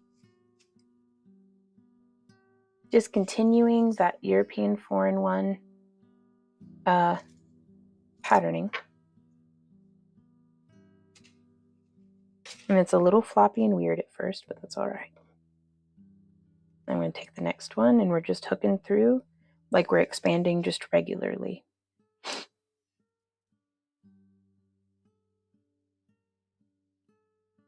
Hooking through again. Looking for adventure.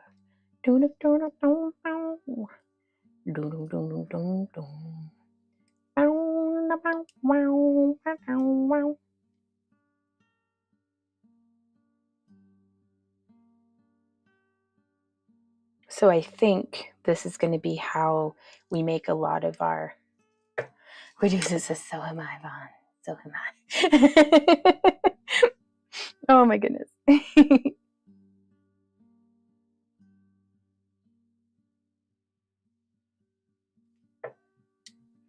Yeah, if anybody wants to do a little bit of free love for the channel, clicking the like button on our YouTube live stream is tremendously beneficial to our whole channel. It makes the algorithm super happy.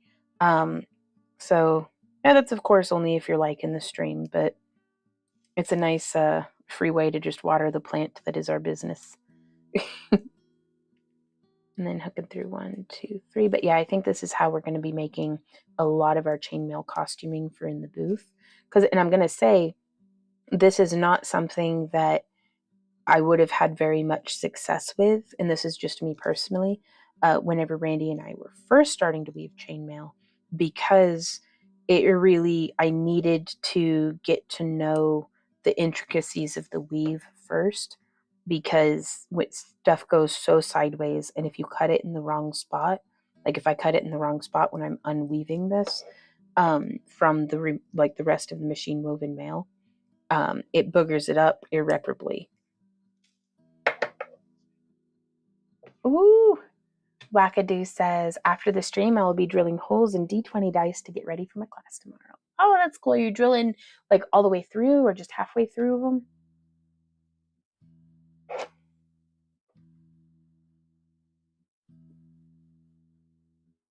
There's that.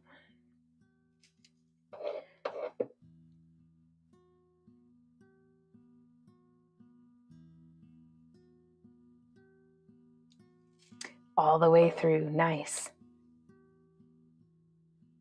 Oh, are these for your fidget spinners?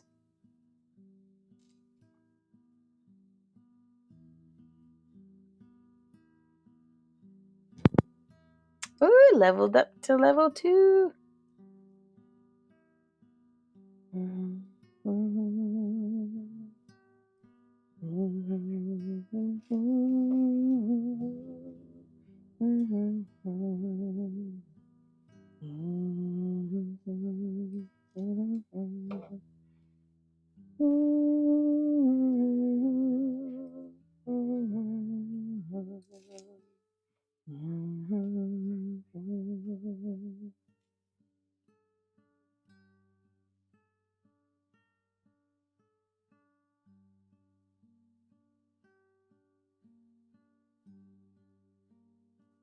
And so now we're transitioning into using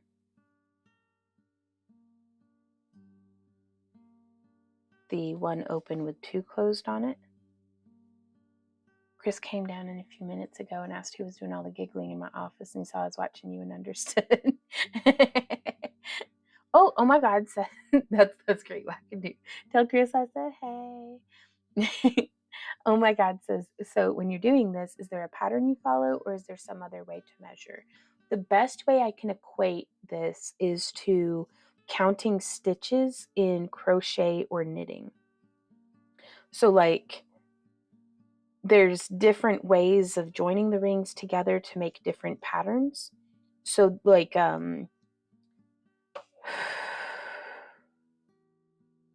so this is a European 4-in-1, so that lets me know that like it's this pattern, where each of the rings, each one ring, whenever it's woven in sheet, is going to have 4 others going through it, and it's a European weave, so it has kind of this weft to it.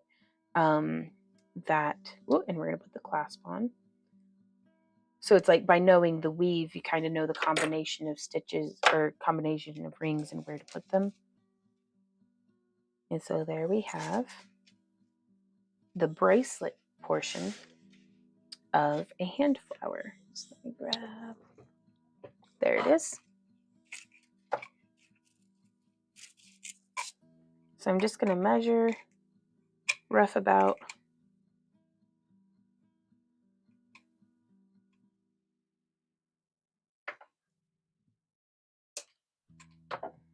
and this is plated iron chain from theringlord.com.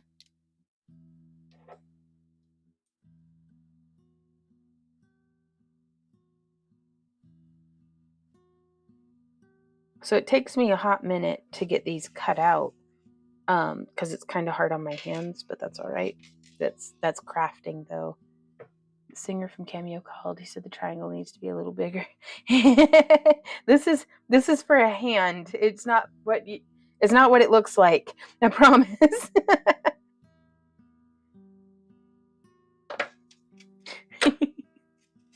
But yes, also. So it just comes over your middle finger, or whichever finger you like to wear it on. It says, ow. Not this time anyway. Yeah. Okay. Owie. For sure.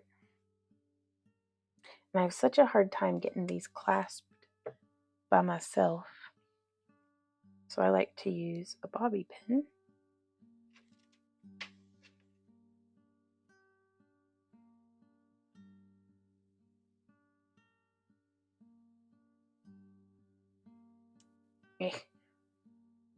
Ha! Shanika says, I'm glad you just said that because I just joined the stream and that looked bad. Doesn't it just? Yes, they do need a lobster claw tool. There we go. And so now hand flowers are very floppy. Like when you're holding your hand like this, it's just going to hang like that. I've seen some folks do where they attach a chain to here to go around the thumb. And I find that very cumbersome. I just deal with my hand being floppy. But it's a fantastic way because sometimes it's nice to be able to like just have the draping and everything. I love them, especially for like dancing and like just the way that it drapes and moves. I sold one of these to an interpreter, like a lady who does sign language. Like I think her company was it Nerd Interpreter or something, but it was really cool. But yeah, just the way that it drapes and to pet it is so nice. And I love finishing it off into just a nice little bracelet. That yeah, and it's like, oh, it makes everything so dramatic.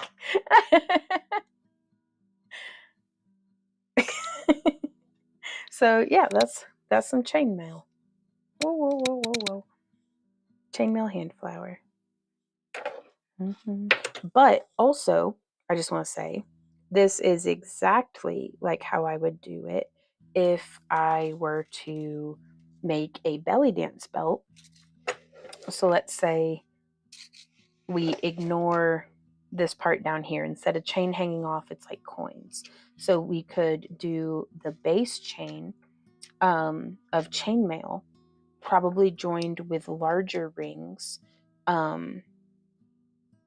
And I would probably, if this were a belly dance belt, I would probably do this with a 16 gauge as opposed to an 18 gauge. And then joined to like the 1 or 2 inch rings. That way we could have like tassels or something cool hanging down. And then I would just do the, like a fringe would look really cool. Now with this though, we can also go full on curved.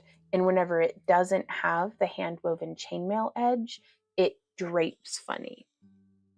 Ooh, hey art girl, how's it going?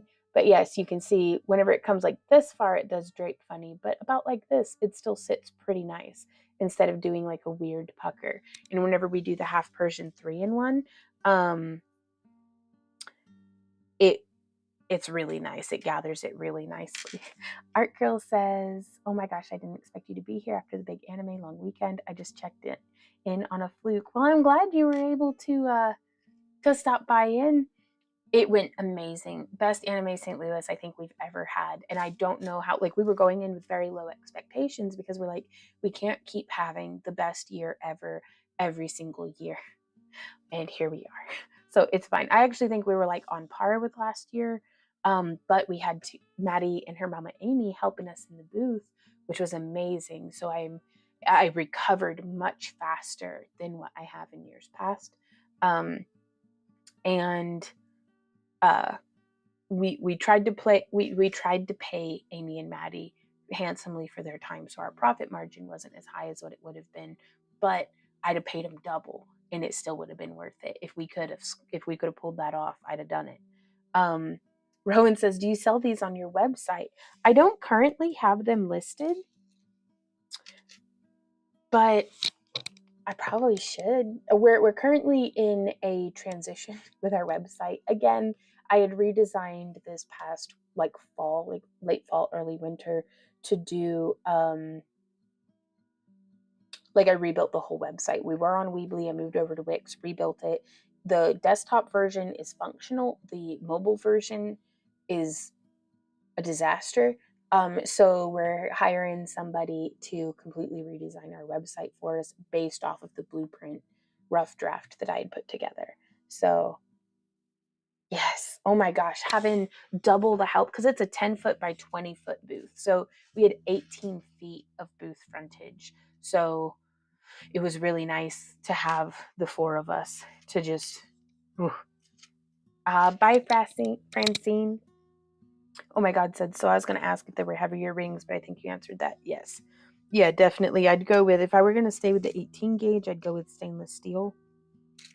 But I'd probably just up it to a 16 gauge. Though I'll need to experiment with that, but I just love, y'all. It's so tactile. The chainmail is so nice. Okay. Huck it into the dun bin. Let's make something else. Gotta keep working. We've got 40 more minutes in my work day. So let's see. That is a ton of frontage, but it's whenever you can only fit about 4 people in front of a 10 by 10, because with a 10 by 10 booth, if it's fronted across the front, because we keep all of our back stock and other things in the back, out of where the public can access,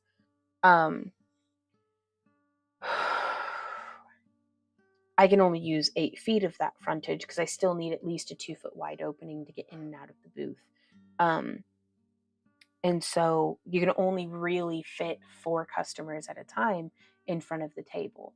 But whenever we get 2 booths, it more than doubles how many people we can fit in front of the table. We can fit, I should count. Next time we're super busy, I should step back and take a count. But we usually have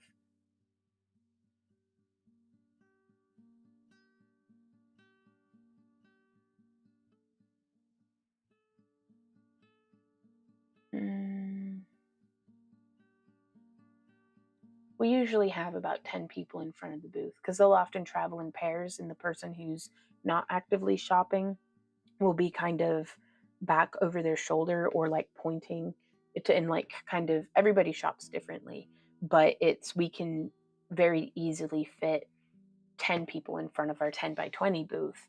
Not to mention we're large enough and we've got the TVs on the ends that we get people God, we had 2 or 3 layers deep of people looking at stuff and then being pardon me, and reaching in and being I'd like that one. And it was amazing.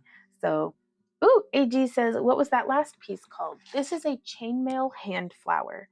I call them hand flowers. I've seen folks also call them slave bracelets. A lot of it depends on who you're selling to. But I like it. Or a finger bracelet. I've heard people call them that this weekend. Walk in the Rain says, you know what they say about too much of a good thing? Well, I say too much of a good thing is wonderful. Yes. I'll take more of a good thing, please. Bring. Thank you for the follow. Also, this is my first time here, new follower. Well, hey, Ag, how's it going? We are just in between projects. I think I'm gonna cut some wire. Ooh, I need to eat the rest of my lunch. I'm gonna run and take my dishes into the kitchen, and I will be right back. I'm gonna leave the microphone here with y'all. Y'all behave yourselves if you can.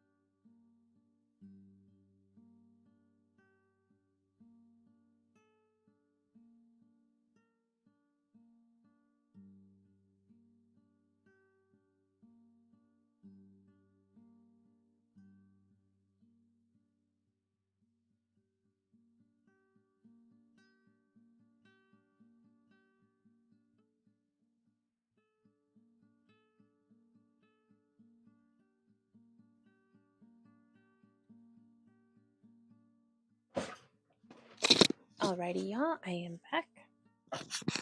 Behave? What's that? I'm not certain.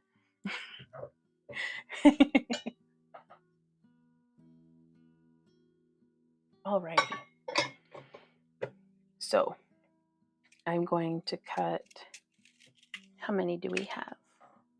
Let me see first off if I can pull these beads down without wrecking the city. Oh, there we go. So it looks like we have 1, 2, 3, 4, 5, 6, 7, 8, 9, 10, 11, 12, 13, 14, 15, 16, 18. I'm going to just cut like one at a time. Just because I don't know how deep into the day I'm going to be able to get. Now I'm cutting, let's do 13 inches on this one. And I do like to use my grooved ring mandrel for this project. You know what I need to do is make some Mobius flower rings as well.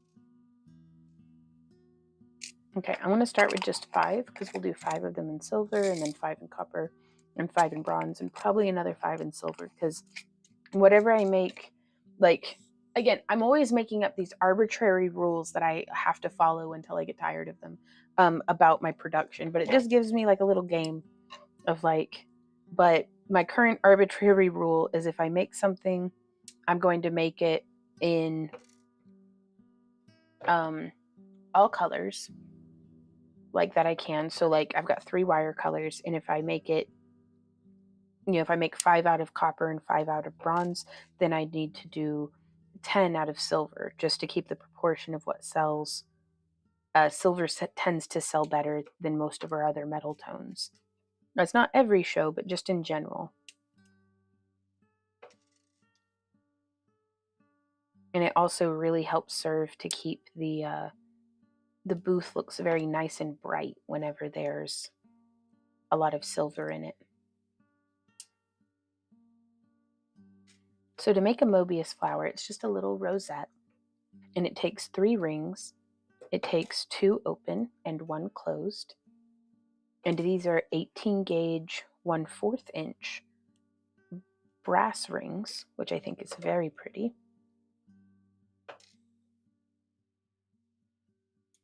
But these are something that we have like none of in the booth.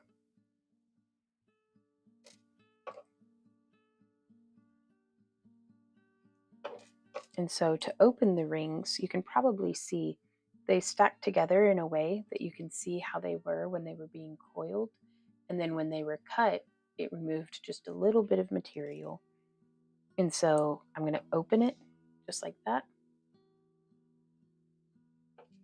And then to close it, I like to wiggle it shut, kind of pressing just a little, pressing the tips of my pliers in towards each other.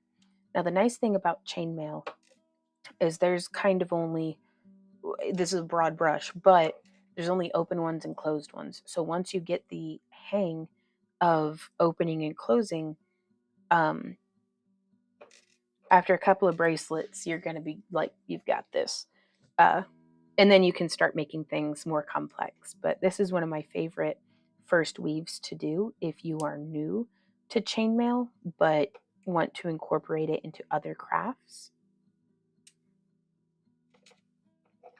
The first weave that I'd recommend if you're brand new to chainmail would be spiral chain, typically, because that one, it's a little tricky getting it started, but you're repeating the same exact thing in the same exact way for the whole length of it, whether you're making a bracelet or whether you're making a necklace, or you can go on and on with it forever until you run out of rings and inclination. But Shanika says, I know working with seed beads like I do takes patience, but chainmail is a whole other level. It can be, all of it takes patience, I think, but it's really a feat of endurance. And that's something that I really like about this weave right here is it's 3 rings, and that's going to make like that's it. That's all we're going to need. So it doesn't, not every piece of chainmail is a piece of armor. Thank goodness. Hey, Wendy. Wendy says, first time catching a live. You're the reason I have a successful small business. Oh my God. I have learned so much from you. Oh, well, I'm so glad to be helpful to you, Wendy. Let me get. There we are. But yeah, so now I'm going to go ahead and I'm going to cut. This isn't going to take a whole lot of wire. And in fact, I should do this with a thicker wire now that I'm thinking about it.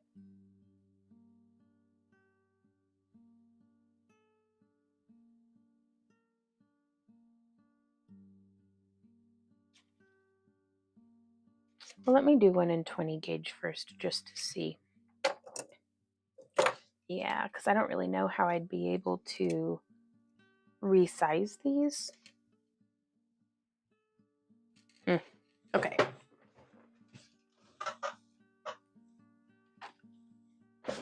So here I have the 18 gauge wire. I'm just going to pull off like 5 inches. It does not take much. And before I cut a whole bunch of it, I do want to make sure that this is going to get us where we're going. And for this one, I'm going to use my my mandrel that's just smooth. It doesn't have any grooves.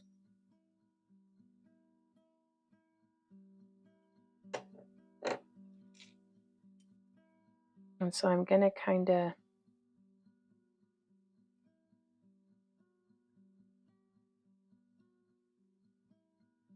So now that I'm carrying these in our booth as a ring design, I'll need to bring my 18 gauge wire with me when I'm traveling as well. That way I can do rewraps for folks. Because we could probably also use a 16 gauge wire. So I've just wrapped this around like that, where it overlaps just a little. So what kind of, I'd love to hear more about you, Wendy, if you don't mind sharing. What kind of business are you running? What kind of crafts do you do? Or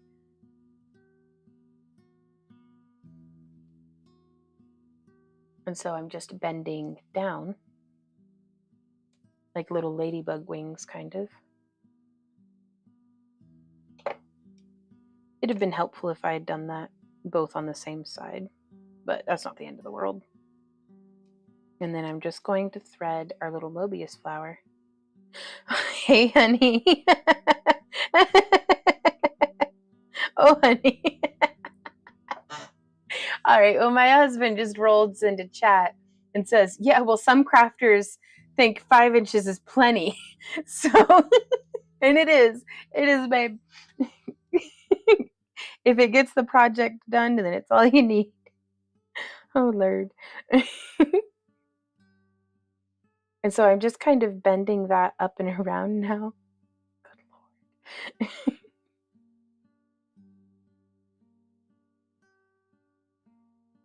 And do you see how it kind of just holds it? And I'm going to test this one, actually, because I think I should go ahead and do 2. Gauge is greater than length. That's true.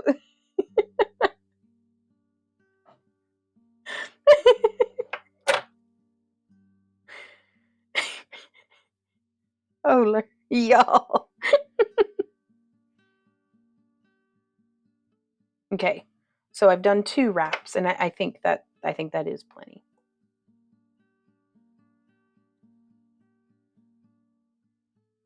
And now I just want to snip through, just one of them. Rowan says, apologies if you said this already, but where do you recommend getting jump rings for starting out chainmail? I don't mind answering questions, and I'll answer the same questions over and over for the rest of my life, and as long as it's helpful, I don't mind it a bit. I like getting, now here on the North American continent, I highly recommend the Ring Lord. but I think they have a pretty good shipping policy.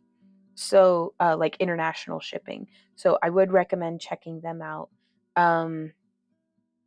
Do any of our UK members, y'all have any recommendations on chainmail jewelry or where to get rings like overseas? Hey y'all. Oh, hey Donna. How are you doing today?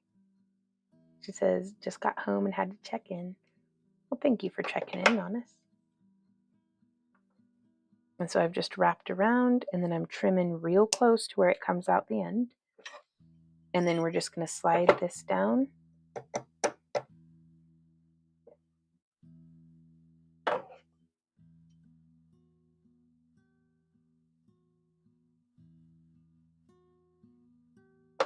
And I think that's a really fun chainmail design.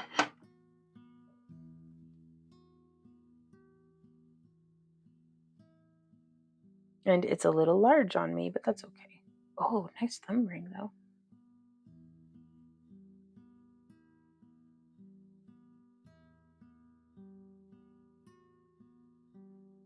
Like the band distorts really easily. I think that'll be all right. Ooh, Stacy says Aussie Mail has super nice rings if you live in Australia. I have ordered from her before. Beautiful rings. That's good to know. So now I'm going to try one that's like this, but with 20 gauge wire, because I think I've figured out how I'm going to do it. I love the look of a Mobius flower as well. And I'm going to snip like that. And then I'm going to, and sometimes the chainmail, like the Mobius flower, doesn't lay right. I just kind of pick it up and drop it or poke it until it does look like how it ought to again. And so for this one, I've just threaded them through and I'm giving myself a few inches.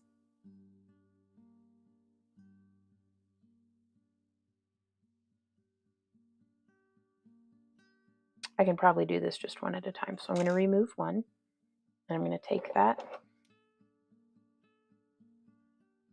Yeah, the 20 gauge is much easier to work with. Which part, Walk? Good news is I have 3 more rings to do this with.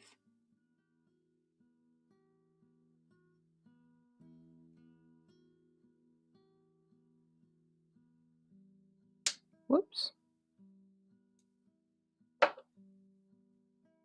Hey Kitty Mama, how's it going? She says, hey kitten, sorry to have gone AWOL. Been picking up some gigs bartending. Ooh, and got stuck in getting my Etsy shop up and running.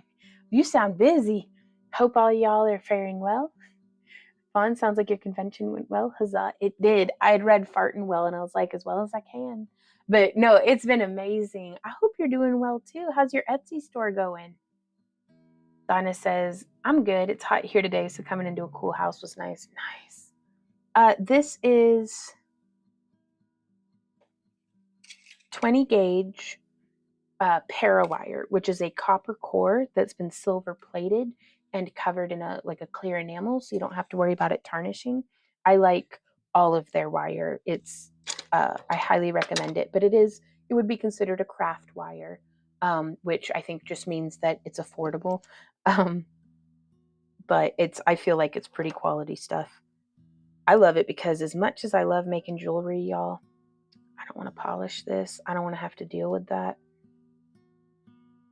Okay, so I should definitely give myself a little bit extra tail wire on this because I would like to be able to do, with the 20 gauge, I want it to,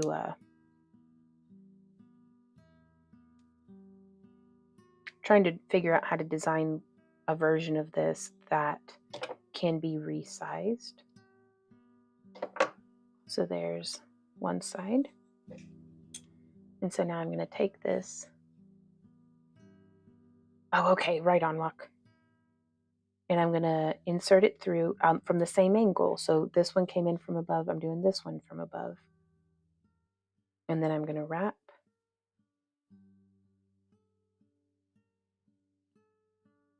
So that's got quite a bit going on. We'll get this figured out. Like, we're going to refine this into a perfectly replicable, sleek design. Eep. Well, yeah, we'll just go ahead and put you in there like that.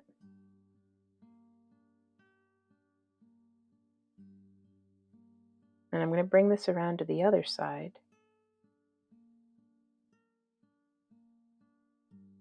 And see, and that's the kind of the style of wrap I was hoping to do.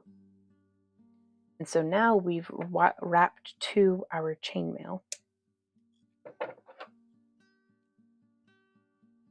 we go. Squishy smush. And from here, we have that going off in each direction. So yeah, I'm going to be using my smooth mandrel. In this one, we should be able to resize, so I'm going to make it literally at our largest ring size. Just because I'll show you.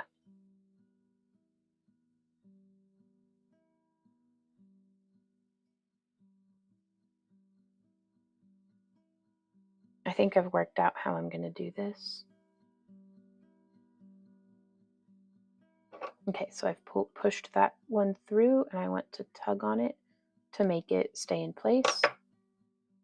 And then I'm going to feed this one through, and then I'm going to take it and I'm going to tug on it to make it stay in place. And again, I want it stacked right off to the side there.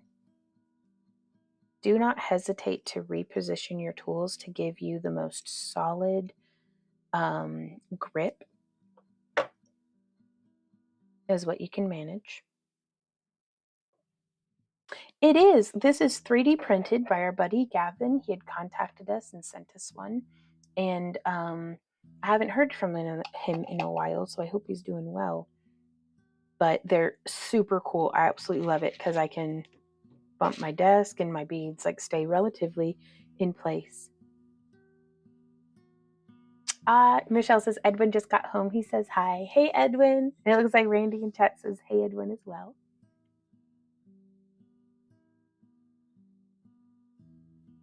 So yeah, to keep these nice and tight, I'm going to do another little bit of a cinch.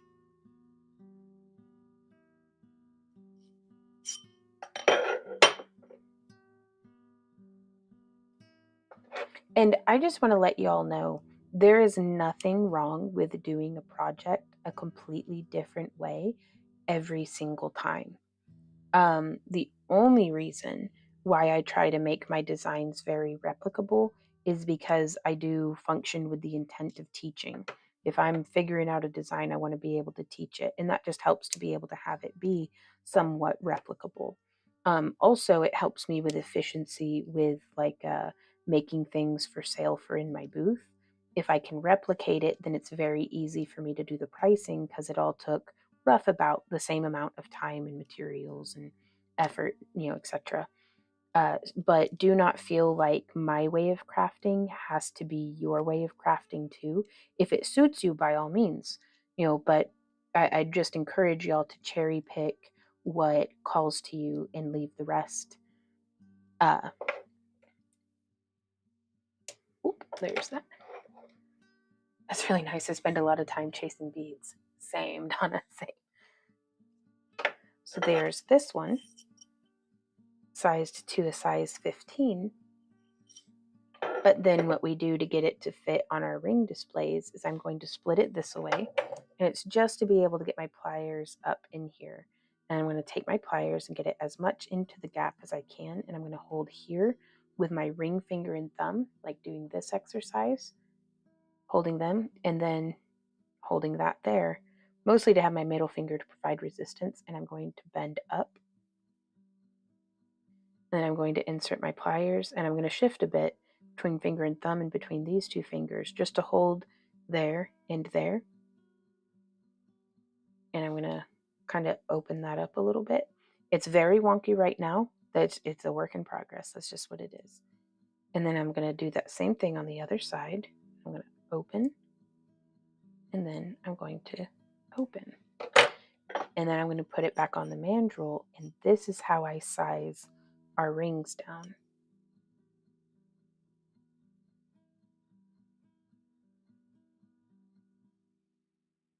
So you can also do this on the mandrel if you like. Whoop, which makes me throw my pliers apparently. And then I'm gonna go like that. And we can just tighten that down. Yeah, I really like that on the mandrel actually. It's a lot less clumsy. And then we can just taper that in. And I like to have, since that's how I resize our rings, I do like to have some rings that already have that sizing happening on it, because then I can take this, put it on my ring mandrel, and size it easily back up to a 15, and it just tapers that back down. Because otherwise, and I did a lot of rewraps this weekend because I had made some rings where it's like I'm going to make some that are a size, like I'd made like 5 at a size 5, 5 at a size 7, 5 at a size 10, and I'd sold out of all of the other sizes, but folks kept wanting the size, they kept picking the rings that were a size 5 because they were very pretty and we were very picked over. So I had to do some rewraps. So this is how I think I'm going to be doing our rings moving forward, is having them already be a little resized. And you can bring that in. And I also want to see how deep of a resizing I can get from a size 15. Because it looks like with this one, I can get it down to like a size 9 pretty comfortably.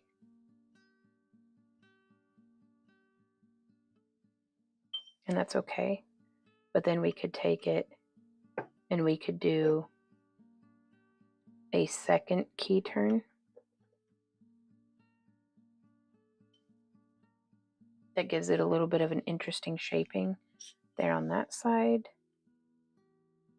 And then, and again, providing resistance against the wire will help it to maintain its shape.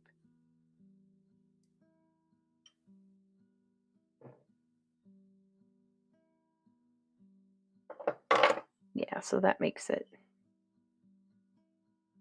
around a size 8 still.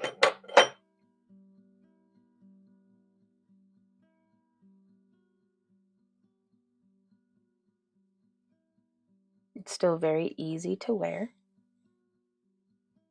Yeah, it's just a little 3-ring Mobius flower. And it kind of makes it look like it has a little leaf on each side. But again, all the material there is all the material that would be necessary is already there for if we want to stretch it up to a size 15.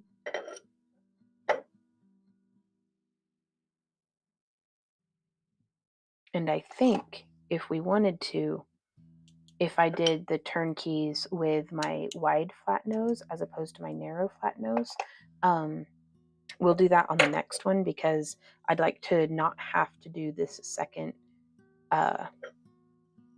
tapering if I don't have to. And I can always just rewrap it, but again, if I can just have it be easy to resize, I dig it. I dig it a bunch. Yeah, I think some more cardio or something's going to be in my future for this evening. Okay, so let's see, what did we do that with? So that's 12 inches. So I'm going to take 12 inches of wire and I'm going to cut it in half. So 2 6-inch segments. Oh, right on. Wendy says, I just ordered a kit from Chainmail Joe. I've only done a Byzantine bracelet, so I'm looking forward to making more stuff. Oh, I think that's going to be good. Like, that's a good kit, and it kind of sets you up to be able to do just about any tutorial, really. And so from here, I'm going to take another Mobius flower, and I'm just going to thread through, and I'm going to give myself enough of a tail. And I am just going to do one wrap kind of off to the side, and then I'm going to feed this through, and I'm going to do yes, just mirror imaged one wrap off to the side,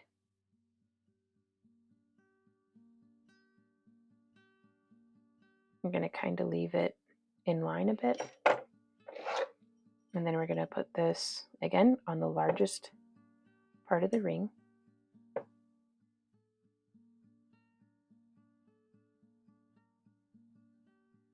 And I'm going to wrap these around, not letting them cross. And then I'm going to feed it up from underneath. Just trying to find my favorite way. There's a different way of doing every single thing. Every single craft, there's a different way. And they're all valid because it's about how you get there. Or it's about getting there. So however you want to do it, do that. Okay, so this one's coming around. And we're going to come up from below. I'm just going to grab the end, and then pull down. And so now we have both of these wires coming up and through. Okay, I know how I'm going to do this next time. Because don't worry about getting it super cinched yet. But we have these two wires coming through, and I'm just going to wrap it around the side here. And we're going to guide these two tail ends through, because we're going to do a little bit of like a wrapped loop.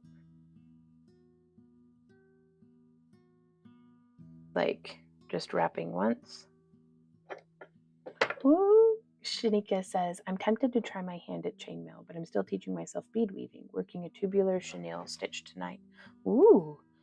Well, I'm going to say sometimes a change of pace is exactly what I need. And chainmail certainly would be a change of pace from beading. But everybody's craft is different. So sometimes, for what for me would be a nice change of pace would be a completely distracting derail for somebody else. So everything has its season. And you can always come back around to it a little later on. Okay, so I'm just going to scooch this down again, making it at a size 15, just so all the material that we could hope for is there.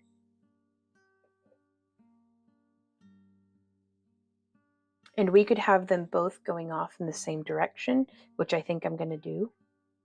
Just kind of mirror imaging.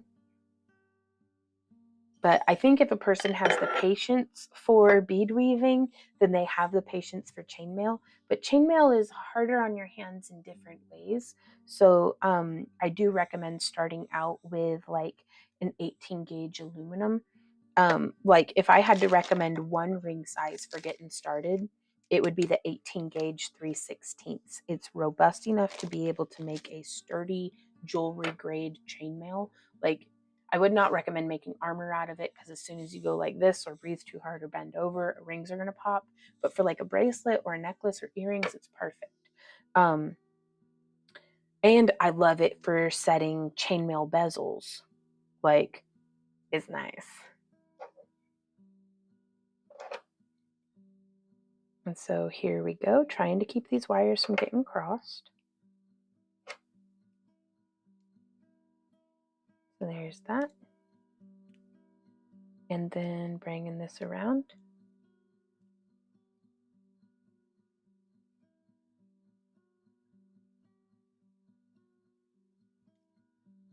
And you could add some little spirals if you're into that, but I didn't feel like this ring needed them. Am I feeling okay? Oh yeah, good.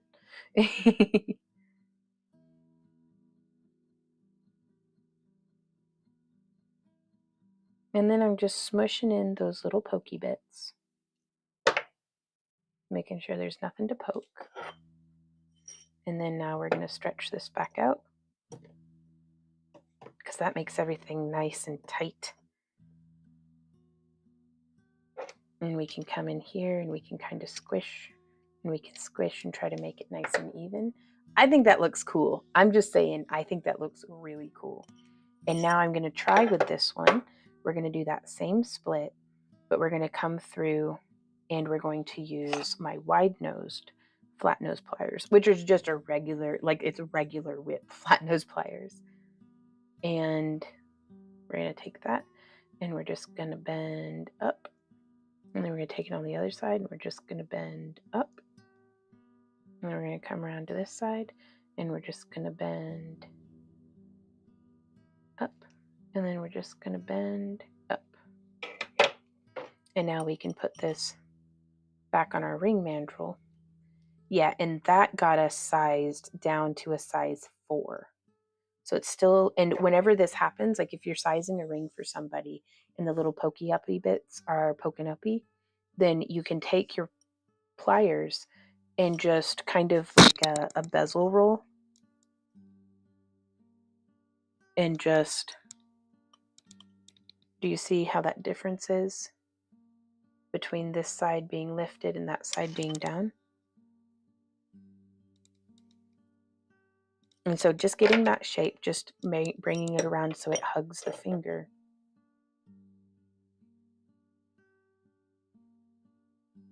Y'all, we could do one of these with anodized aluminum in all the different Infinity Stones colors and just make like a dramatic, like Thanos-esque.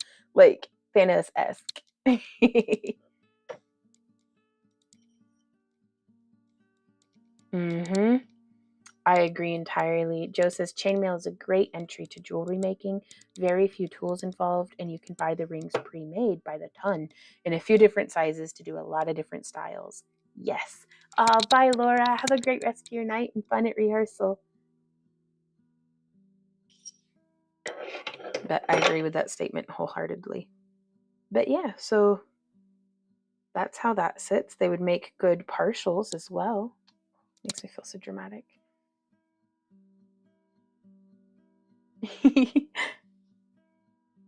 Oh, I missed some comments.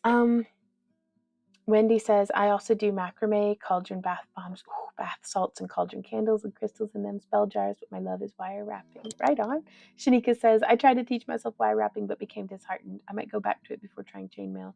I want to learn all the things. Wire wrapping's tricky and messy to start with. So if it's in your heart to want to try to do it, I highly recommend. Shanika, have you tried our wire wrapping masterclass? It's 7 episodes for free here on YouTube, and it takes you through making wire bead links, which I'm going to say that would be the first thing that I recommend to folks, is if you can get yourself some cute beads or something, and just practice making little links like this, which could incorporate beautifully into other pieces of chainmail as well. Or not just chainmail, but other pieces of jewelry. So like your beadwork or anything else that you might want to incorporate it in, because that way you're just getting one wire size and it uses 3 pliers. You could do it with fewer, but I would recommend you'll need your wire snips, you'll need your flat nose pliers, and you'll need some round nose pliers. And they do sell pliers where all 3 of these are in the same one, but I like to use the separate ones. I've never had a lot of success with the rosary pliers. It gets it done, but not as crispy and clean as what I would want it to be. Hey, Gamnet, how's it going? And Oksana's Crafts is absolutely a goddess. Oh my gosh. Because Wendy says, between Vaughn and Oksana Crafts, I've learned so many things. I think I can speak for Oksana on this one, that we're really happy to be helpful to you. And I would never speak for somebody else, but again, she's an absolute queen. But yeah, just practice making a whole bracelet or necklace or something out of just these links. It'll get boring pretty quick, but it'll familiarize you so much with just doing that bending motion and figuring out how to provide resistance to the wire to get crisper bends.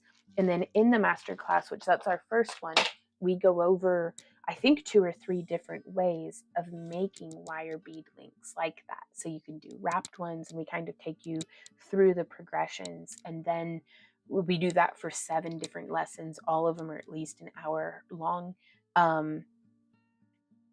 Oh, right on. Shanika says, that's how I make my rosaries. I haven't done the master class. Right on. Yeah, and it's because we go over spirals and just, we try to give you a really solid foundation to focus on just single and individual techniques. That way, by the end of it, you can start bringing them together, because so much of wire wrapping is a lot of that. You can break it down into its most basic components. Whoo, it's that time of day, y'all. I gotta go get dinner started. Boop, boop. Though, actually, I think Randy might be helping me with dinner tonight because I've got a date with the computer. I'm gonna play some Manor Lords and rule over a village of Sims in the medieval time and be like, yes, make bread. Grow goats. They have goats. They have sheep. They have chickens. I'm excited. All right, guys, let's go raid somebody. That's a really good way of putting it. Designed by Joe says wire wrapping is a lot of creative problem solving. Isn't it just? Like it so much is. Oh, that's some good Wawa. Okay. So let's see. Well, first off, I want to thank all of y'all for coming here and hanging out with me today. Today is absolutely blown by. We've gotten so much work done. I've really enjoyed delving into these rings. So now I have something to be working on next. And then... well,